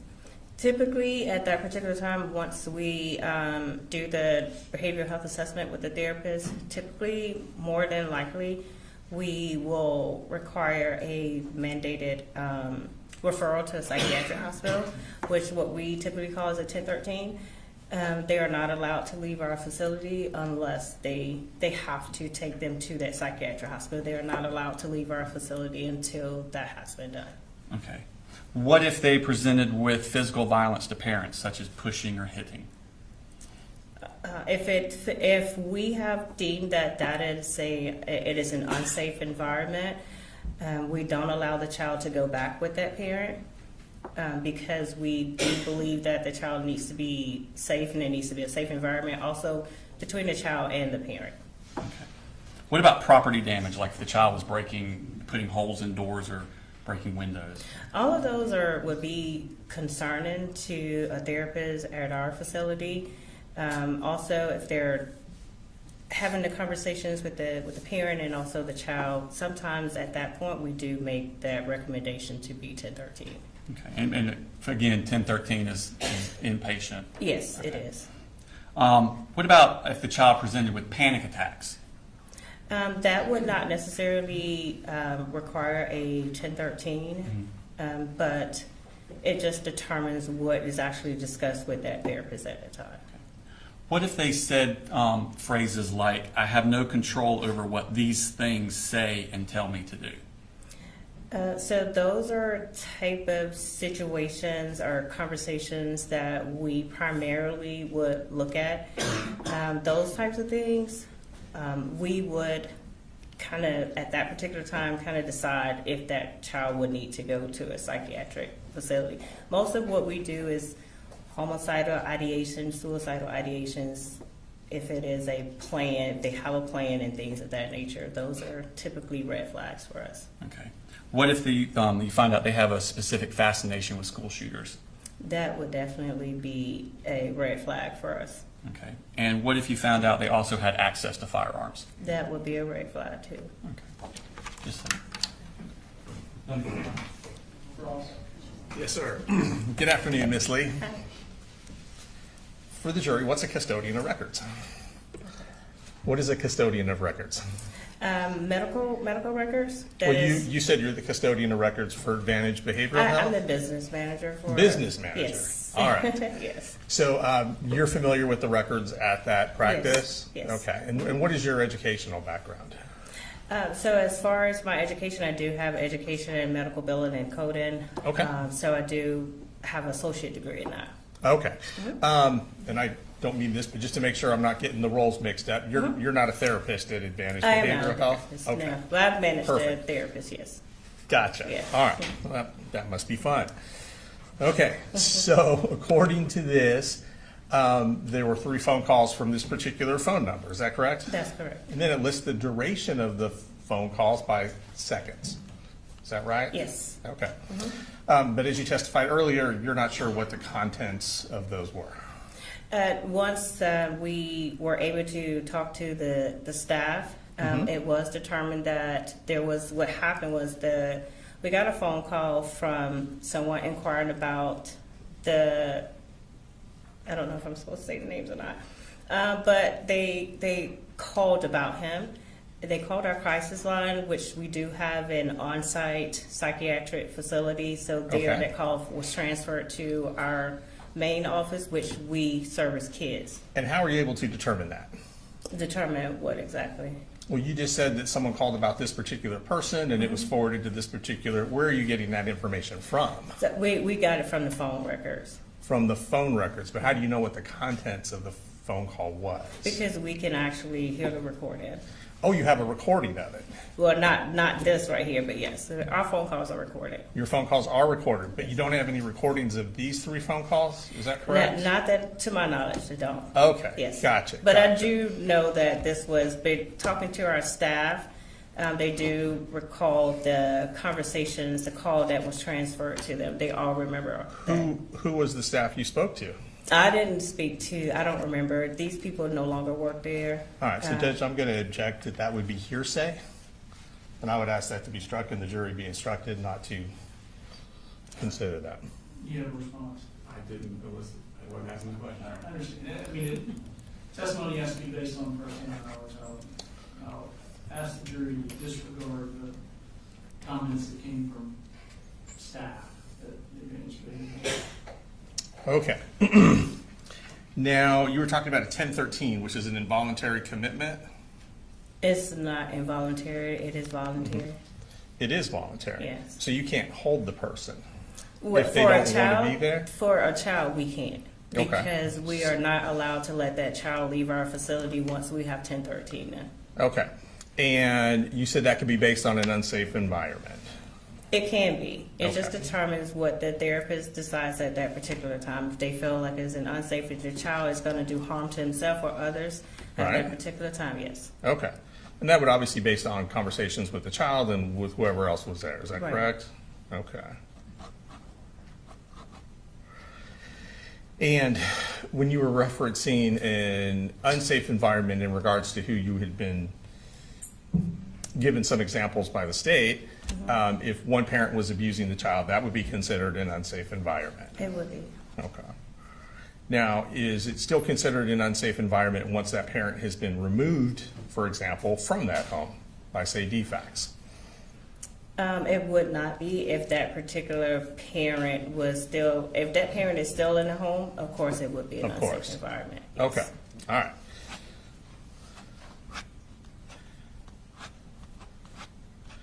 And if you interviewed a child and he or she presented no symptoms, that child would not be 1013, No, correct? but we do have a safety plan. We do have to have a safety plan. Anytime anyone comes into our facility, we do have to have a safety plan in order for them to leave. So everyone, well, let me clarify that first before we move on. So anyone that comes in for some information gets a safety plan, or does there have to be a screening first? Once you're being seen. Once you're being seen, if you do speak with a therapist and we do a behavioral health assessment, Okay, at that particular time, we always develop a safety plan. so everyone gets a safety plan If who you sees do. a therapist? Yes. Okay.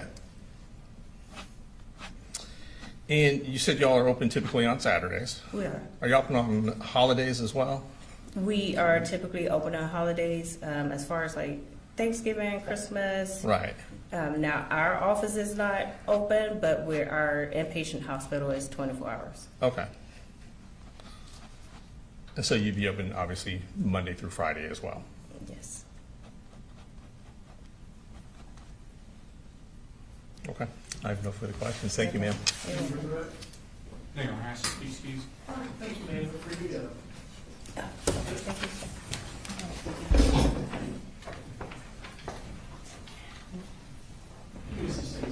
It's pretty long. I think I see a hand anyway, is that right? All right, ladies and gentlemen, we'll go ahead and take a 10, 15-minute break.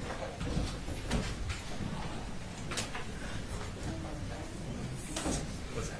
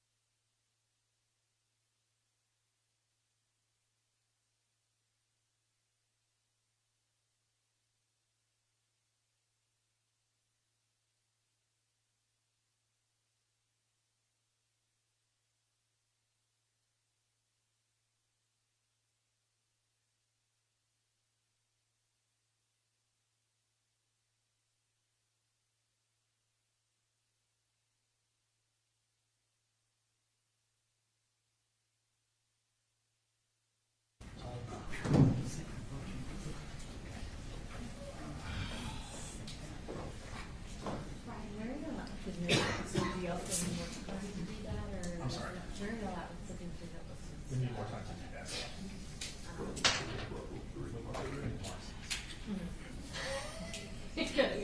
I assume, but I just want to presumption.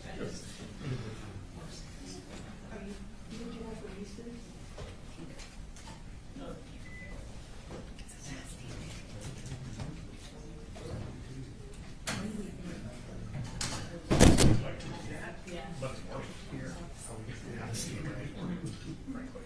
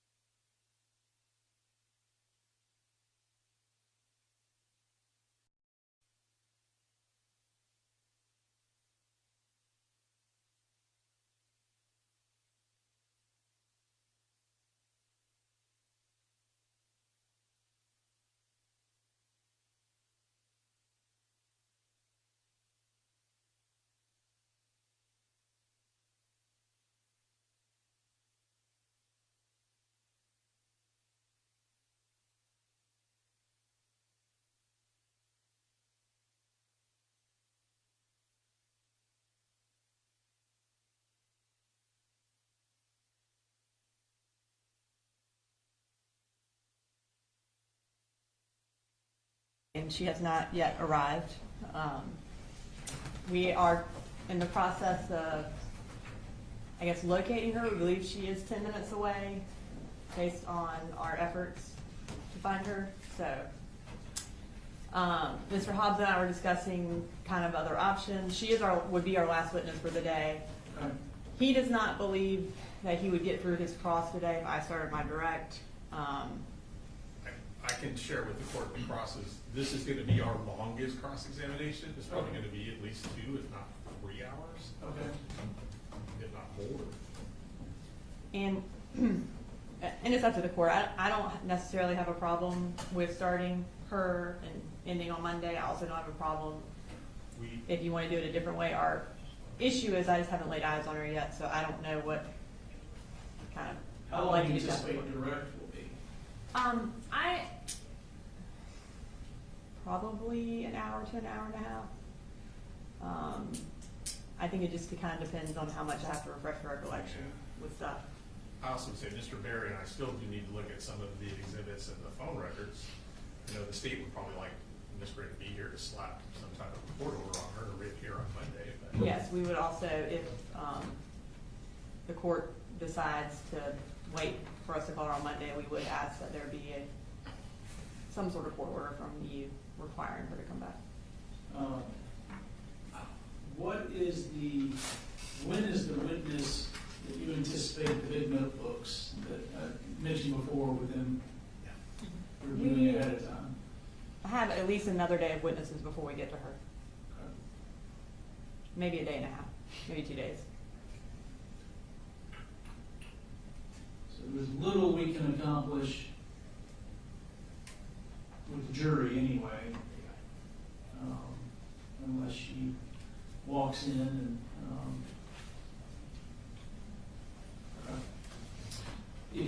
to predict, when do you think the state might rest? What do you think? Do you have any sort of idea? We would believe Wednesday or Thursday.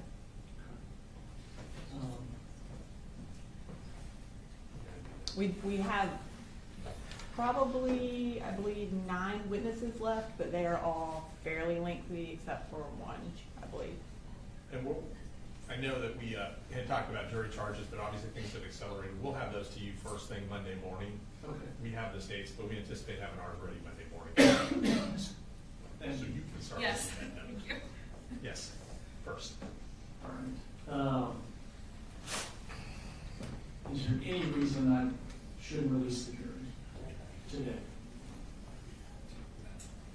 Not if you want to be done by 4:30. But we would ask that we remain in the courtroom We will remain. so that we can address Ms. Gray. Yeah, I think we'll have enough time to go through the book and everything and make whatever objection. Yeah. Get started on that. Especially. That's fine. All right. Is there anything you want me to tell the jury other than just? Just tell me I have some lawyer stuff to do. They're gonna get an early release on Friday. Just tell them the state can't get their witness here. Oh, well, we're getting her here. This may take a little longer than we thought. We just don't know what car you got. Judge, when she does get here, I think we're gonna have to charge her with the fact that she is still married to Colin, so there is a marital privilege. She's gonna have to waive that on the record. So I think we need to, I don't know whether she needs a lawyer with her to do that, but I think we need to do that when she gets here. I don't believe that is the case, Your Honor. I don't think legally she has to waive the marital privilege on the record. I think that would be something, an antiquated view of that statute. I think it has changed since then. Well, it's been a minute since I looked at it, so I'm gonna look at it anyway. So you just did that on another murder case that I had. Like testifying about.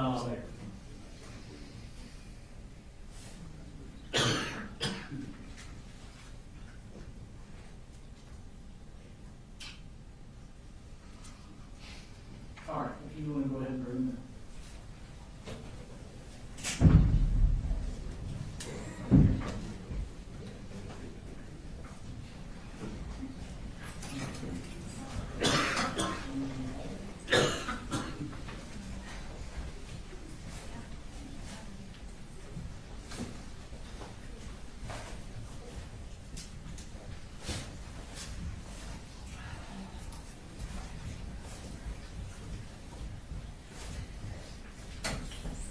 Y'all can see.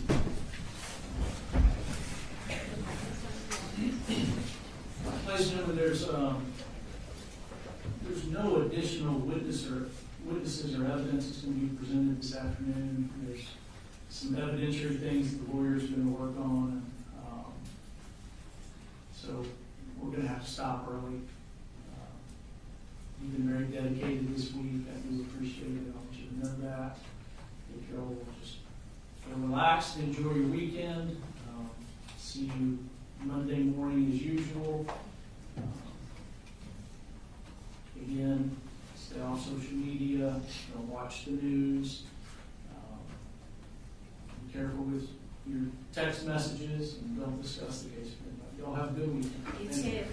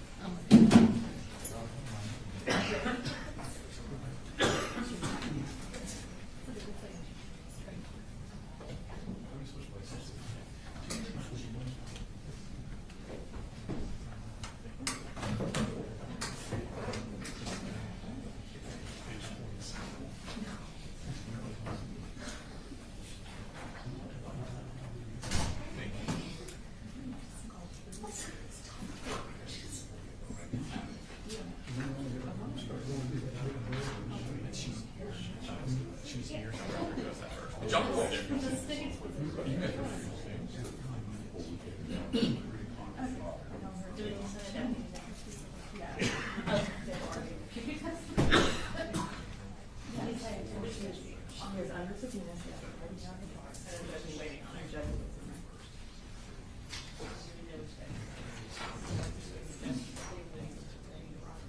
Take this back. In that phase.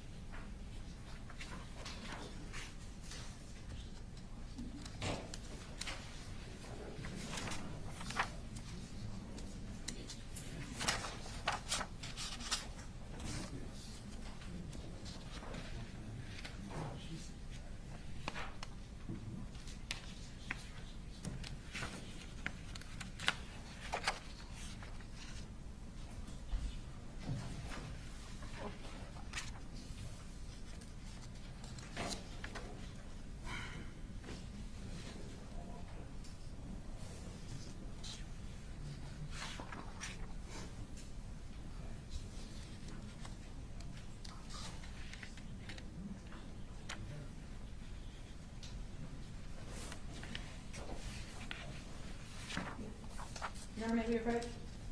Yes. Bring them on.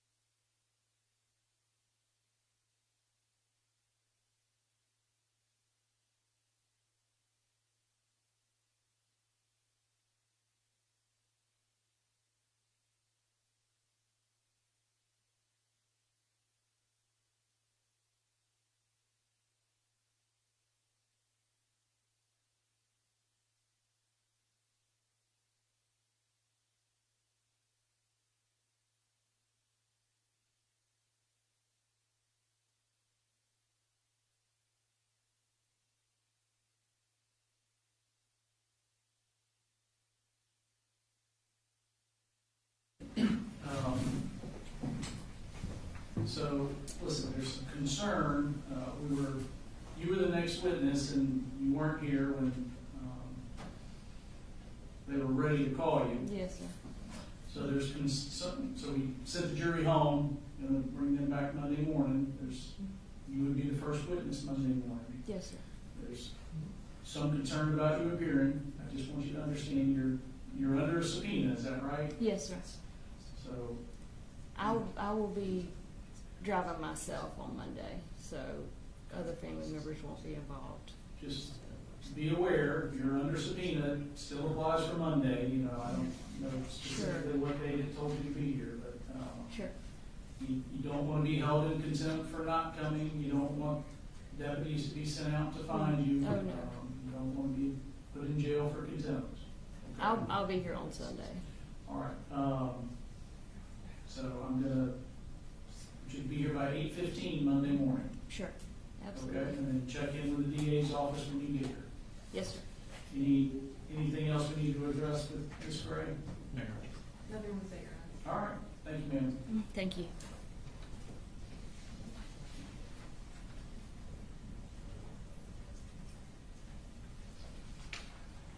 All right, anything that y'all need me to do to help pave the path for a smooth presentation on Monday? I know y'all may need to look at some things, you may need to talk, but we're not ready for me to do anything, is that right? That is correct. And I think you indicated the larger notebooks that y'all needed to review, that's not being presented until, it's not on Monday. Correct, it'll be Tuesday or Wednesday. Okay. Yeah, so we're gonna, I'm going through it right now anyway, just to right, get get a good started. idea of where I need to As long as the deputies will let us do it, but This is not one of Okay. ping These are the business. school records. This isn't one. Yeah. Columns. I was gonna go through these two. Are there any, with respect to Miss Gray, are there any objectionable documents that you're gonna need rulings on that could take time like some of these others have? Probably not. I think we've kind of gone, For Ms. Gray? yeah, for Ms. Gray. I don't believe We've so gone through for- most of it. I don't believe so for Ms. Gray. Right.